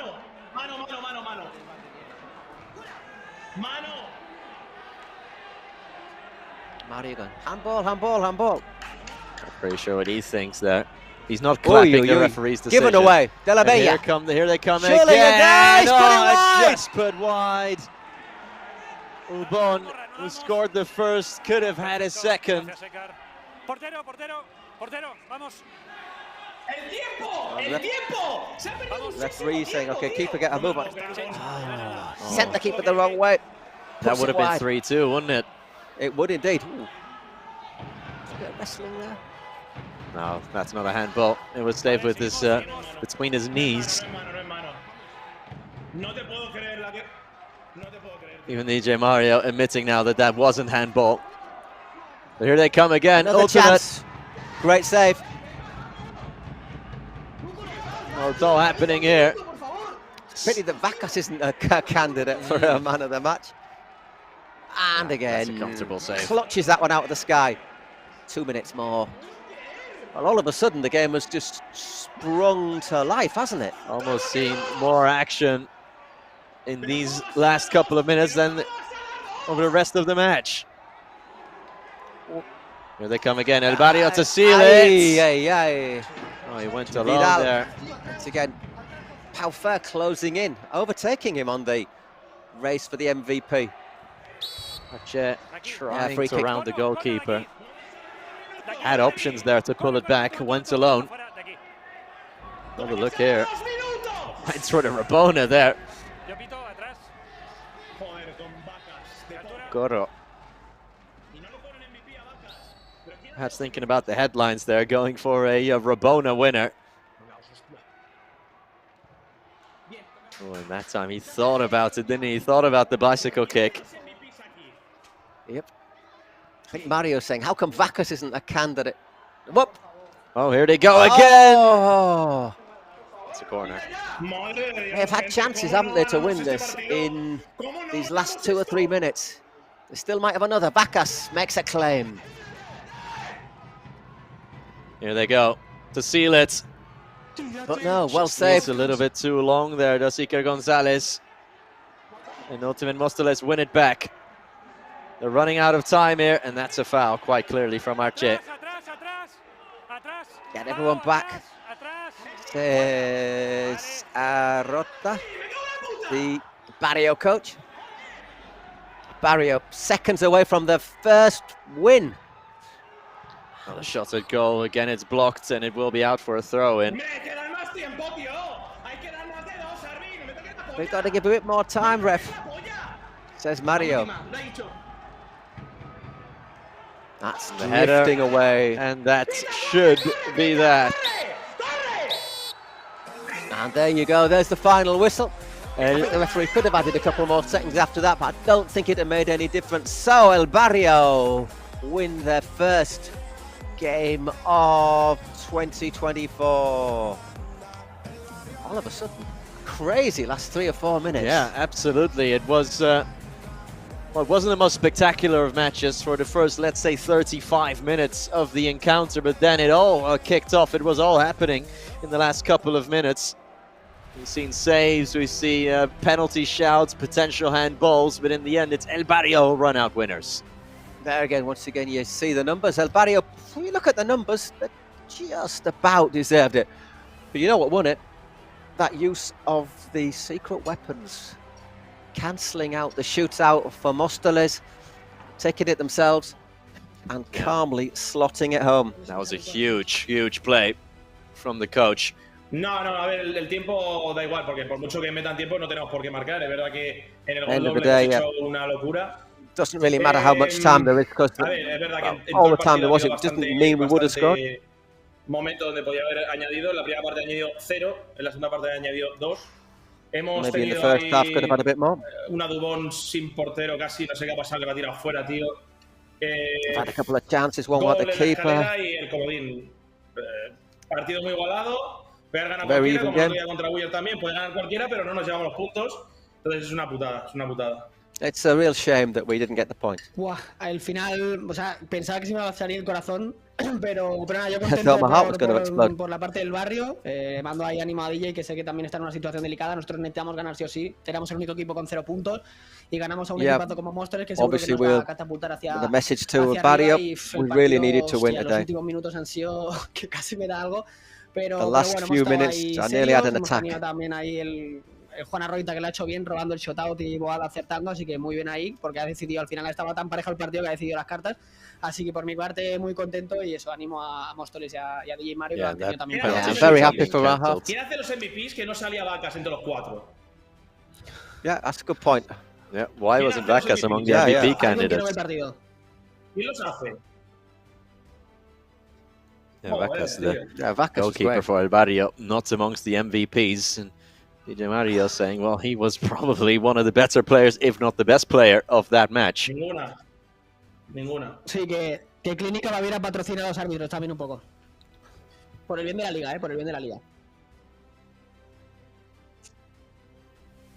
Yep, so anyhow.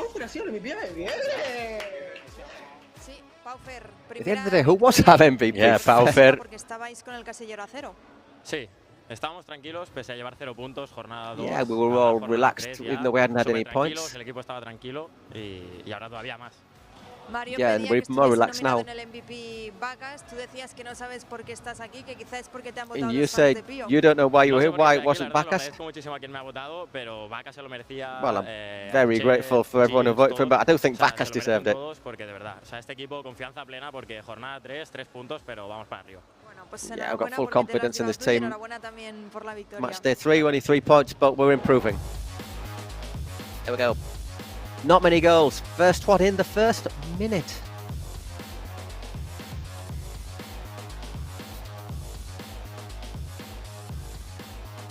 Three goals then, 2 for El Barrio, 1 for Ultimate Móstoles, 2-1 then. El Barrio gets their first win of the season of this Kings League.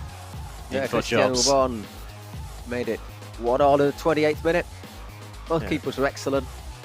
Yeah, Vacas and Midal, the two keepers, making save after save. There is what proved to be the winning goal. As El Barrio, the men in blue, got the job done. We're back in a couple of moments. Partidazo, sí. Tenemos a Augusto Fernández, que se reencuentra con Cunisport, Sergi Gestí también. ¿Qué te está pareciendo la adaptación de Gestí a Science? Bueno, bien, yo creo que aún puede dar un poquito más, pero creo que es un jugador con mucha calidad y creo que aún puede dar un poquito más en este partido, a ver si lo demuestra hoy. Que luego digan los narradores que gafas, ¿eh? Gol de Boada. Gol de Boada, exactamente. ¿Fue un buen intercambio Boada por Gestí? A ver, le está saliendo un poquito mejor al Barrio por ahora, pero bueno, yo creo que Gestí, como te digo, gran calidad, yo creo que va a demostrar pronto. Polo, tío, eres muy buen analista. A la mínima que pueden te meten, tal, pero yo creo que eres un buen analista. ¿Qué tal lo estás llevando? Bueno, poco a poco, yo haciendo lo que mejor se me da, ¿no? Reaccionar a partidos, ver cositas, pero bueno, venga, poco a poco. Chat, vamos a poner a Polo a prueba y vosotros también quiero que participéis con la siguiente pregunta. ¿Qué pasó justo hace un año, en la jornada 3 de la primera Kings League, del primer split? Yo ya lo sé. Sí. Voy a dar un segundo. A ver, dilo. El shocker, ¿no? El shocker. El shocker. Pues vamos a verlo, familia. Dentro vídeo. No lo puedo creer.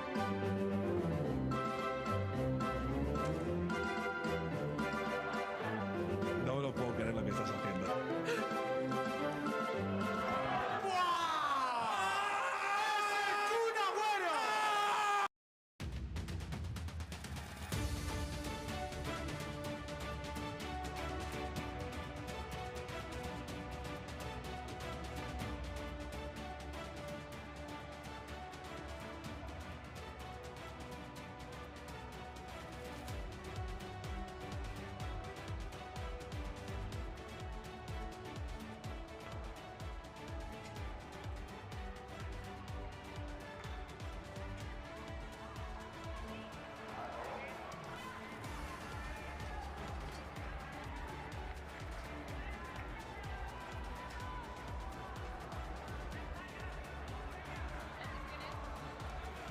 Sí, aquí estoy con Pablo Zabaleta, leyenda del fútbol, también de la Kings, porque no es la primera vez que estás aquí. Imagino que el Kun te ha llamado para intentar salvar un poquito al equipo, que estáis ahí abajo con un punto. Soy el bombero, ¿viste? Cuando hace falta apagar un poco el incendio, algunos se lesionan y me llaman. No, tengo buena relación con Martín, también el entrenador, y te digo la verdad, vine el split pasado, venía por un partido, me entusiasmé, me gustó mucho. Here for one game in the last split. Y ahora se lesionó Nico Pareja, estaba acá en Barcelona, me llamaron. So now Nico Pareja's injured, so they called me again. La verdad está muy bien, está muy bien. No sé si habrás notado algún cambio por aquí por el suelo. Vi algunos de los partidos, vi que habían cambiado el color, pero I saw the change el mismo cefo con un color diferente, pero bueno, color of the pitch, pelota. of the turf. No arriesgar demasiados pases, jugar en corto para no perderla y bueno, so I'll just be playing short passes, trying not to lose the ball. Estupendo, ya lo verás. Muchísima suerte. Diferente, gracias.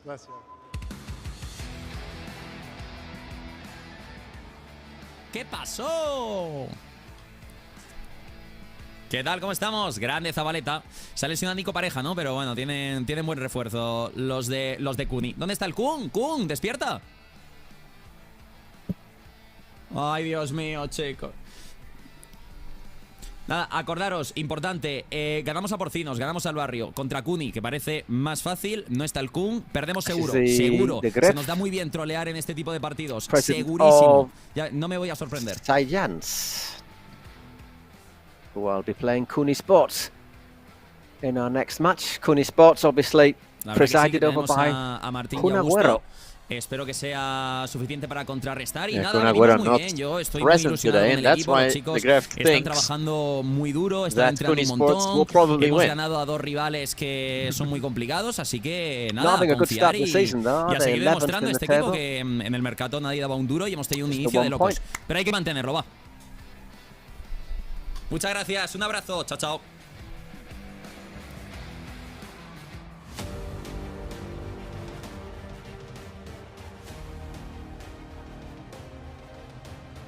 So Pablo Zabaleta will be playing for Kuni Sports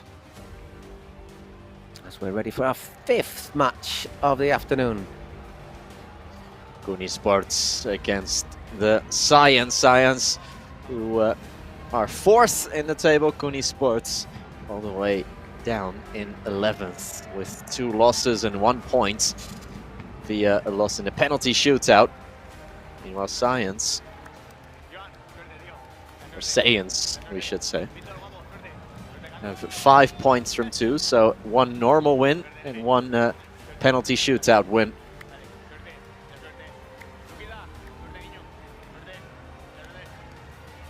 Getting into this game quickly. Obviously, we had a little bit of a delay in our last one when the gentlemen decided to chain themselves slightly half-heartedly, I thought, to the post to complain about the colour of the playing surface. I want green, he said.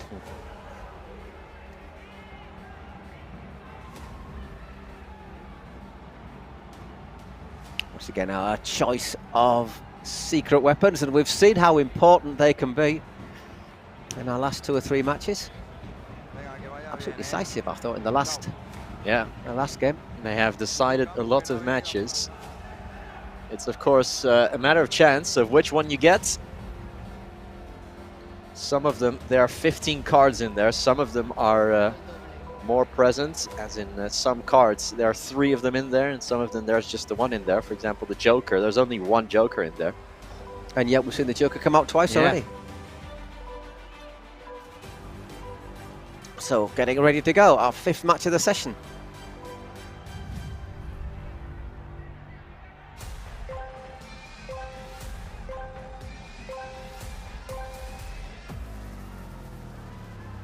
Starts off 1-on-1 plus keepers. Here we go then.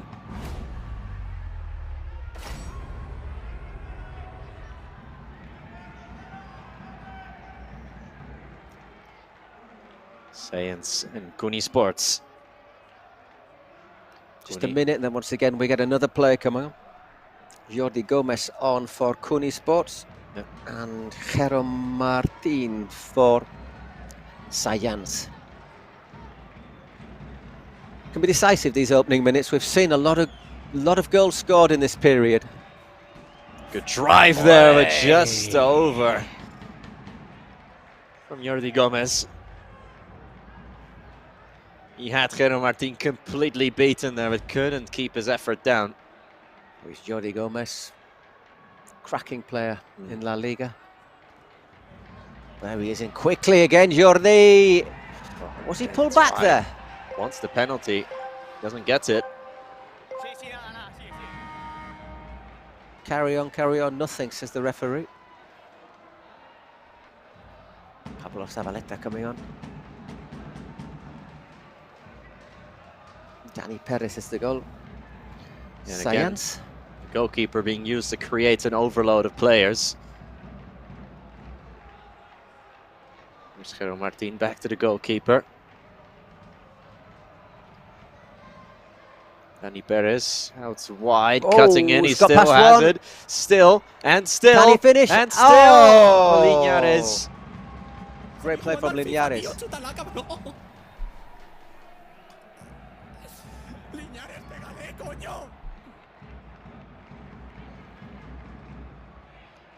Jero Martin probing. Back to his goalkeeper. Gotta be worth an effort. And he just has a crack at goal. Over the top. Oh, now it's Zabaleta coming in.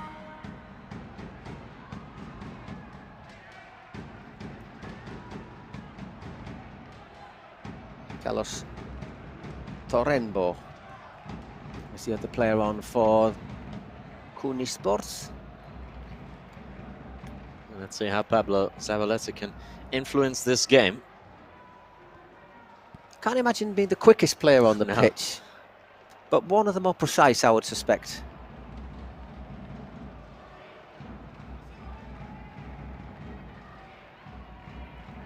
Never known for his sublime athleticism, and then again, that is compared to other top flight players.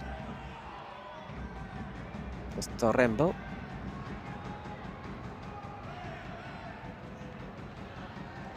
Here he is, Zabaleta. It's not a bad effort.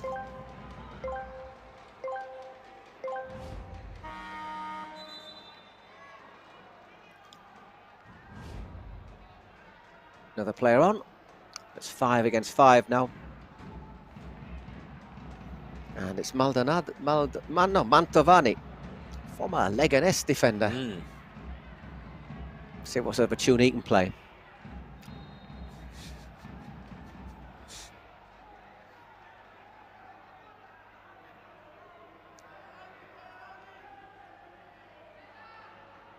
There he is. Did he play for Espanyol as well, Mantovani? I think he might have done. Once again, speculating. Shouldn't do that, but certainly part of the first Leganés team that got up to the top flight here in Spain. We do miss Leganés in the top flight, and their mascot, Super Pepino, as well. The Super Cucumber. Yes. They could be back next season, top of the second division at the moment. I've got a picture of Super Pepino. Was quite starstruck when I met him. I can imagine. Martin Mantovani curls that one over the top. Was he wearing the costume at the time? Because otherwise you just wouldn't. Yeah. Know it was him, would you? No, he asked me because I had a bottle of water with me if he could have a sip of it because it was 40 degrees at the time. As here come the Saiyans again. Good challenge from Zabaleta, but it's still the Super Saiyans. Dani Linares opens the scoring here. Ya empiezas, 4.5 minutes in. Bien, atento. Well played, Dani Linares. Conviction there on the forward. And once again, these first 5 minutes proving to be vital. Gets past that challenge, a little bit lucky, but then able to slide it under. Yeah, it's a clever finish. Aguilar. It really is a clever finish there in the end from Linares.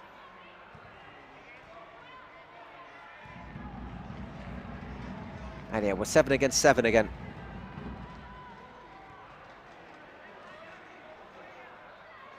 Carlos Val, number 2.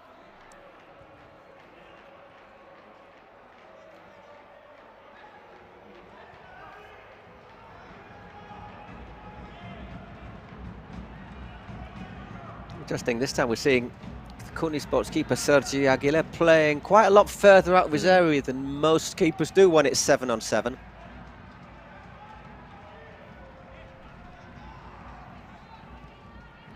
Linares. Well, there's another sighted goal for Kuni Sports. This time it's Carlos Val. Could have and potentially should have scored there. Big chance. Oh, great block from Maldonado. Yeah, didn't see actually. From Mantovani. Mantovani got a block there and just about collected by Dani Perez. Just to go back to Mantovani. Has not played for Espanyol, played for Leganés, Las Palmas, Huesca. He's from the Atletico Madrid youth.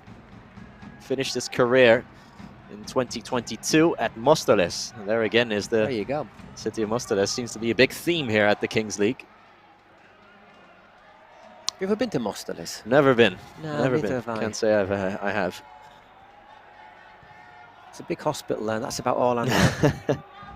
I have no desire hopefully to visit that. Hopefully that's not the reason that you go there. Here come the Saiyans again. There is Mantovani. Nice ball out wide. Solid defending. Good to see that sort of Dragon Ball Z theme on the kits and in the logo and everything with Saiyans.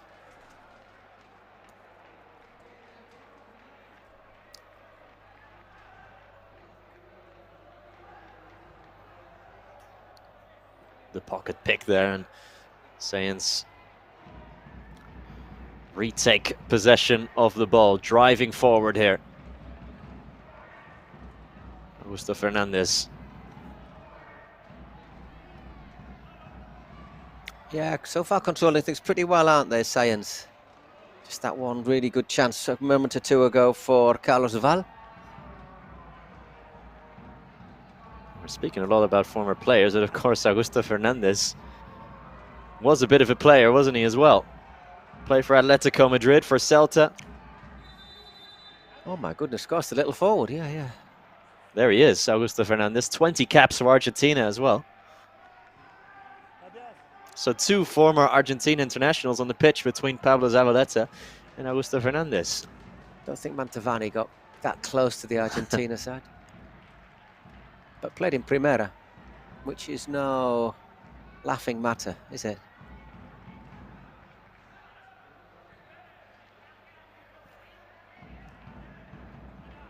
Ball over the top, but that's going nowhere.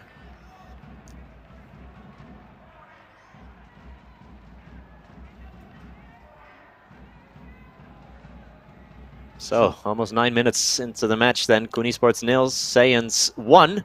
Oh, bit of a muck-up there, and just about clearing his lines, Dani Perez.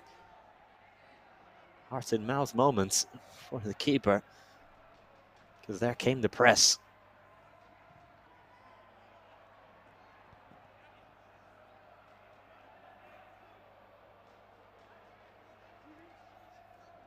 Just checking on Jody Gomez's commit career as well. Yeah, there are a lot of former La Liga players, Primera División players, fully fledged internationals, trophy winners, you name it. Good spell in England, Jody. Yeah. Well, and Wales. Swansea, Wigan Athletic. When Wigan were top, you know, a top flight team. Roberto Martinez, and that is... Is it going in? Yes, it is! Sergi Gesti makes the 2 for Saiyans. Well, the keeper got a touch, didn't he? Sergi Aguilar. Estaba rayado conforme lo iba comentando porque no sabía in the background here. Let's have a look at this again. Doing the commentating for us here. It's a bit of an awkward shot, and he gets a palm on it, does Aguilar. He goes up and in, and nothing that Zabaleta can do. Yeah. Little bit unlucky there, but Zabaleta saw it coming, but couldn't prevent it, just couldn't get back there in time.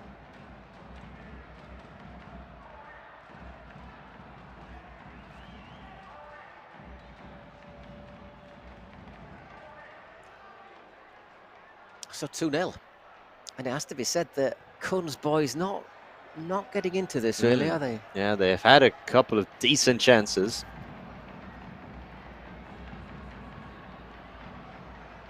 Ball in there, back post, ghosting in.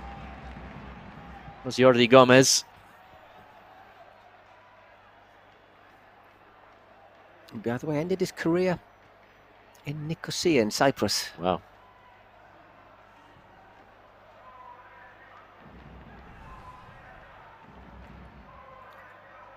Here comes Sayens again. Needed to make the challenge there, did Val. And again, in the end, cleverly gets the ball for a goal kick of Sergi Gesti. He probably had the biggest chance for CUNY Sports this match. Carlos Val. His effort that dragged just wide.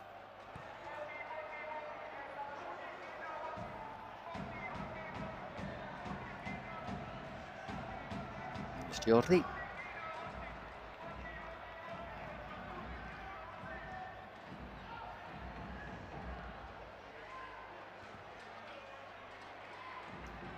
CUNY win it high up the pitch. Well worked, Jordi Gomez. It's good work to actually carve out the chance from João Nines. And, he hits that hard. Oof. Does Mantovani take a bit of the sting out of it? He's got a good presence at the back there, doesn't he? Martin Mantovani.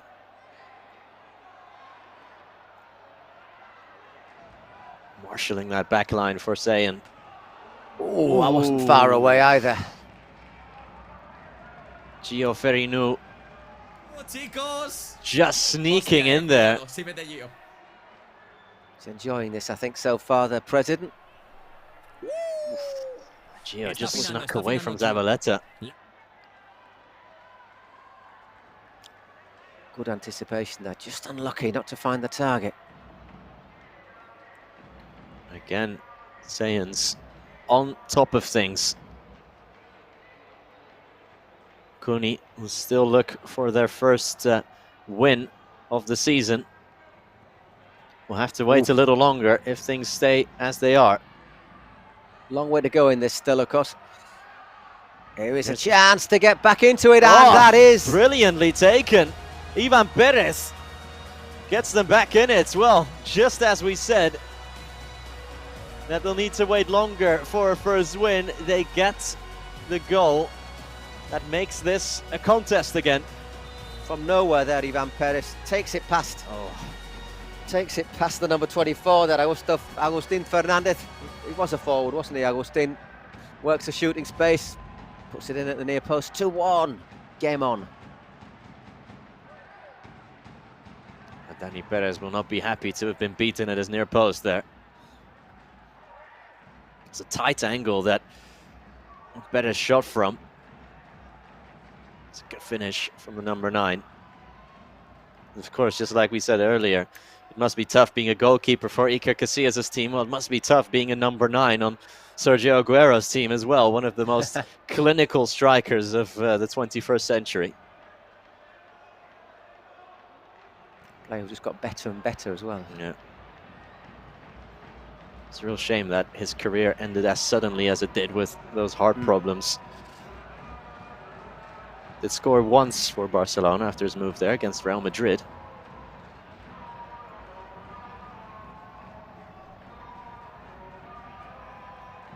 So, can CUNY Sports level this up before half-time? Drilled in, but wide. Not the best effort we'll ever see there from Iñaki Villalba.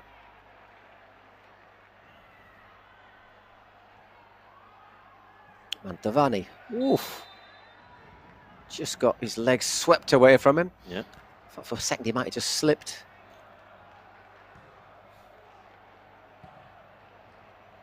CUNY Sports again. It's Iñaki Villalba who plays that first time. Zabaleta.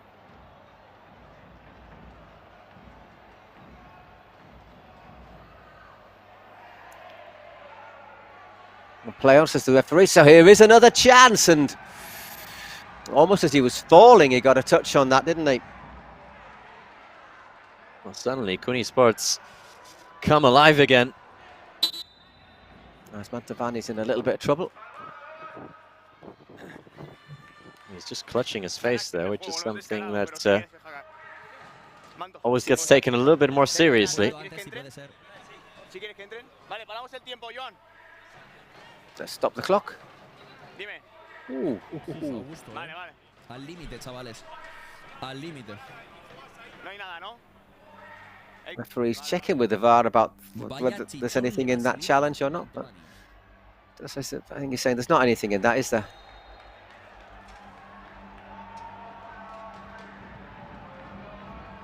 Did you see what happened to Mantovani? Did he get caught by an arm or? Yeah, it looked like just a trailing arm there.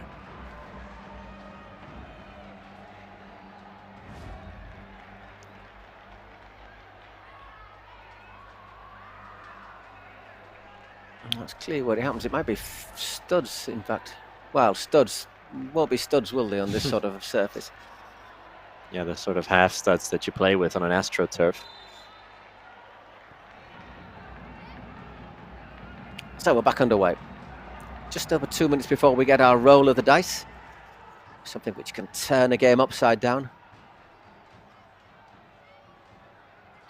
Almost halfway through the first half.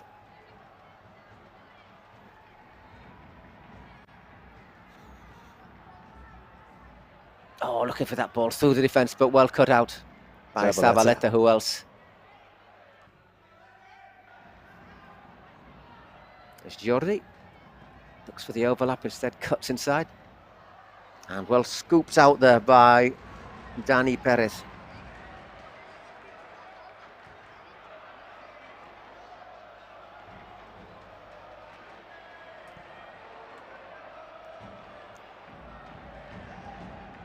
Just approaching half-time here at the Cupra Arena.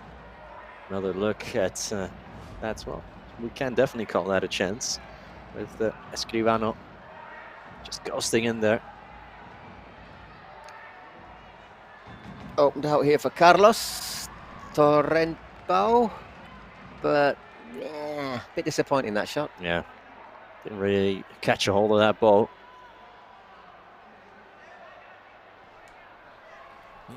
Yeah, that's really need that from Zabaleta. Safe to say he wasn't known for his skills and flicks. Oh! That's a brilliant finish. 3-1. Drilled in at the corner. Quero Martin with a clinical finish there. Once again, that goal came from almost nothing, didn't it? And Sayans reinstates their 2-goal cushion. There's one there of Zabaleta, and how about that for a finish? Well off done, the post. Martin. Cracking finish. Yeah, can't put that a lot deeper into the corner, can you? And counting down 18 minutes. So we will have our roll of the dice. Who will be rolling it this time? Have our people told us who it is? Let's see. 5v5, so the highest possible number.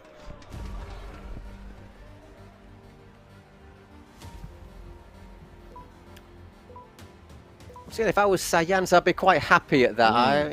You'd want to keep the status quo as much as possible, don't you? Yeah, absolutely.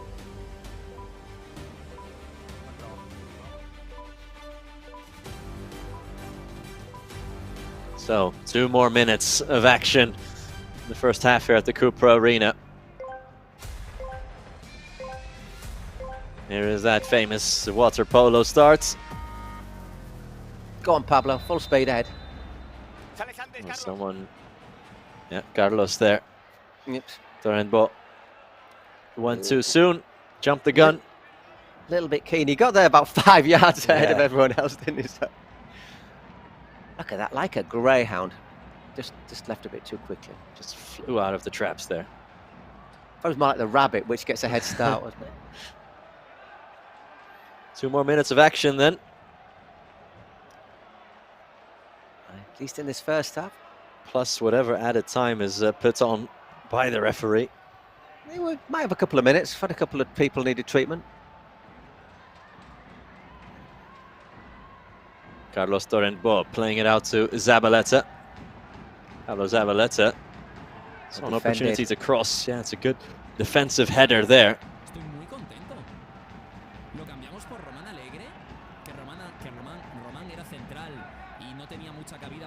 Well defended there, because he's not the tallest defender, is he?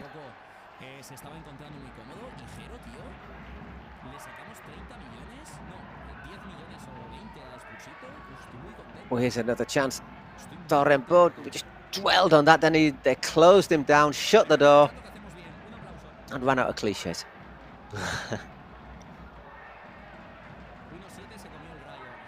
Dani Perez spreads it to the left-hand side. Time running out. And Sayans wants another goal here. Nicely worked again. Jero Martín, the scorer of that 3-1.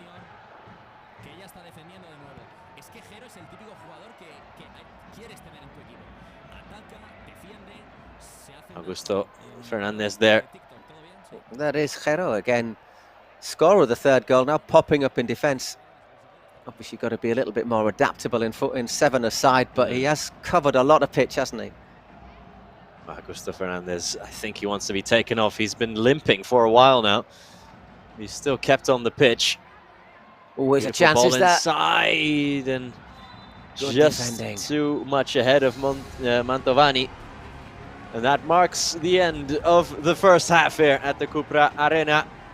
Big chance in the end, but it's well defended by Jordi Gomez.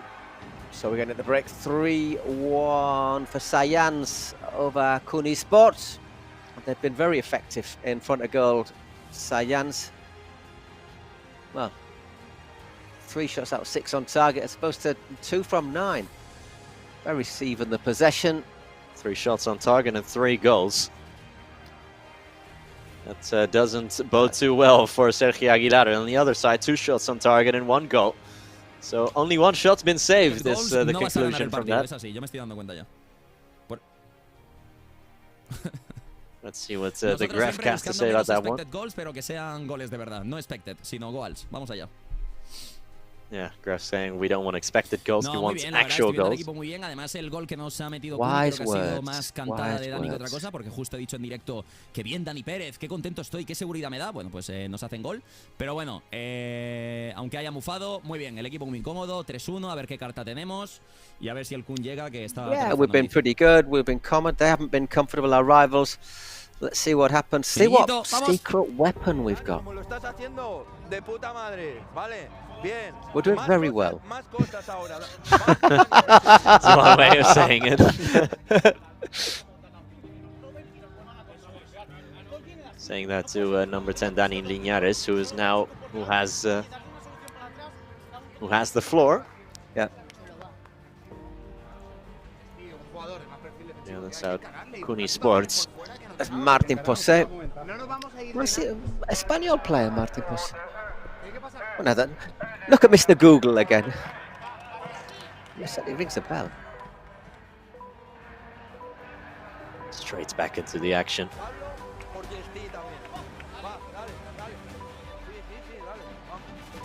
If it's the same one, and it's not the same one. There was a Martin Posé who was an Argentina coach. Played for Espanyol, but I don't think it's him. It's the one who was at Espanyol, let's just say, hasn't got quite as much coverage on top.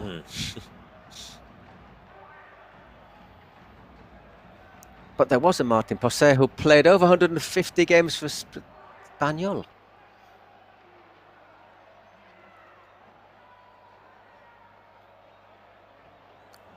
Second half action then. And of course now the secret weapons will come into effect sooner rather than later. I'm starting to really enjoy the secret weapons. I really like to know what's happened. There's the added tactical interest that it throws into it. Completely turn games upside down sometimes when used correctly.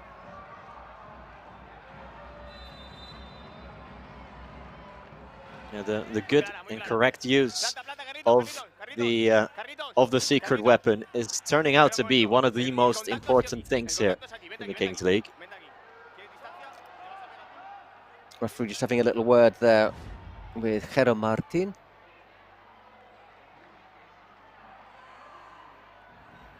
Driving run there from Adrià Escribano. Well defended though, just stepping across it, making sure he couldn't buy.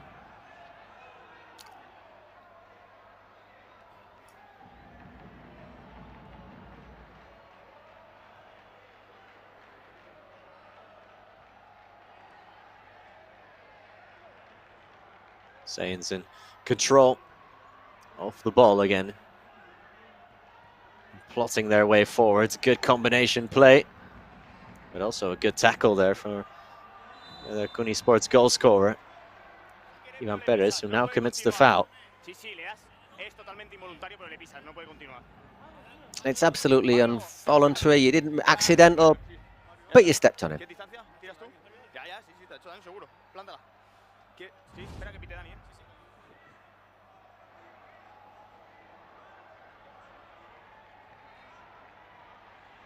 It's a bit like there's moments that remind me of Peep Show. Don't know if you ever show. So. Yeah, not sure how big the crossover is between Peep Show watchers and Kings League watchers. Minimal. Especially the episode with a dog. I think if one person in our audience knows what you're talking about, I think we'd be doing quite well.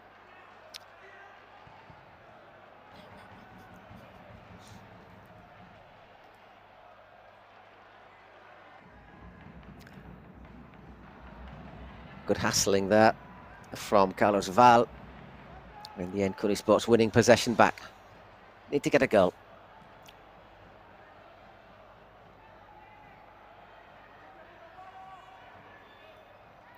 There's Pablo Zabaleta. Works it to Carlos Val, back to Zabaleta.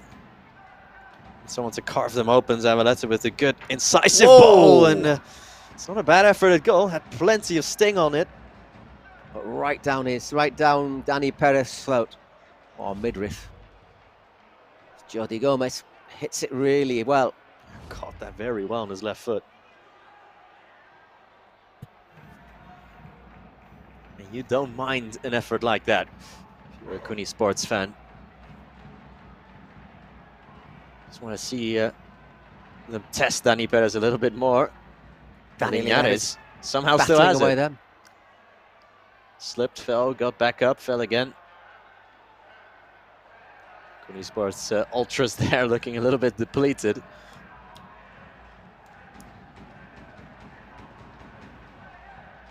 So all of the matches are played in this same arena. And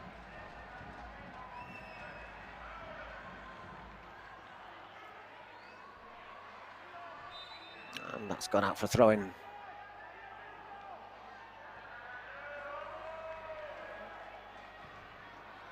Adrià Escribano. Oh, good save at that far post. It's again Jordi Gomez. Denied by Dani Perez.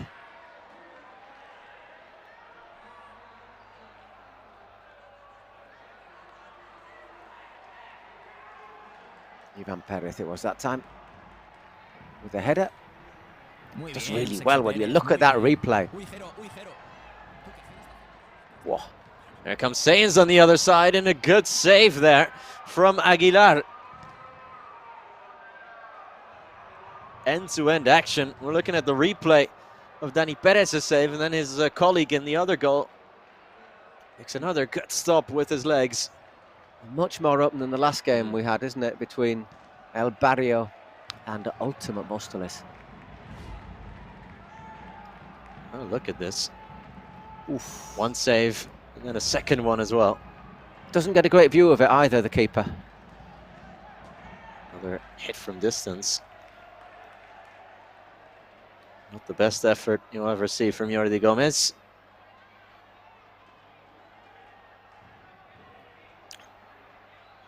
Take a little time over this goal kick. Yeah. There's a zero tolerance policy as far as time wasting goes. So I'm sure that the referees will have noted this, as meanwhile Ivan Perez is in again. Oh. Does well, narrow angle, but well played, Dani Perez.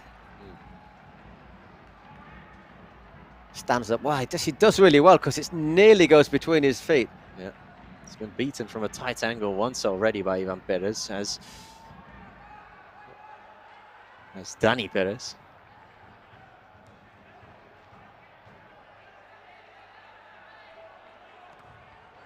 Oof, got charged down this time, but luck was on his side. Over the bar, goal kick. The first time that Dani Perez almost ran out of time.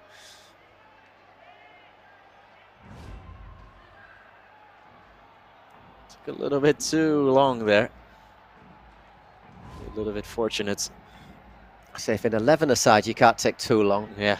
In 7 even less. They get the completed passes, 124, 135. Not that much really.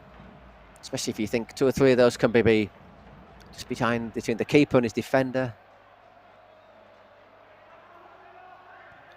Pablo Zabaleta playing with Carlos Val. Back to the Argentinian. Zabaleta. Don't have a lot of options here. It's a sweeper. Yeah. The veteran. Torrent Bo sizing up the defender.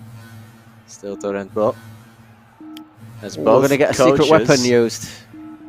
Let's see what it is. Both of them. Yeah, both of them using it. Will we see another one being cancelled out here? So it's Kuni Sports to have the first secret weapon. So first, we'll see what Kuni Sports say. Double goal. So in the next 4 minutes, if Kuni Sports score, it'll count for 2. If you've got that's a wise move, isn't it? Trailed by 2. Now let's see what Cyan says.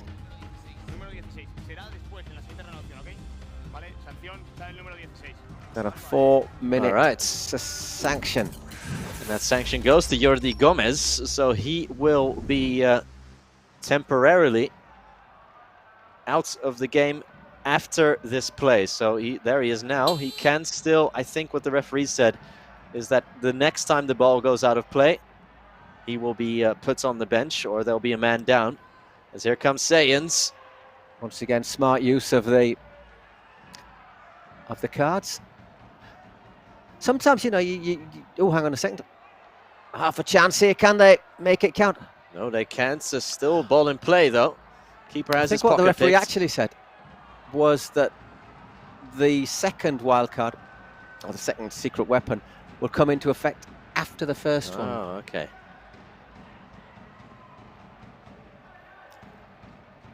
So Kuni Sports will be hunting a goal here. It's a tough challenge, but he won the ball.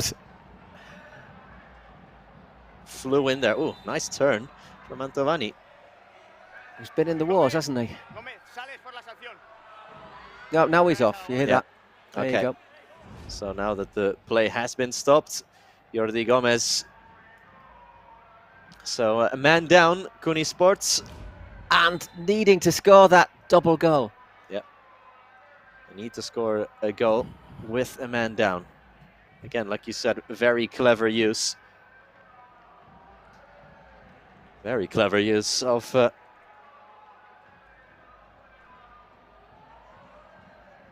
secret weapon.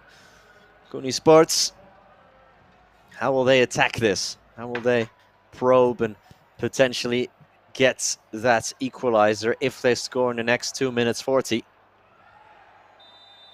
Yeah, that's definitely a foul. Iñaki Villalba.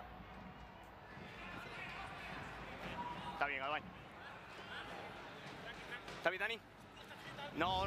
Hay contacto, pero está bien, va. Frente aquí, Luca. Once again, the referee saying there's contact. But it's not enough for a yellow card.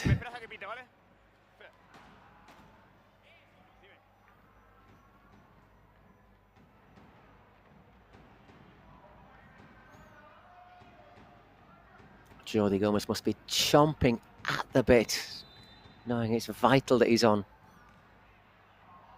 Mantovani smacks that into the wall.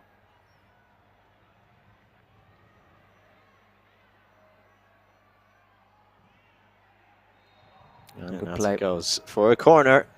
Linares once again involved.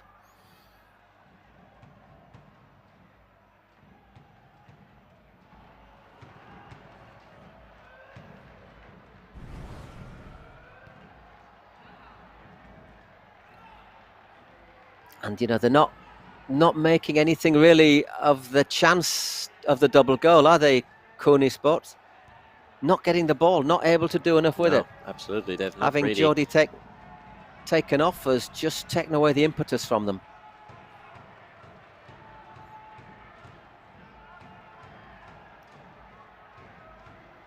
It's Pablo Zabaleta. Once again, good defending, good pressure.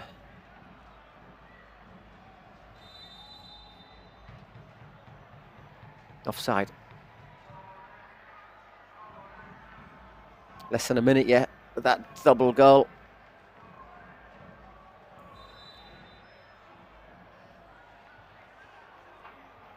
Ball was moving, says the referee.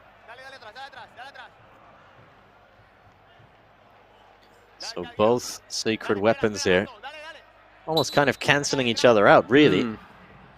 But that's all right. If you're winning 3-1, then it's in your advantage, isn't it? It's doing what it needs to be doing.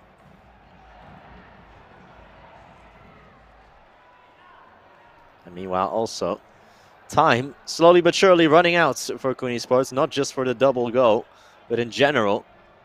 Just a little bit over 7 minutes to play. Probably have a couple of minutes injury time. Good drive here. Down the byline, cut back, and big save from Aguilar, and the follow-up shot is well over by Mantovani. You can never relax though in this, can you? Because a goal can come from almost anything. Yeah. So Cooney Sports now officially have run out of time to score that goal worth 2 goals. But Cooney Sports also still a man down in the form of Jordi Gomez. He'll be back on in 10 seconds.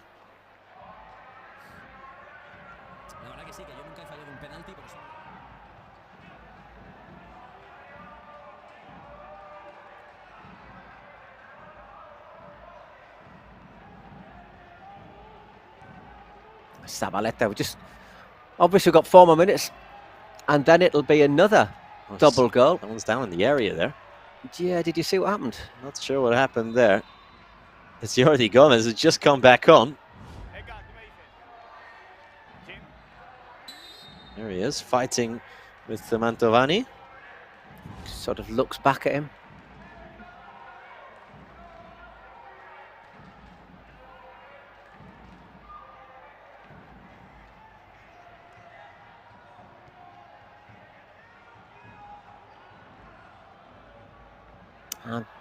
Oh, here's half a chance.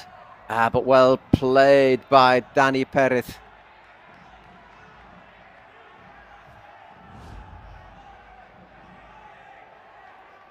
Good work there from Zabaleta, winning the ball, looking to drive through onto it, but just runs away from him.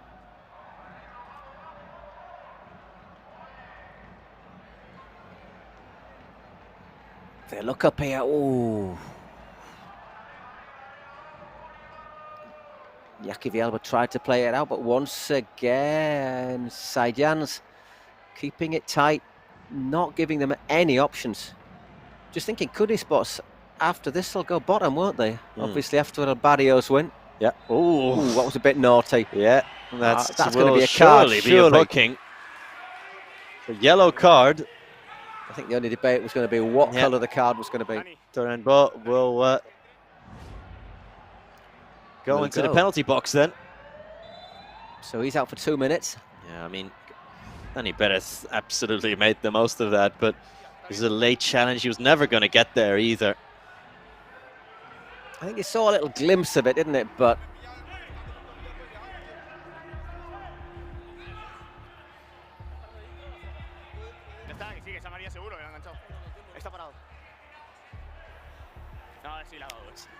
it's a yellow. It's a definite yellow card. He's caught him. Is what the referee says.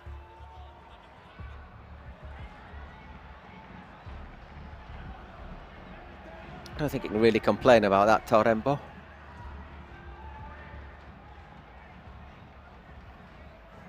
So again, Cooney Sports a man down. architects of their own downfall, perhaps. Well, at least in this case. Maybe the last time it wasn't really their fault. It's just smart use of the secret weapons.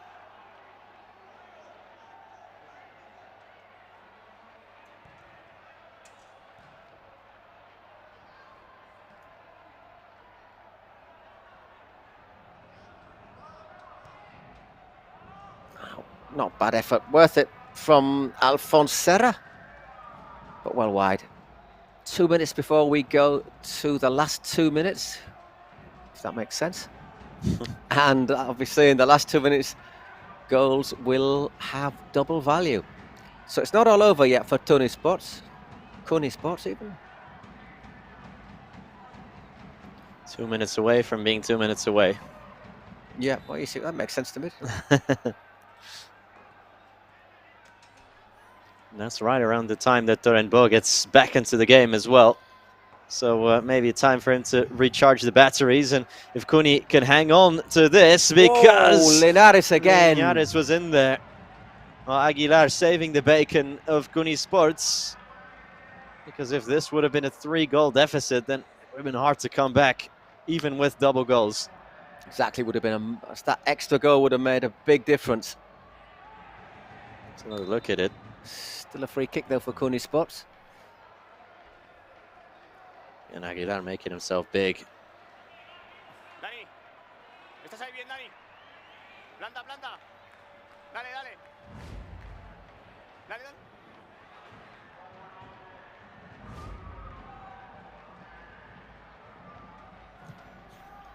Last match after this, of this match day 3 of the Kings League. InfoJobs sees Pio FC take on league leaders Los Troncos. Los Troncos who've won their 2 games so far. On the other side, Pio FC losing both games on penalties. So it's the Troncos are going to be favourites for that. Or actually, excuse me, Pio winning 1 game on penalties and losing the other game outright. So, last 2 minutes of the game now. That means all goals count double. So, should Kuni Sports find an unlikely equalizer, this will go to penalties. We haven't had any penalty shootout yet. So, it will be quite interesting to see one before we go.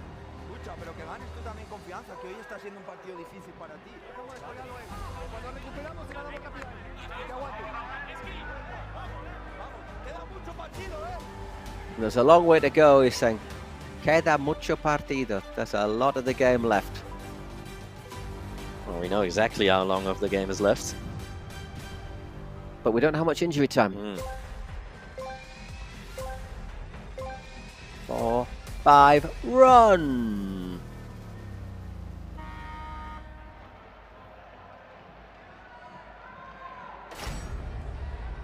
It's a great sprint there from Ivan Perez.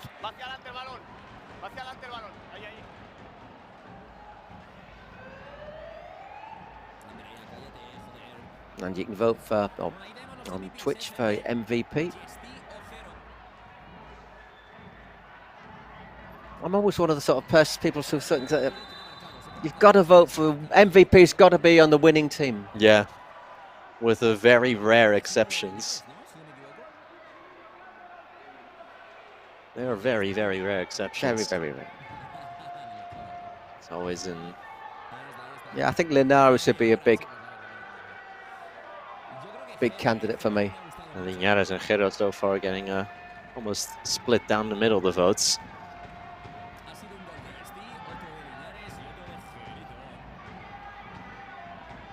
Well, they'll be quite happy with this. I would have thought Sayan's minutes gone, nothing much happened. But there he got caught there, Luca Rivera. Yeah, he's writhing in pain there on the floor. Luca, Joan, para el tiempo, Joan. Luca, hey, Pablo, calma, Pablo. Pablo Zabaleta, not sure he's got the ball first, but he has caught him. Caught him on the follow through. Right down the side of his shin.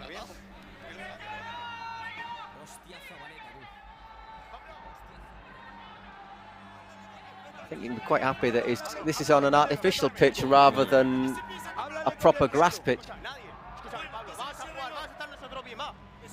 Pablo, vamos a estar nosotros bien, joder, va. Vale, está bien, cálmate, va, está bien, dale. Lo paro yo, Lo paro yo. No, Dani, lo he parado yo. Okay, referee saying calm down. I've stopped it.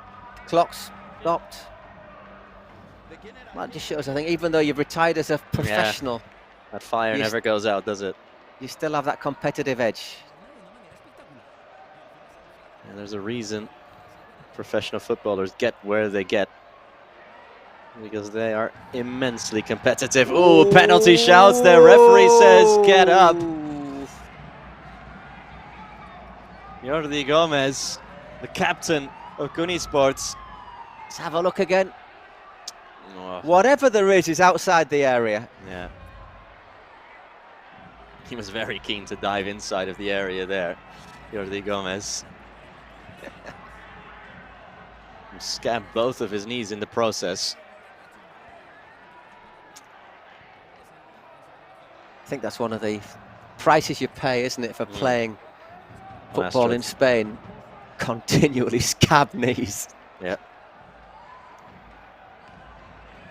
Well, if you're playing at a certain low level, if you play professional, obviously you got a nice grass pitch, you know.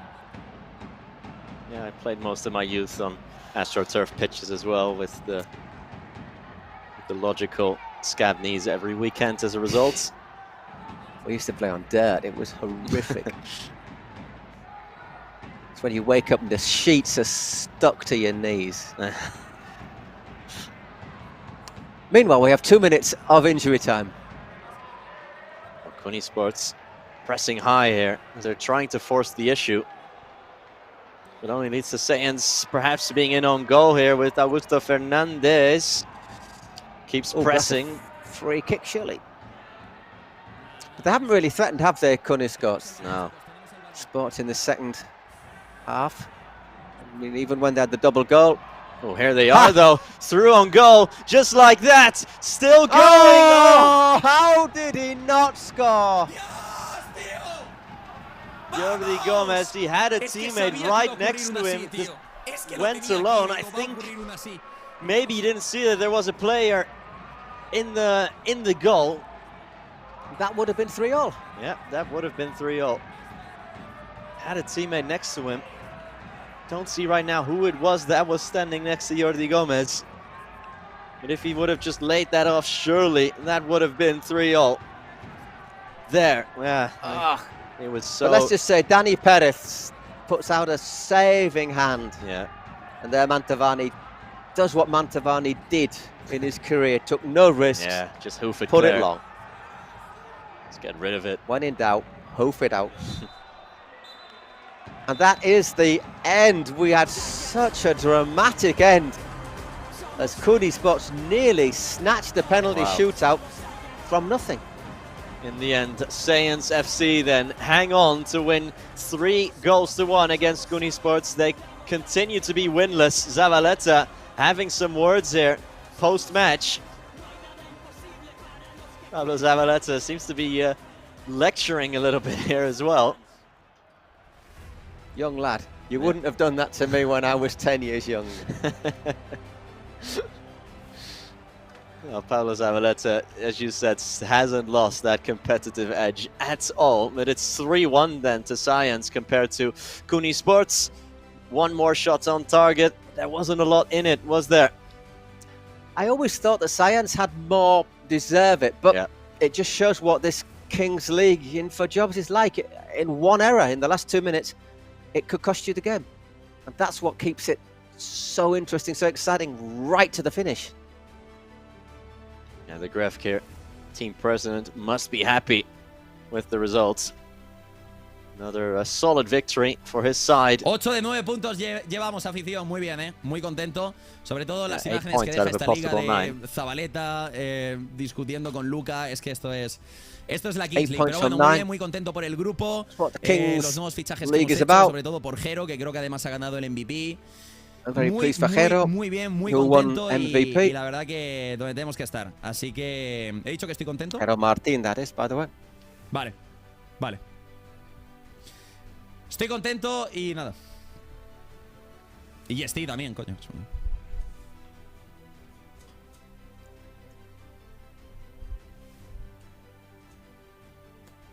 Sí, de todas formas, al final el mensaje es que estamos comenzando. Es verdad que llevamos 3 partidos ganados, 8 de 9 puntos. Yesti ha marcado hoy, Jero está que se sale, los nuevos fichajes funcionan bien, el equipo funciona bien, pero que esto es un inicio que yo jamás hubiera imaginado y mucha gente tampoco, así que hay que estar orgullosos. Pero bueno, la liga acaba de comenzar en cierta parte, así que seguiremos, pero muy bien, ¿eh?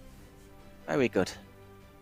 Goal scored by Daniel Linares, Sergio Yesti and Jero Martín. Jero, MVP me decías que no parecía Dani Linares, ¿eh? No, hoy la verdad es que yo creo que no. Pero I think, bueno, ha hecho un buen trabajo todo el equipo y al final es lo que yeah, Dani Linares might have deserved the MVP, but we worked well as a team. Es muy importante empezar bien. Eso te iba a And it's decir, so important to start the season well, and we're glad that we did that. Le habéis dado la vuelta a la tortilla. Sí, la verdad es que llevamos una dinámica muy buena. 3 Yeah, partidos we have a very good dynamic here, winning 3 out of 4 games. Ahora que se empieza a descolgar un poco la clasificación.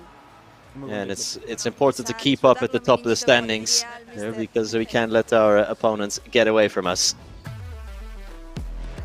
Well, once again, we'll leave you with the highlights, and we'll take a quick break before we come back with our last match of the sessions. Yeah, Los Troncos against POFC. Be back with that one in a few minutes' time as we leave you with the match highlights. See you then.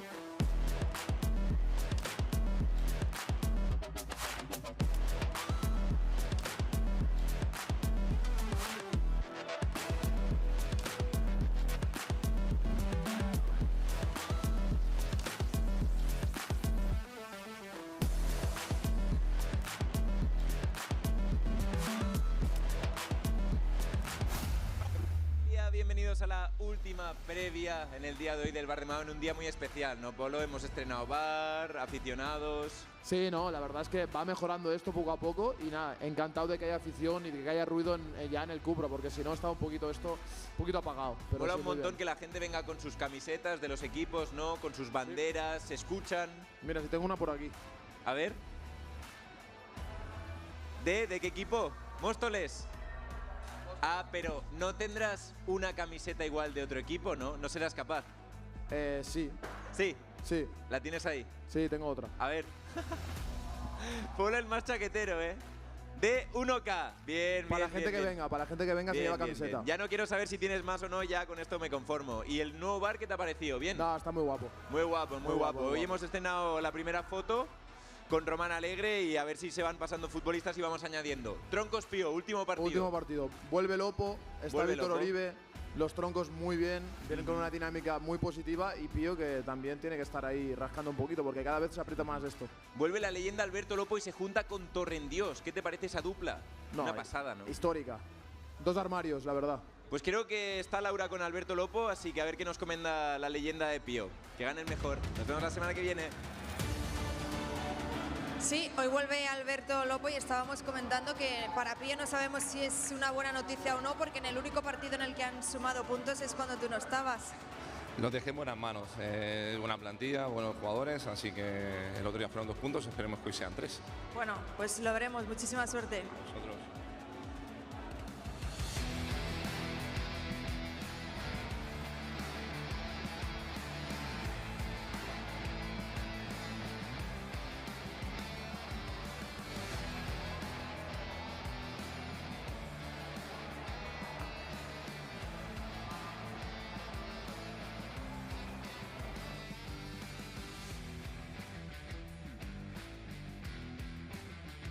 ¿Por qué no sabéis dar más expected goals y están perdiendo todos?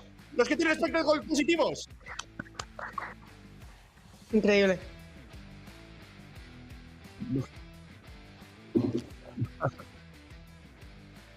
Sí.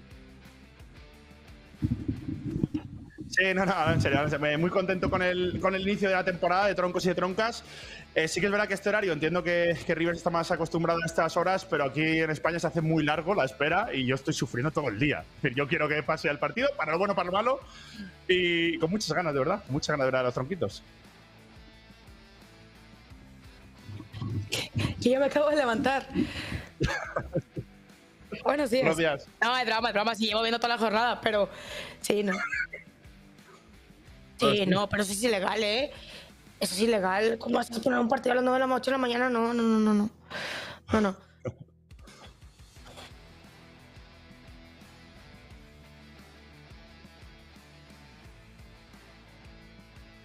Sí, 100%. Estamos todavía construyendo, estamos todavía en ese proceso de adaptar el equipo, pero creo que vamos por buen camino. Perchita, ya ganaste muchos partidos, güey, ya. No, son solo 2. ¿Qué está pasando? ¿Qué es esto? ¿Por qué hay un luchador ahí? ¿Enigma? ¿Qué pasó, güey? ¿Qué era eso? ¿Jugador 13? ¿Enigma? No sé. ¡A huevo! ¡Puro pinche pío! ¿Cuántas sientes? Bueno, hoy hay tres ex troncos en Pío. 3. Bueno, veremos qué tal. Espero que sigan siendo igual de troncos que cuando estaban en troncos y ahora en Pío, ¿no? Pues que no en plan malo, sino que sigan sintiendo la camiseta en los colores, que sigan siendo troncos. Cuidado, güey. Show, más de fútbol.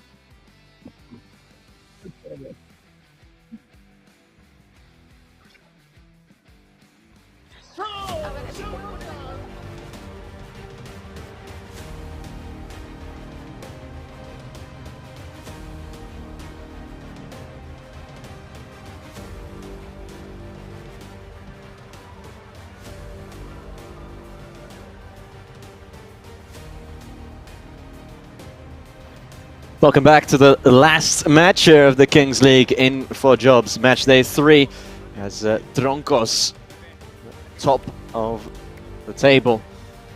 They take on one of the, well, let's face it, one of the worst teams of the season so far, at least as far as the standings go, in BOFC. It's the #1s of the league, with just 1 goal conceded in the first 2 games. Very, very impressive. Taking on BOFC, who has shipped 9 goals in 2 matches. We have 2 influencers again, 2 quite famous influencers in the Spanish world, at least, of YouTube and Twitch, in the form of Perchita on the side of Los Troncos and Rivers on the side of BOFC. Let's see if they can get a win here on Matchday 3. What is the last of the 6 matches we've shown to you today. Ex-Buyer rather, the only other team to still be with maximum points after 3 matches. Los Troncos will have to win as well to keep up with Ex-Buyer.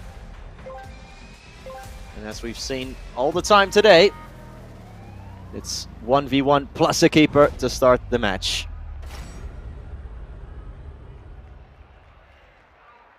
Just puts it out of play there. Straight away for POFC. There's Lasha. And Carles Planas for Los Troncos. We've got on the one of the star players, Joan Verdu.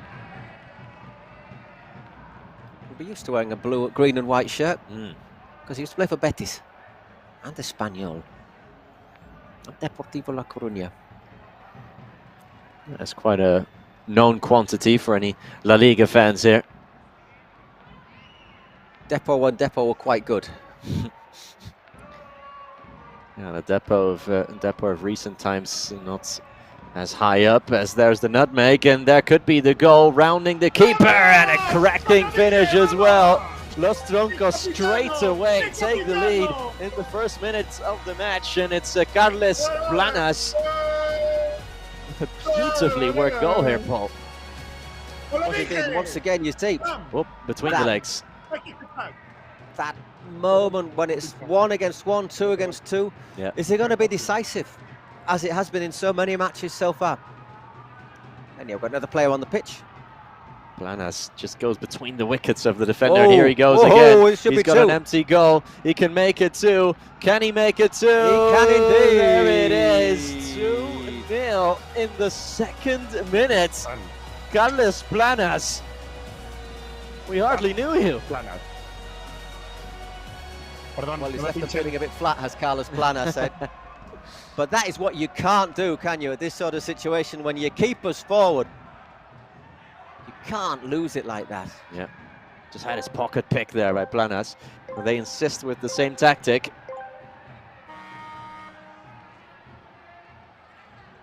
Here's Lascia. Oh, Sedesi's on his nearly losing out again.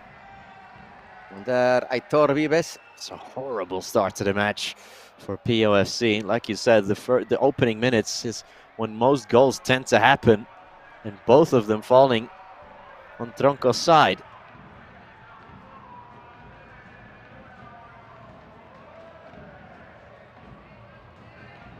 Carlos Planas obviously has top flight experience. Played for Celta de Vigo, Girona. Another one who had a spell in Cyprus. It's a bit of a common occurrence.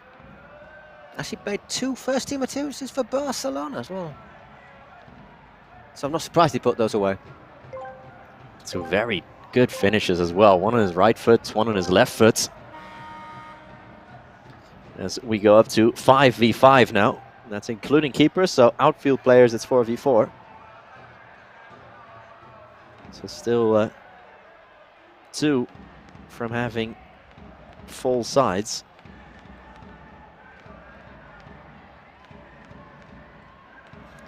Stretching, and in the end claimed without too many problems. Yeah.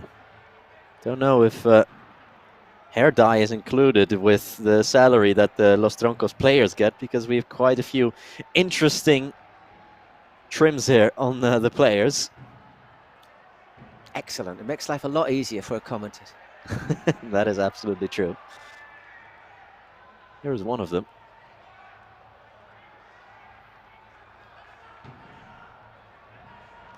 There it is, Planas. Another player into the action for each side.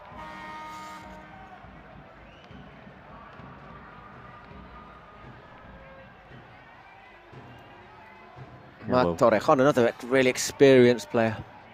Rivers there, the owner of POFC, will hate the start that her side have had to this match. Was caught napping there a couple of times. A crack from almost the halfway line.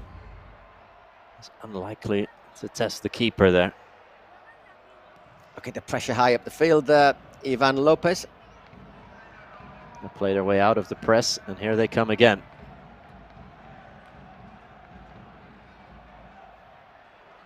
Number 3.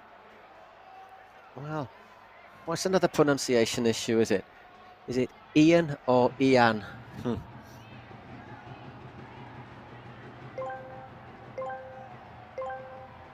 Nice drive, but he has his pocket picked.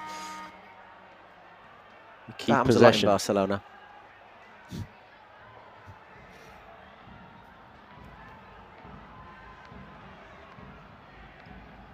So at the moment, Los Troncos living up to their billing as leaders. And they're looking to keep their perfect record.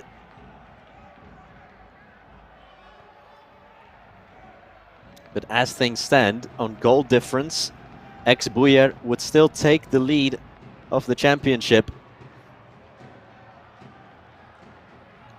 Their goal difference after their thumping 7-1 win earlier today. Got a bit of a boost, didn't it? Yeah. It's gone up to 8, the goal difference there. Los Troncos, including these 2 goals, will have a goal difference of 7. Long, long way to go yet. 35 minutes to be precise. They'll need 2 more goals.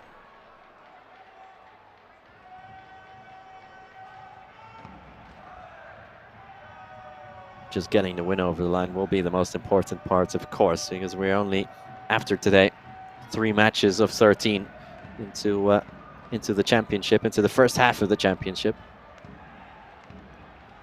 Should be able to watch in English from now on. Yeah, every Sunday from 3 p.m. onwards. Spanish time, that is, of course. Which is 2 p.m. GMT. Yeah, or 8 a.m. if you're on the east coast of the United States. Probably not going to watch it if you're on the west coast, unless you're really, really keen. Actually, it's 9 a.m. Watch it in differential. Yeah. In differential, you know.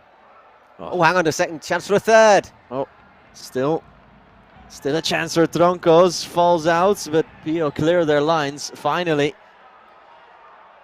Wanting a foul there is Dani Ruiz, the forward.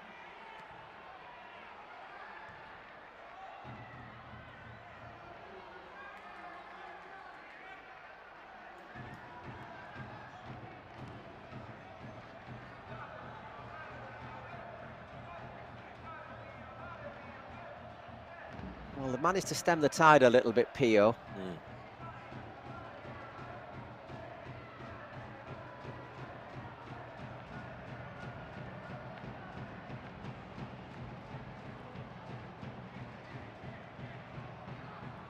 Here comes Pio, and it's a great save.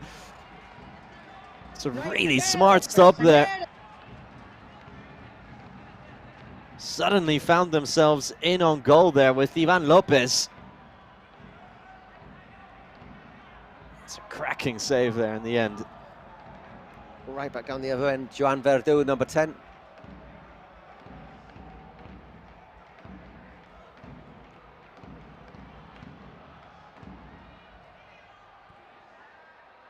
Here he is, Joan Verdu. They swing one into the area.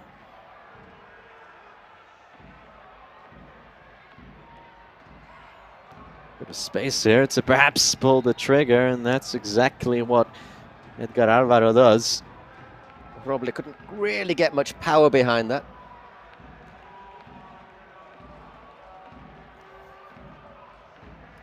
Again, another quite interesting trim there. I was going to, it's not so much the trim, is it? It's the colour. Or colours.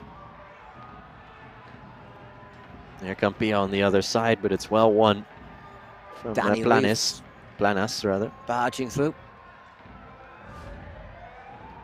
Planas scoring twice, but also doing his defensive duties.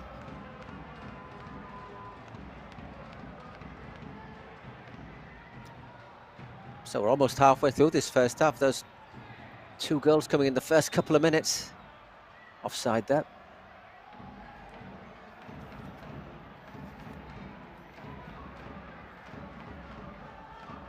There's Verdu. Calmly strokes it across the pitch. Still in play. Number 7 is Marc Soroche.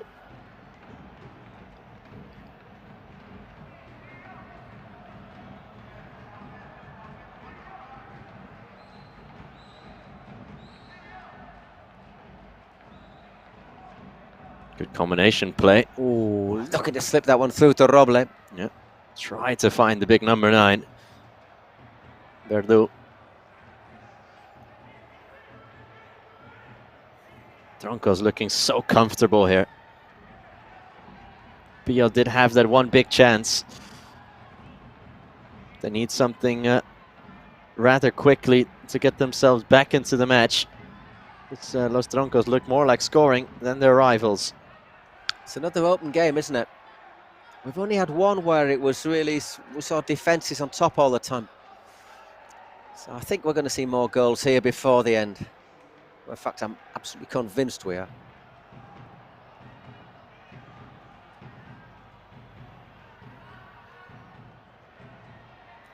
Alejandro Mejia.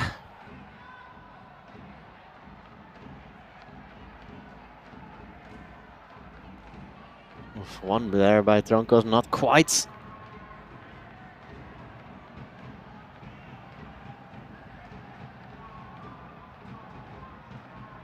It's nicely worked out. Well, not great control there from Dani Ruiz, but he's looking to barge his way through again. Real physical challenge, isn't it? Foul there on Carlos. On Marbego. Just leaves a foot in there, doesn't he? Does, absolutely does. That's a correct foul given. on Aliaga.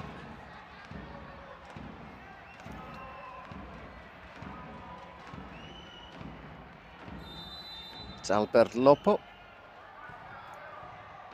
Another former Depot and Espanyol defender. And the captain for Pio today.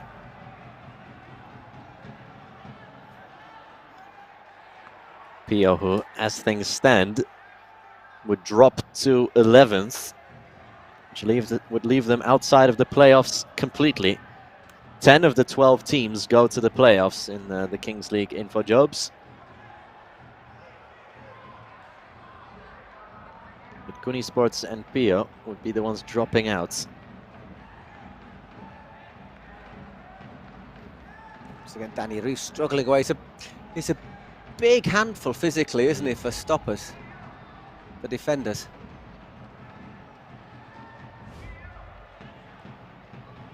In fact, with players like Torrejon, Lopo, Danny Ruiz, physical team, Pio.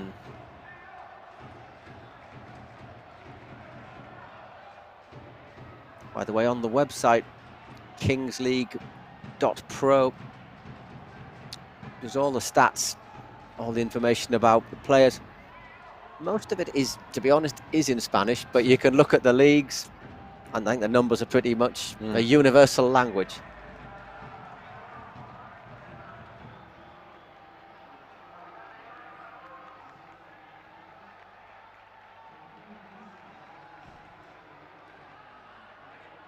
There's Torrejon, number 25 in the middle, picks up the ball there.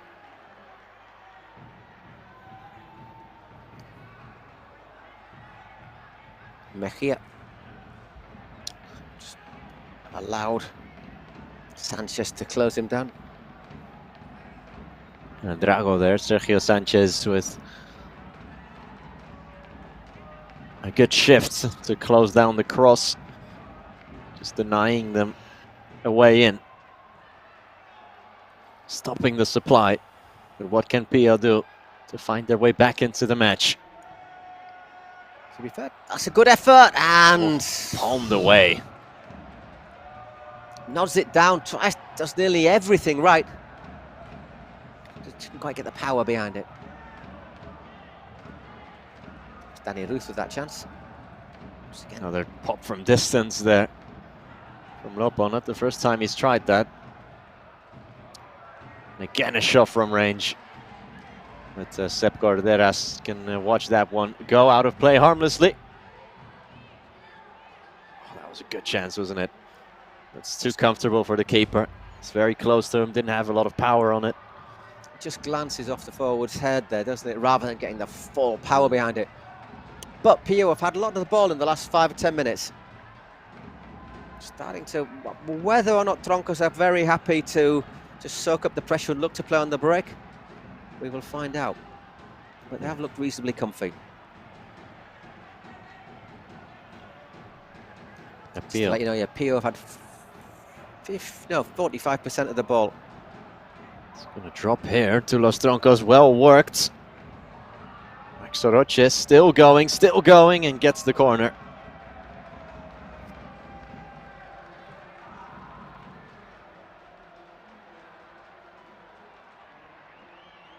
All of the teams with their own group of supporters here in the Cupra Arena.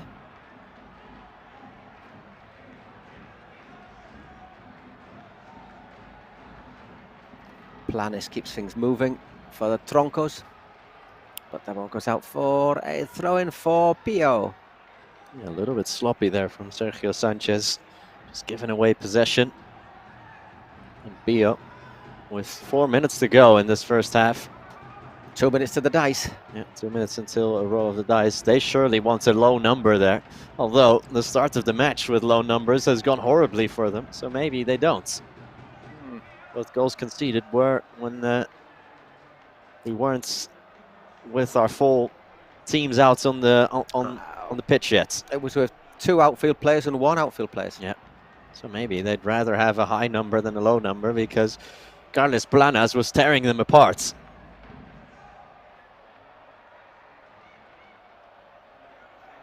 One-on-one without the keeper was also quite an interesting. It might add to our goals tally for both teams. Yeah, should do. Where's a chance, perhaps? So it's a Oh, goal. he just puts it wide. Perchita watching on there, the team owner of Los Troncos. It's not a bad effort at all from Marc Soroche. There's Blanas again, looking for the hat-trick. Blocked by Lopo. It's Verdu, rather. Drills in the cross.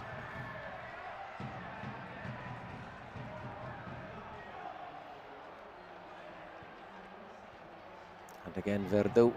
Oh, no miscommunication there. Was it already out?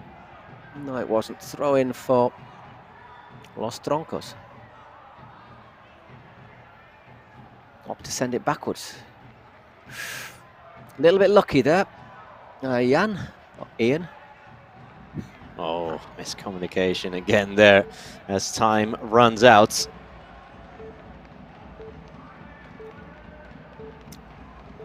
2-1. 18 minutes gone. And throwers of the dice will be Alphonse Serra and Sergi Gesti from the Saiyans team. Well, they got changed quickly. So what will we get this time?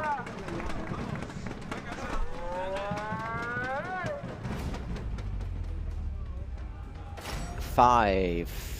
High number. Highest number, rather.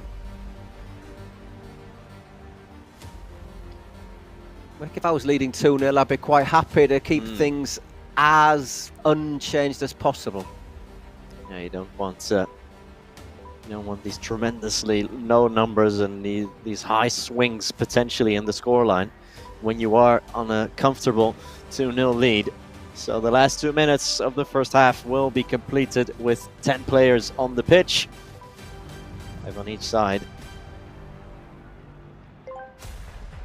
And once again, it's that sprint for the ball. Who's going for this?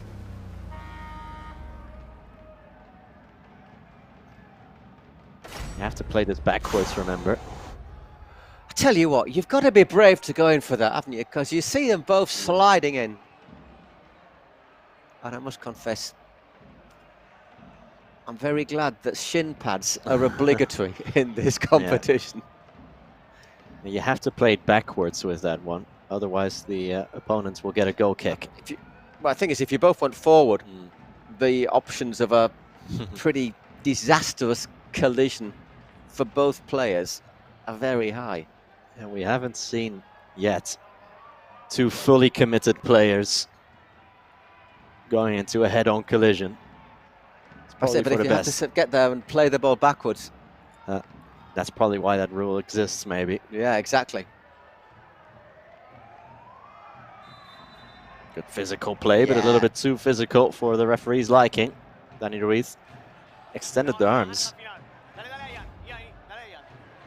Yeah, I mean, that push, he extended his arms. I think the latter push with the shoulder was legal, but the first one probably wasn't.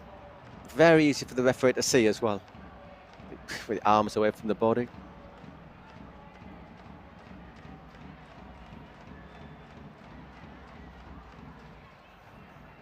Harmless effort there. As time trickles out in the first half, 30 seconds to go. I said we might have a minute added on. Don't think there's any real reason to do that. Haven't had a lot of stoppages. No, it's been really, really quick. Jorge Ibanez sends that one long.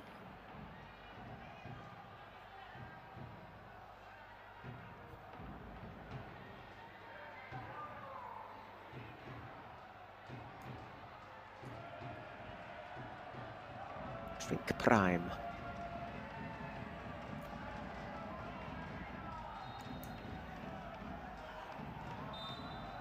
And the referees. Yeah, there it is. The end of the first half. Takes it to 20 minutes. Lets the move continue. And there, half time. Fast fast start for Troncos. 2 goals in 2 minutes for Carlos Planes. And to be honest, even though Pio have had a bit more of the ball since then, say the Troncos have looked very solid. Yeah, there you go. Only one phenomenal save from Sepp Corderas, but apart from that, not a lot of shots. Well, in quantity perhaps there, as you can see from the shot count, but not a lot of good chances for POFC in that first half. Maybe Riva should take down a Christmas tree. It's probably bringing a bad luck. It could be bad luck into February now. That is meses pushing a un it, isn't gran it? It's past 12th night, isn't it? Contento con el resultado. Sí que siento happy pues with the eso, results que hemos so dado ya un far. pasito como para atrás por el tema de think, empezar así tan fuertes, ¿no? Con ese 2-0. I think we Pero definitely confiando, took porque, a step backwards llevamos after solo that un gol strong en contra start. en 3 partidos. Esperemos mantener la portería cero, que It's, en este formato es muy difícil. I hope we have another clean sheet, even though it's very difficult in this format. No. Hard to disagree with him, that. Sí, sí, nos está condenando un poquito el 1 contra 1 y el 2 contra 2, que fueron, creo yo, errores puntuales y también, Planes que está loco, ¿verdad? The 2v2, we were very bad in that lo he one. visto bien, Yeah, a estamos ganando, few falta individual meter el errors gol there. y falta que no nos claven más, We ¿verdad? just haven't scored the goal there. That's all that's lacking from our game so far. Básicamente. Gracias. A quick analysis there from the respective owners.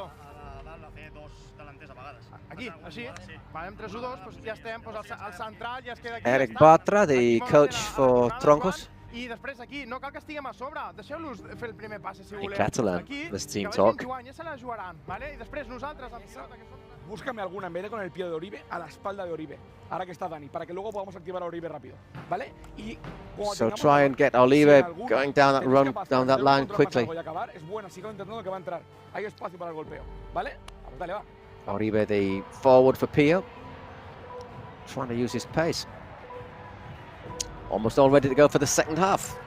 Just 20 minutes left to be competed today in our first session in English in the Kings League InfoJobs. Ready to battle it out. Straight away, POFC have asked to play their secret weapon. I wouldn't be surprised in that case if it's a star player. Yeah, most likely.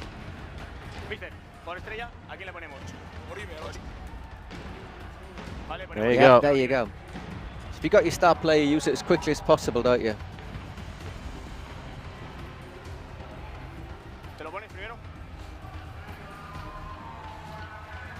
And it is Victor Uribe, the number 8, that if he scores, remember, if he scores, that goal will count as 2, and that is for the rest of the match, so in all 20 minutes.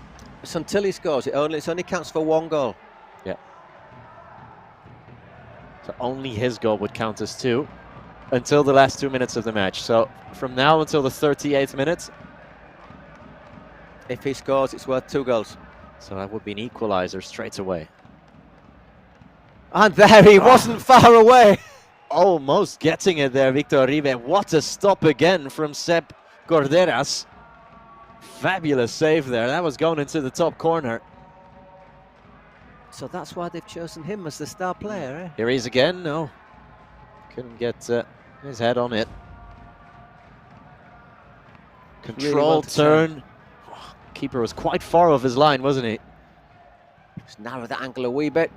Goes for it again. That's another fine save. That was Ivan Lopez who cannoned that one in. Really letting fly here in the second half. It's Sepp Corderas showing that he is a fine keeper indeed. We've seen some very good goalkeeping in all of the games.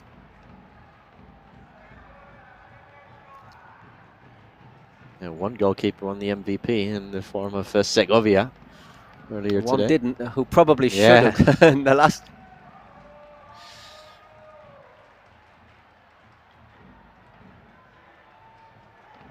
Yeah, Vacas in the El Barrio against Ottoman Mostola's game had a cracking game in goal.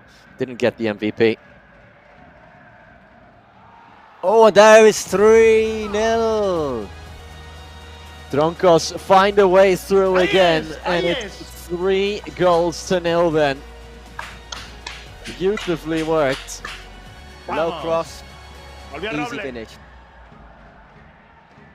Ahí es donde hace peligro. And it was Roble, give his full name Edgar Alvaro. But doing what a centre forward has to do there, just peels off, leaves his marker behind him. Nicely worked. Great little bit of work from Aitor Vives to get it going. Pulled across by Planes. It's a great finish. Planas. Oh. Well, that little cushion, that little means that even if Uribe does score, they'd still be ahead. Uribe's offered, I think he's offered a couple of chances already, and he's clearly going to adapt a shoot on sight policy.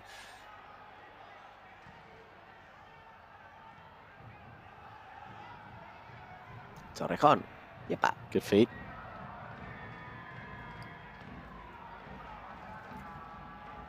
On the cross now from the left again. Corderas. Worked for Troncos from that left-hand side, not quite for Pio. Allowed to go a long way, there's Verdu.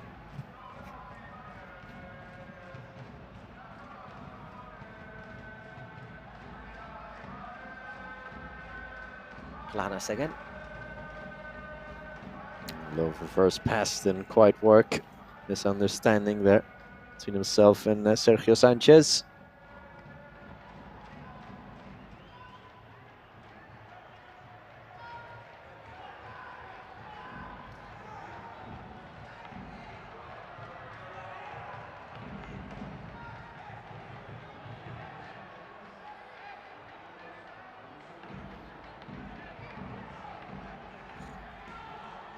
So perfect, so that's the second half for Troncos, extending their lead to 3. Oh, hang on, here come Pio, Oh. Victor Uribe! Oh. Why, he was going wide anyhow. Uribe could have made that 3-2 as the star player. Just needed a little bit too long, perhaps. Well, he's had a couple of sights at goal since putting on that green armband.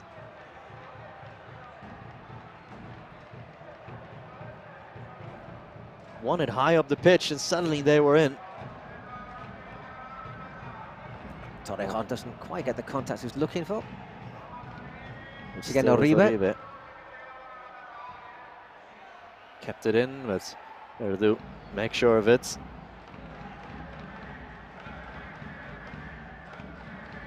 Gonna be shepherded out.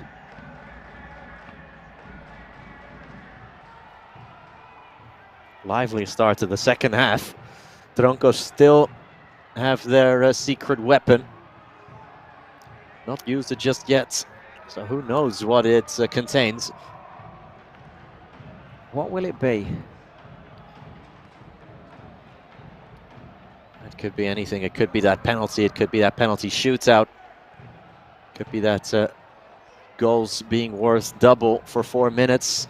Could be sending someone off for 4 minutes as someone gets drilled in. I think if you were sending somebody off, you'd do it now when you're 3-0 up, and obviously they've got their star player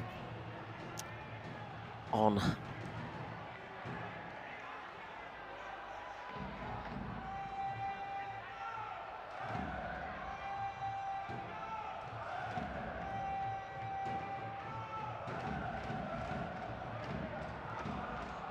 I think the longer you wait, the more likely it's to be a penalty or a penalty shootout.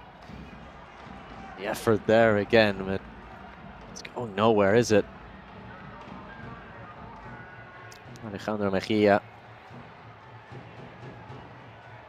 with the pot shot.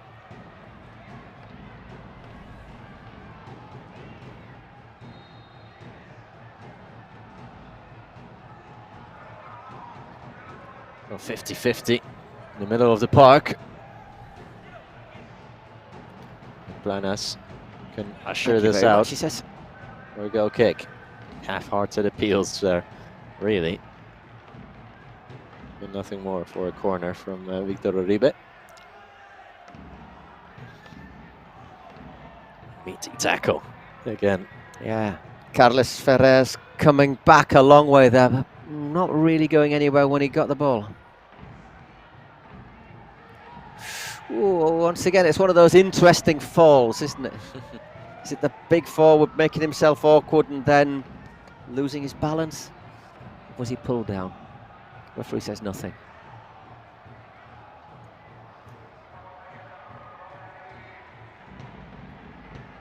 So 12 minutes left.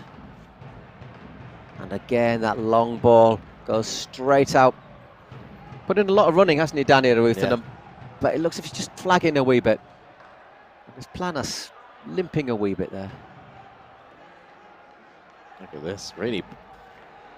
3 PO players in the area of Troncos as they try to build out from the back. Is there a handball in there? Yeah, I think that's what the referee's given. Víctor. ¿Quieres distancia? Sí, espera que pite Víctor, Vamos. Yeah, that definitely was handball. Just kicked up against him, wasn't it? Keep your arms together. Yeah, don't want to give away a penalty now. Flavio. Oh, there's a big chance for Uribe again. Another bite at the cherry, and again Troncos clear their lines. Oh, Uribe, the star player, can't say that he hasn't had opportunities. Yeah, and in the end, that convincing deep clearance. Wasn't a convincing 2 saves effort. really there by Sepp Cor. Uribe needed to lift that up.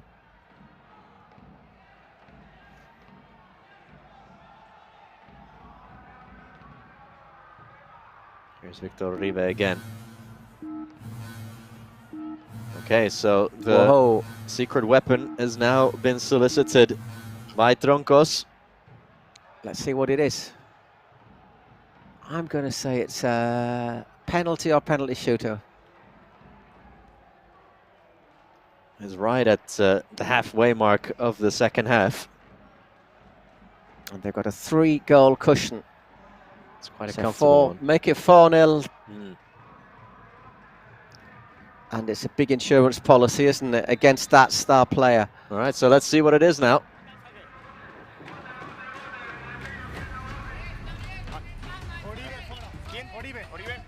That's a sanctioned player. Okay, so obviously Victor Uribe will be taken off for 4 minutes, the star player. He's gone quite late with that, hasn't he?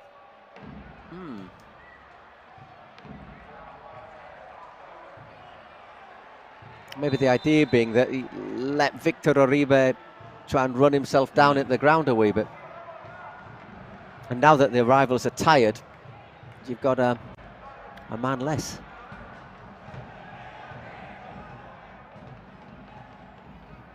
So a man down, BOFC will have to start forcing the issue there and start taking more chances. Exactly, against a team that have 7 players and have defended, maybe conserved a bit of energy. I might just fancy the chances of netting another one now. If you're PO, you want to get at least that 1 goal before the last 2 minutes. Yeah, to be in touching distance. Absolutely. But how impressive are Troncos, again, defensively, to keep 2 clean sheets in 3 matches in the Kings League. That is very difficult. Concede just 1 goal. We've seen the goals today flying in. Most notably that 7-1 in our first game, where ex-Buyer absolutely dispatched the Rayo de Barcelona team. 7-1, that was quite something, wasn't it? Really was a lightning start to the day, but not for Rayo.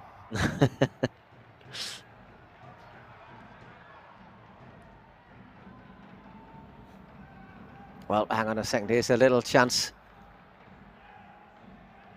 Playing the ball all of a sudden, aren't they, after using the secret weapon? They're playing more in the PO half, Troncos. Yeah, Troncos, I think, just wants to put this game to bed. Well, you do say you sleep like a tronco in Spanish, don't you? That is absolutely true. Slept like a log. Tronco is actually a log. It's also been like, Tronco, it's like, yeah, dude, mate. Man, mates.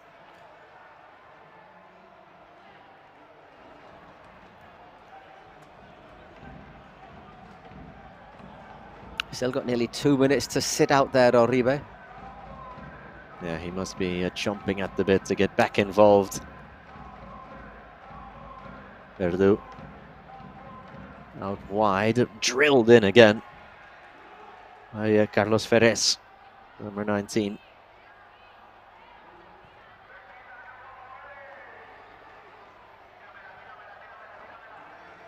Just controlling the ball here. Yeah, Verdu is really controlling the tempo at all times, telling his teammates where to play it, how to work it. Lo dijeron, sí, lo escuché. Just a good player he was. But it's how he played his league football. Ooh, going for the nutmeg there. Carlos Ferres, that was the number 19. Yeah, offside, I think that was. I was going to say.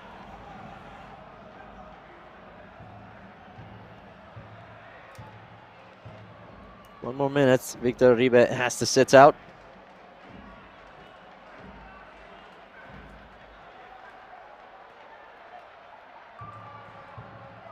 Just getting no option other than send it long.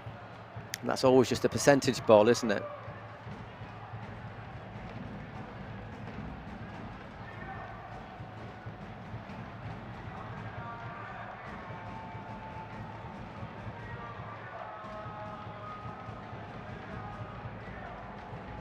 Is when Uribe comes back on, he'll have only just 3 minutes to make that star player billing count. Because after 38 minutes, oh look, it's a double goal value. Your secret weapons aren't valid anymore.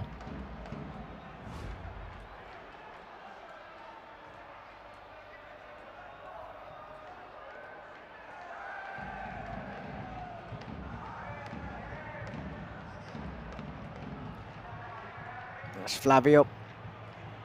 Oh, good feet. And off he goes.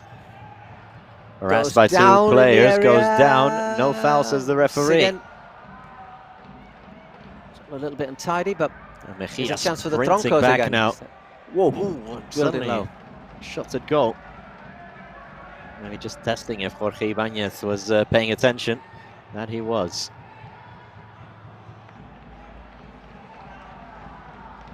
And Victor Uribe, meanwhile, has been reintroduced into the match. Which is 4.5 minutes left. So far, you'd say it was comfy for the Troncos. I say, but those last 2 minutes are a little bit of a banana skin on the road. Hang on a second up. There's Troncos looking for that fourth goal. Maybe lacked a little bit of conviction in attack in these last few minutes.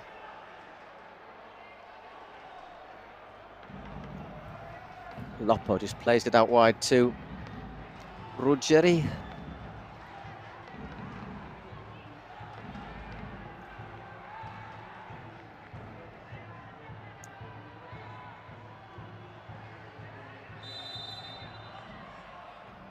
Has there been a foul given? Yes, there was. Sopio. Once again, the big lad, Danny Ruth, making himself awkward. Yeah. He's been even throwing his weight around. The big forward. It's the number 90.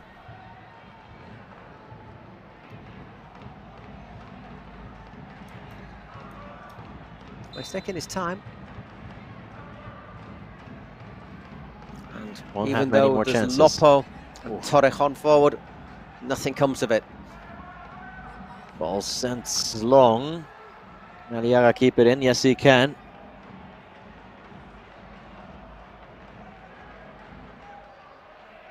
Ah, nicely played, and that should get a free kick. Yeah, it does. Uribe was a clear obstruction there. Frustrating for Uribe. Meant to try and bring his side back into this. Hasn't been able to so far. Yeah, Victor Uribe really just needs to win the ball and just have a crack a goal.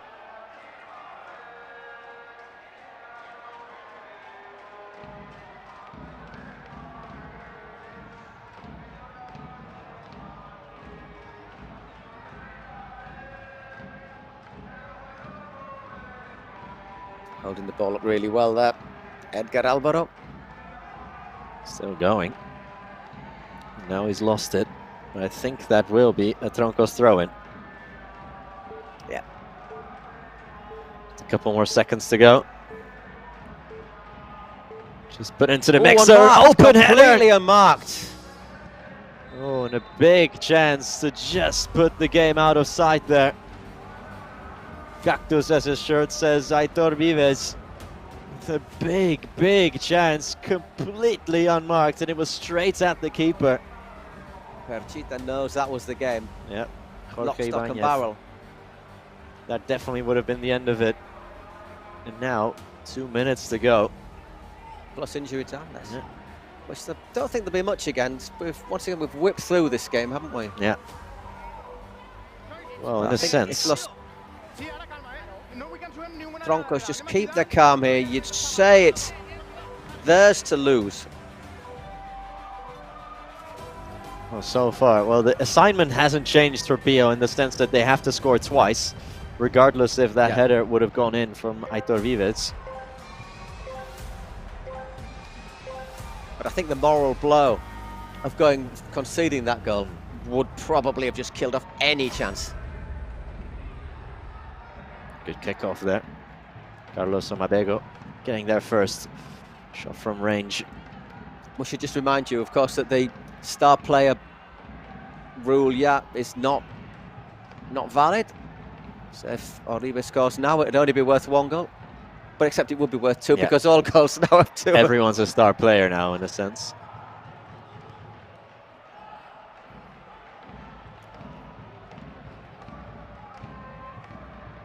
Yeah, not a coincidence there that Carles Planas is taking the vast majority of the MVP votes, scoring those 2 early goals. Yep. 2 lovely early goals as well.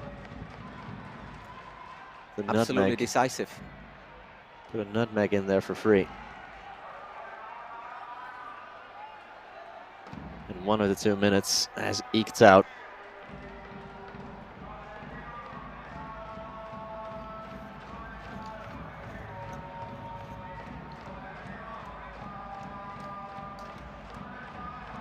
Tronco fan with a megaphone in the background. Couldn't keep it in there. Could Lopos, so he put it out for a throw-in instead of a goal kick. All alone there.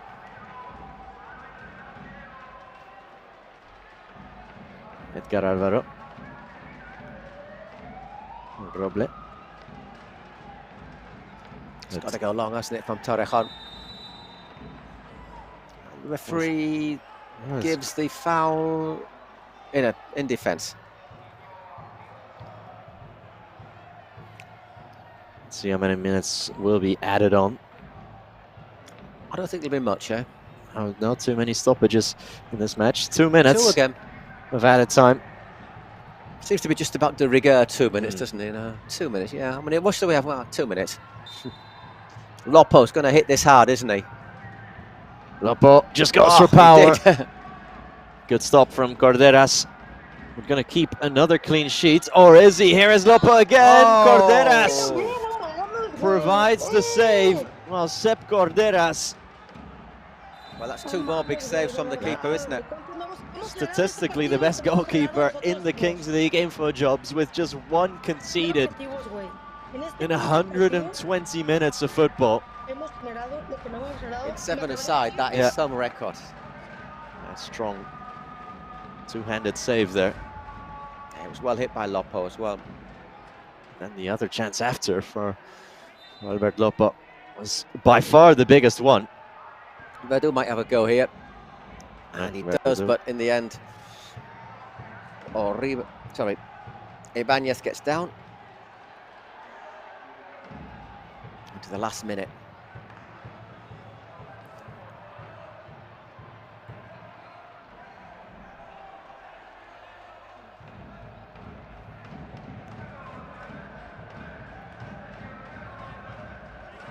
Time running out.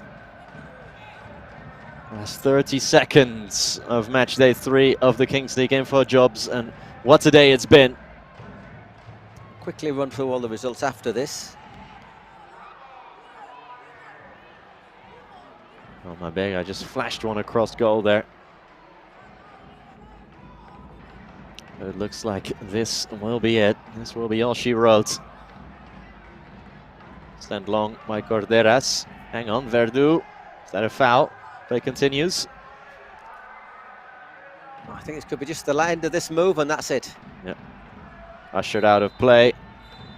And that is the final whistle. That will do it. It's another win and another clean sheet from Troncos FC, who do not go top of the table, but who go joint top of the table. Ex-Buyer finished match day 3 of the Kings League InfoJobs as the #1 team, as top of the league, but only on goal difference. Ex-Buyer and Los Troncos, the only 2 sides to keep a perfect record after 3 games, but impressively, well, Ex-Buyer have scored 15 goals in 3 matches.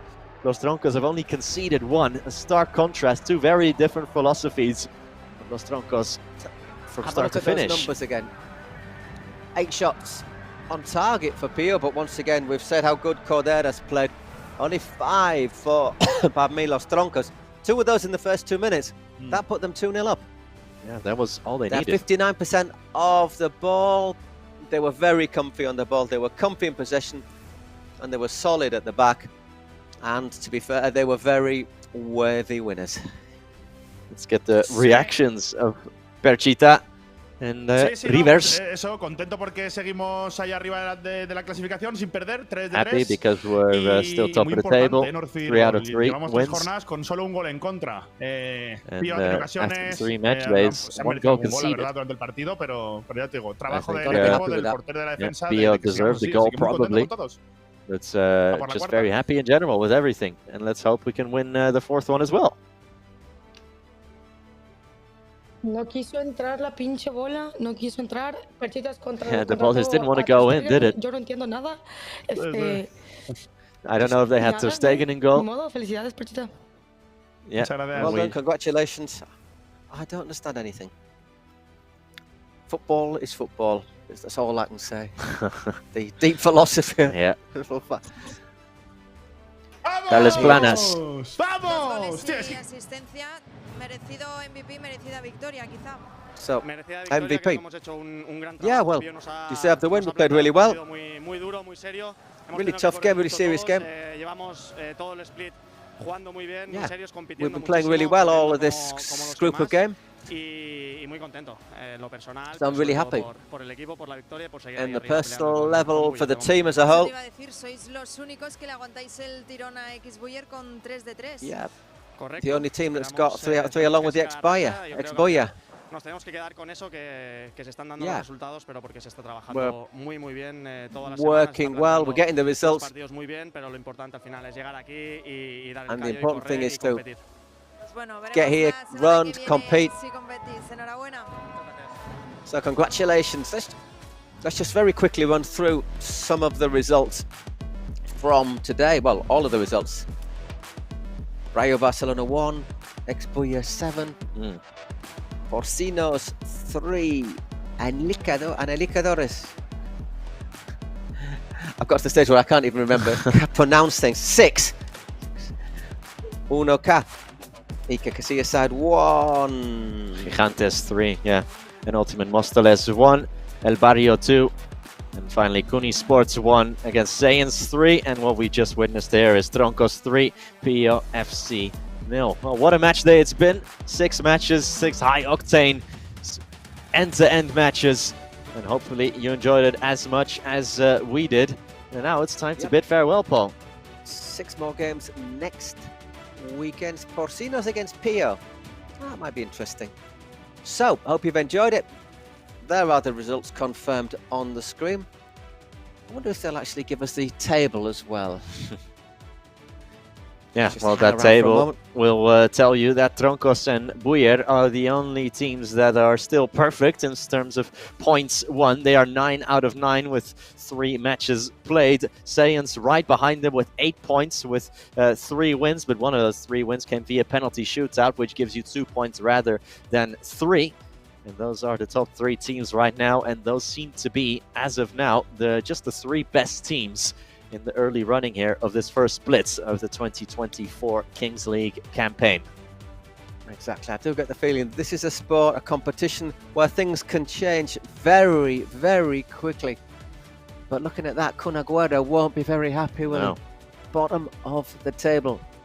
And out of the playoffs along with Pio. And at the moment, as you see, ex-Buyer, Los Troncos, Saiyans, so far basically unstoppable.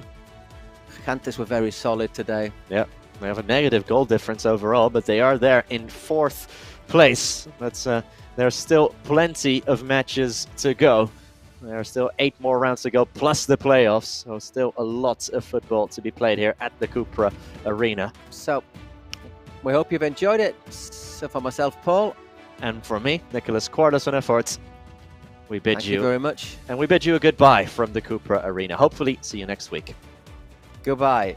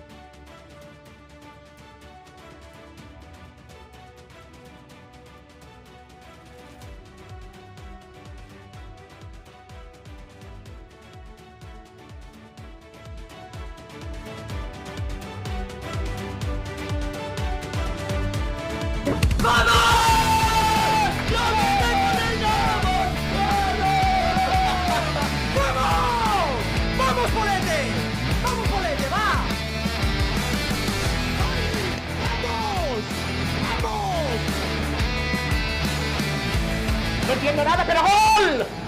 ¿Qué está pasando, Joan? ¿Qué está pasando, por favor? ¡El Messi, hermano! ¡Vamos! Pero si parecía que se había ido. ¡Dios mío!